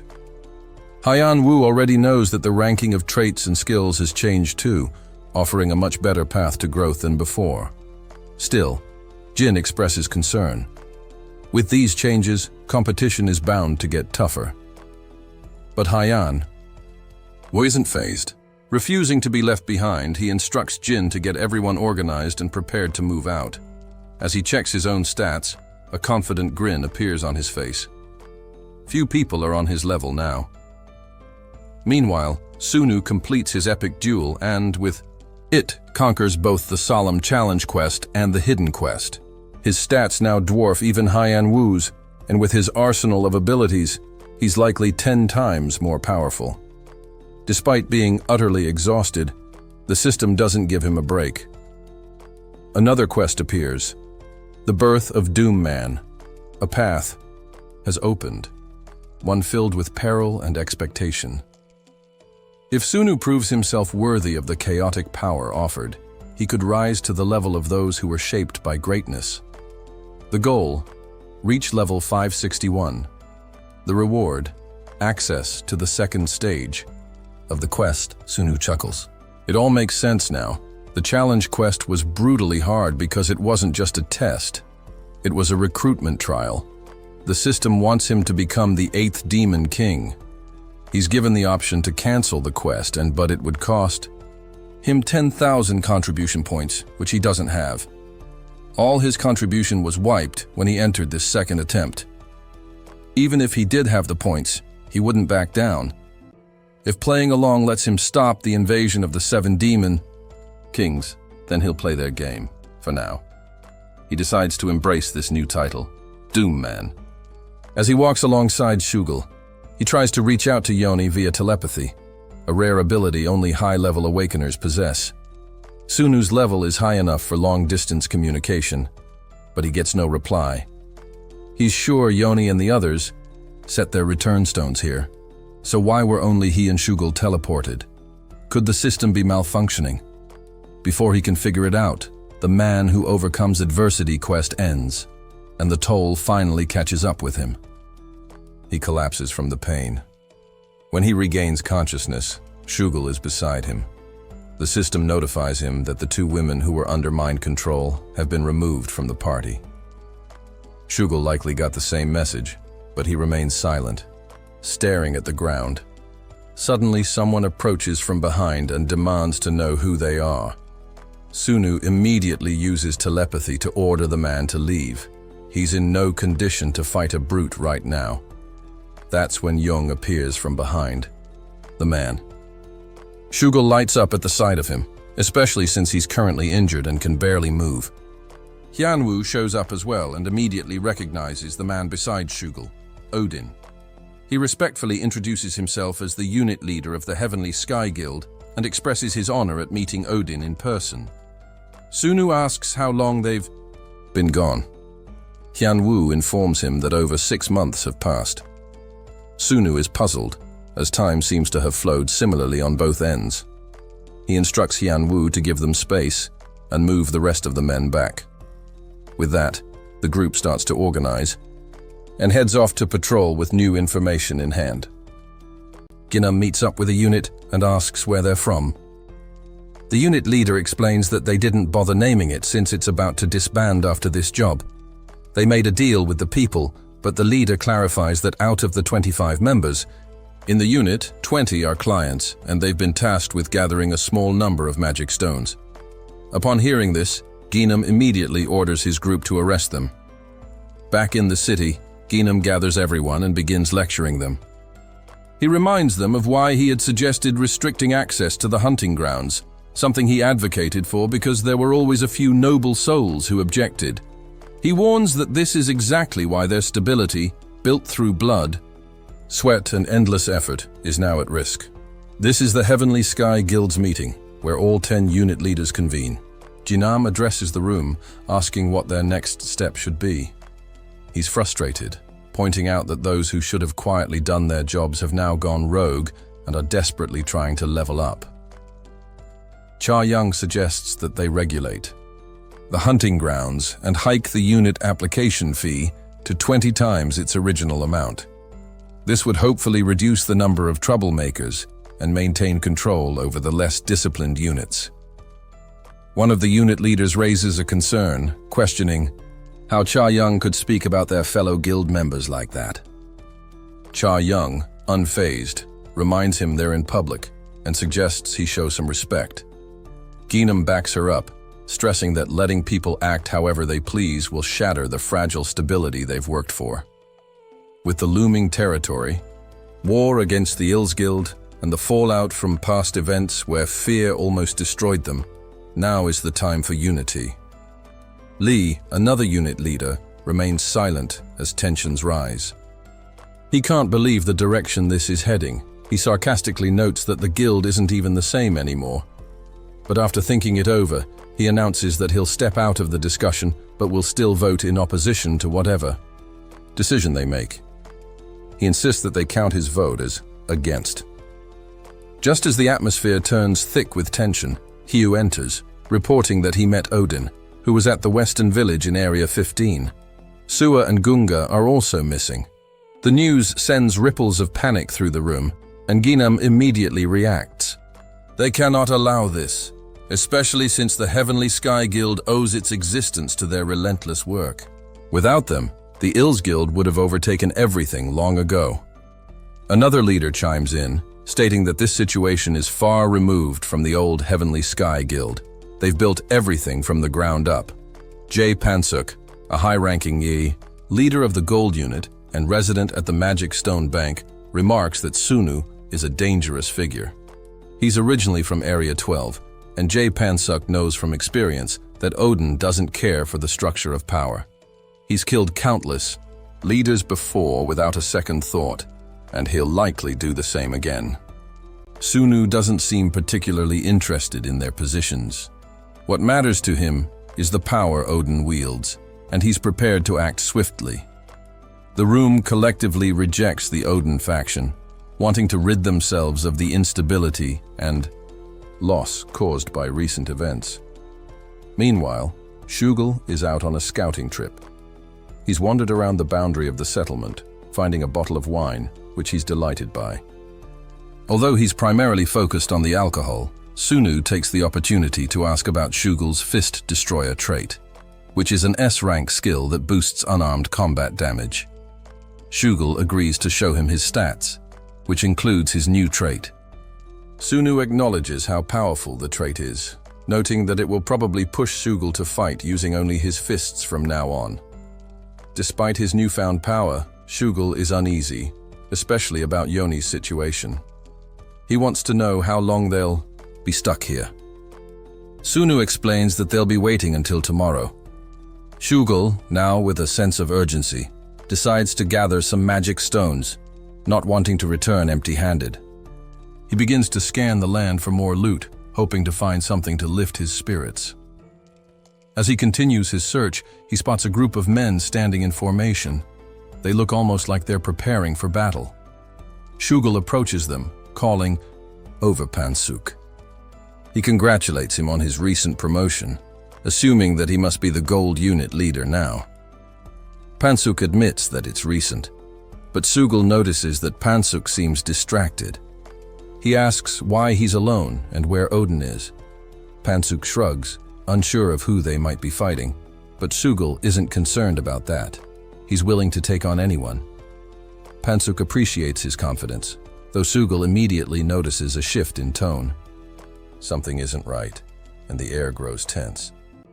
It finally dawns on Shugel, and his face hardens as he begins to understand the true nature of the situation. He has always known that Pansuk was no saint, but now it seems like his reckless decisions are about to lead them all down a dangerous path. Shugel can't help but wonder if Pansuk even realizes the kind of mess he's stepping into. Thanks to his background in distribution, Pansuk was quick to assess situations and make decisive moves. While others hesitated, he was one of the first to start collecting magic stones and became an early player in the buying and selling of goods. When injured individuals sought help, he sold them medicine, and during large-scale battles, he provided attack items at competitive prices. This savvy approach allowed him to accumulate vast wealth, far surpassing even the Heavenly Sky Guild. Despite Odin's strength, there was still a number of capable awakeners, and after the final act of the first chapter, the northern region was under the control of the UNG Guild, while the southern region was dominated by the Heavenly Sky Guild, which boasted 20,000 awakeners. Pansuk believed that no one, not even Odin, could get through such a large force. But as he watched Shugel recklessly flailing his fists around, taking down men left and right, it became clear that he may have been wrong. Hugh, observing from the sidelines, marveled at Shugel's impressive stats. However, despite his immense offensive power, Shugel was no match for Hugh's 15,000 defense. Hugh could block most of Shugel's strikes with ease, and yet it seemed no one was attempting to attack Shugel while he was fighting. When Shugel glanced behind him, he saw Chang frozen, in fear, paralyzed by his terror, making it easy for Shugel to bypass Hugh's defenses and grab his leg. Pansuk, now aware that the fear in his men had played a role in this, wondered why some people stood still in terror, but he'd soon find out the cause.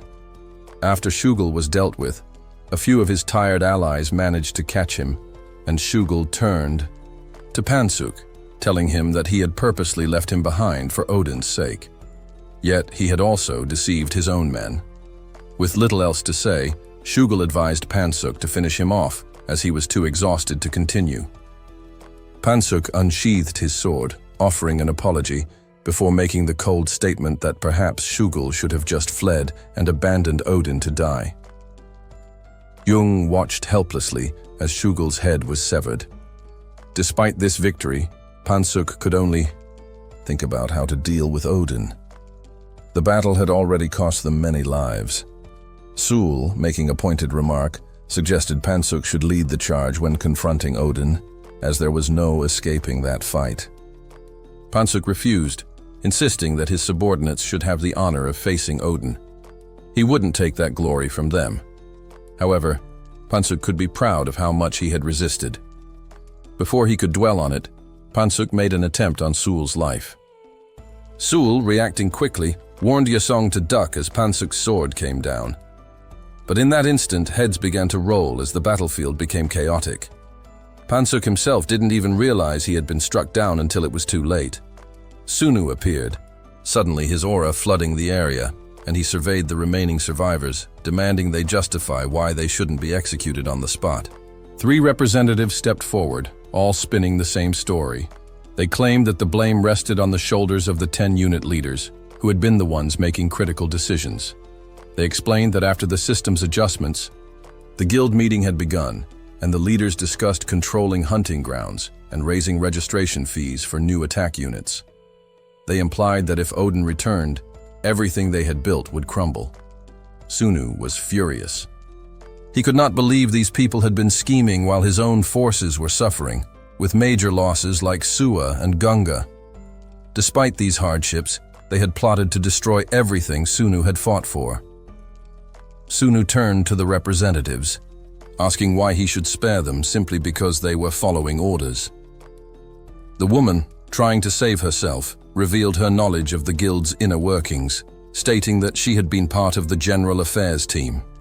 Sunu spared her life. Another man spoke up, stating he had led the Gold Attack Unit's satellite forces and was familiar with the northern regions. He offered to make contact with the King of the North on Sunu's behalf. Sunu, recalling that Gunga hailed from the north, agreed. He ordered the man to deliver a message to the king, stating that Sunu wished to meet with him. If the king refused, Sunu would come to him, and it would not be a diplomatic discussion. The man, understanding the gravity of the situation, left to carry out his task. Back in the north, the king, upon hearing the news, was furious. He slammed a part of his throne to pieces, enraged that Odin had no idea who he was dealing with.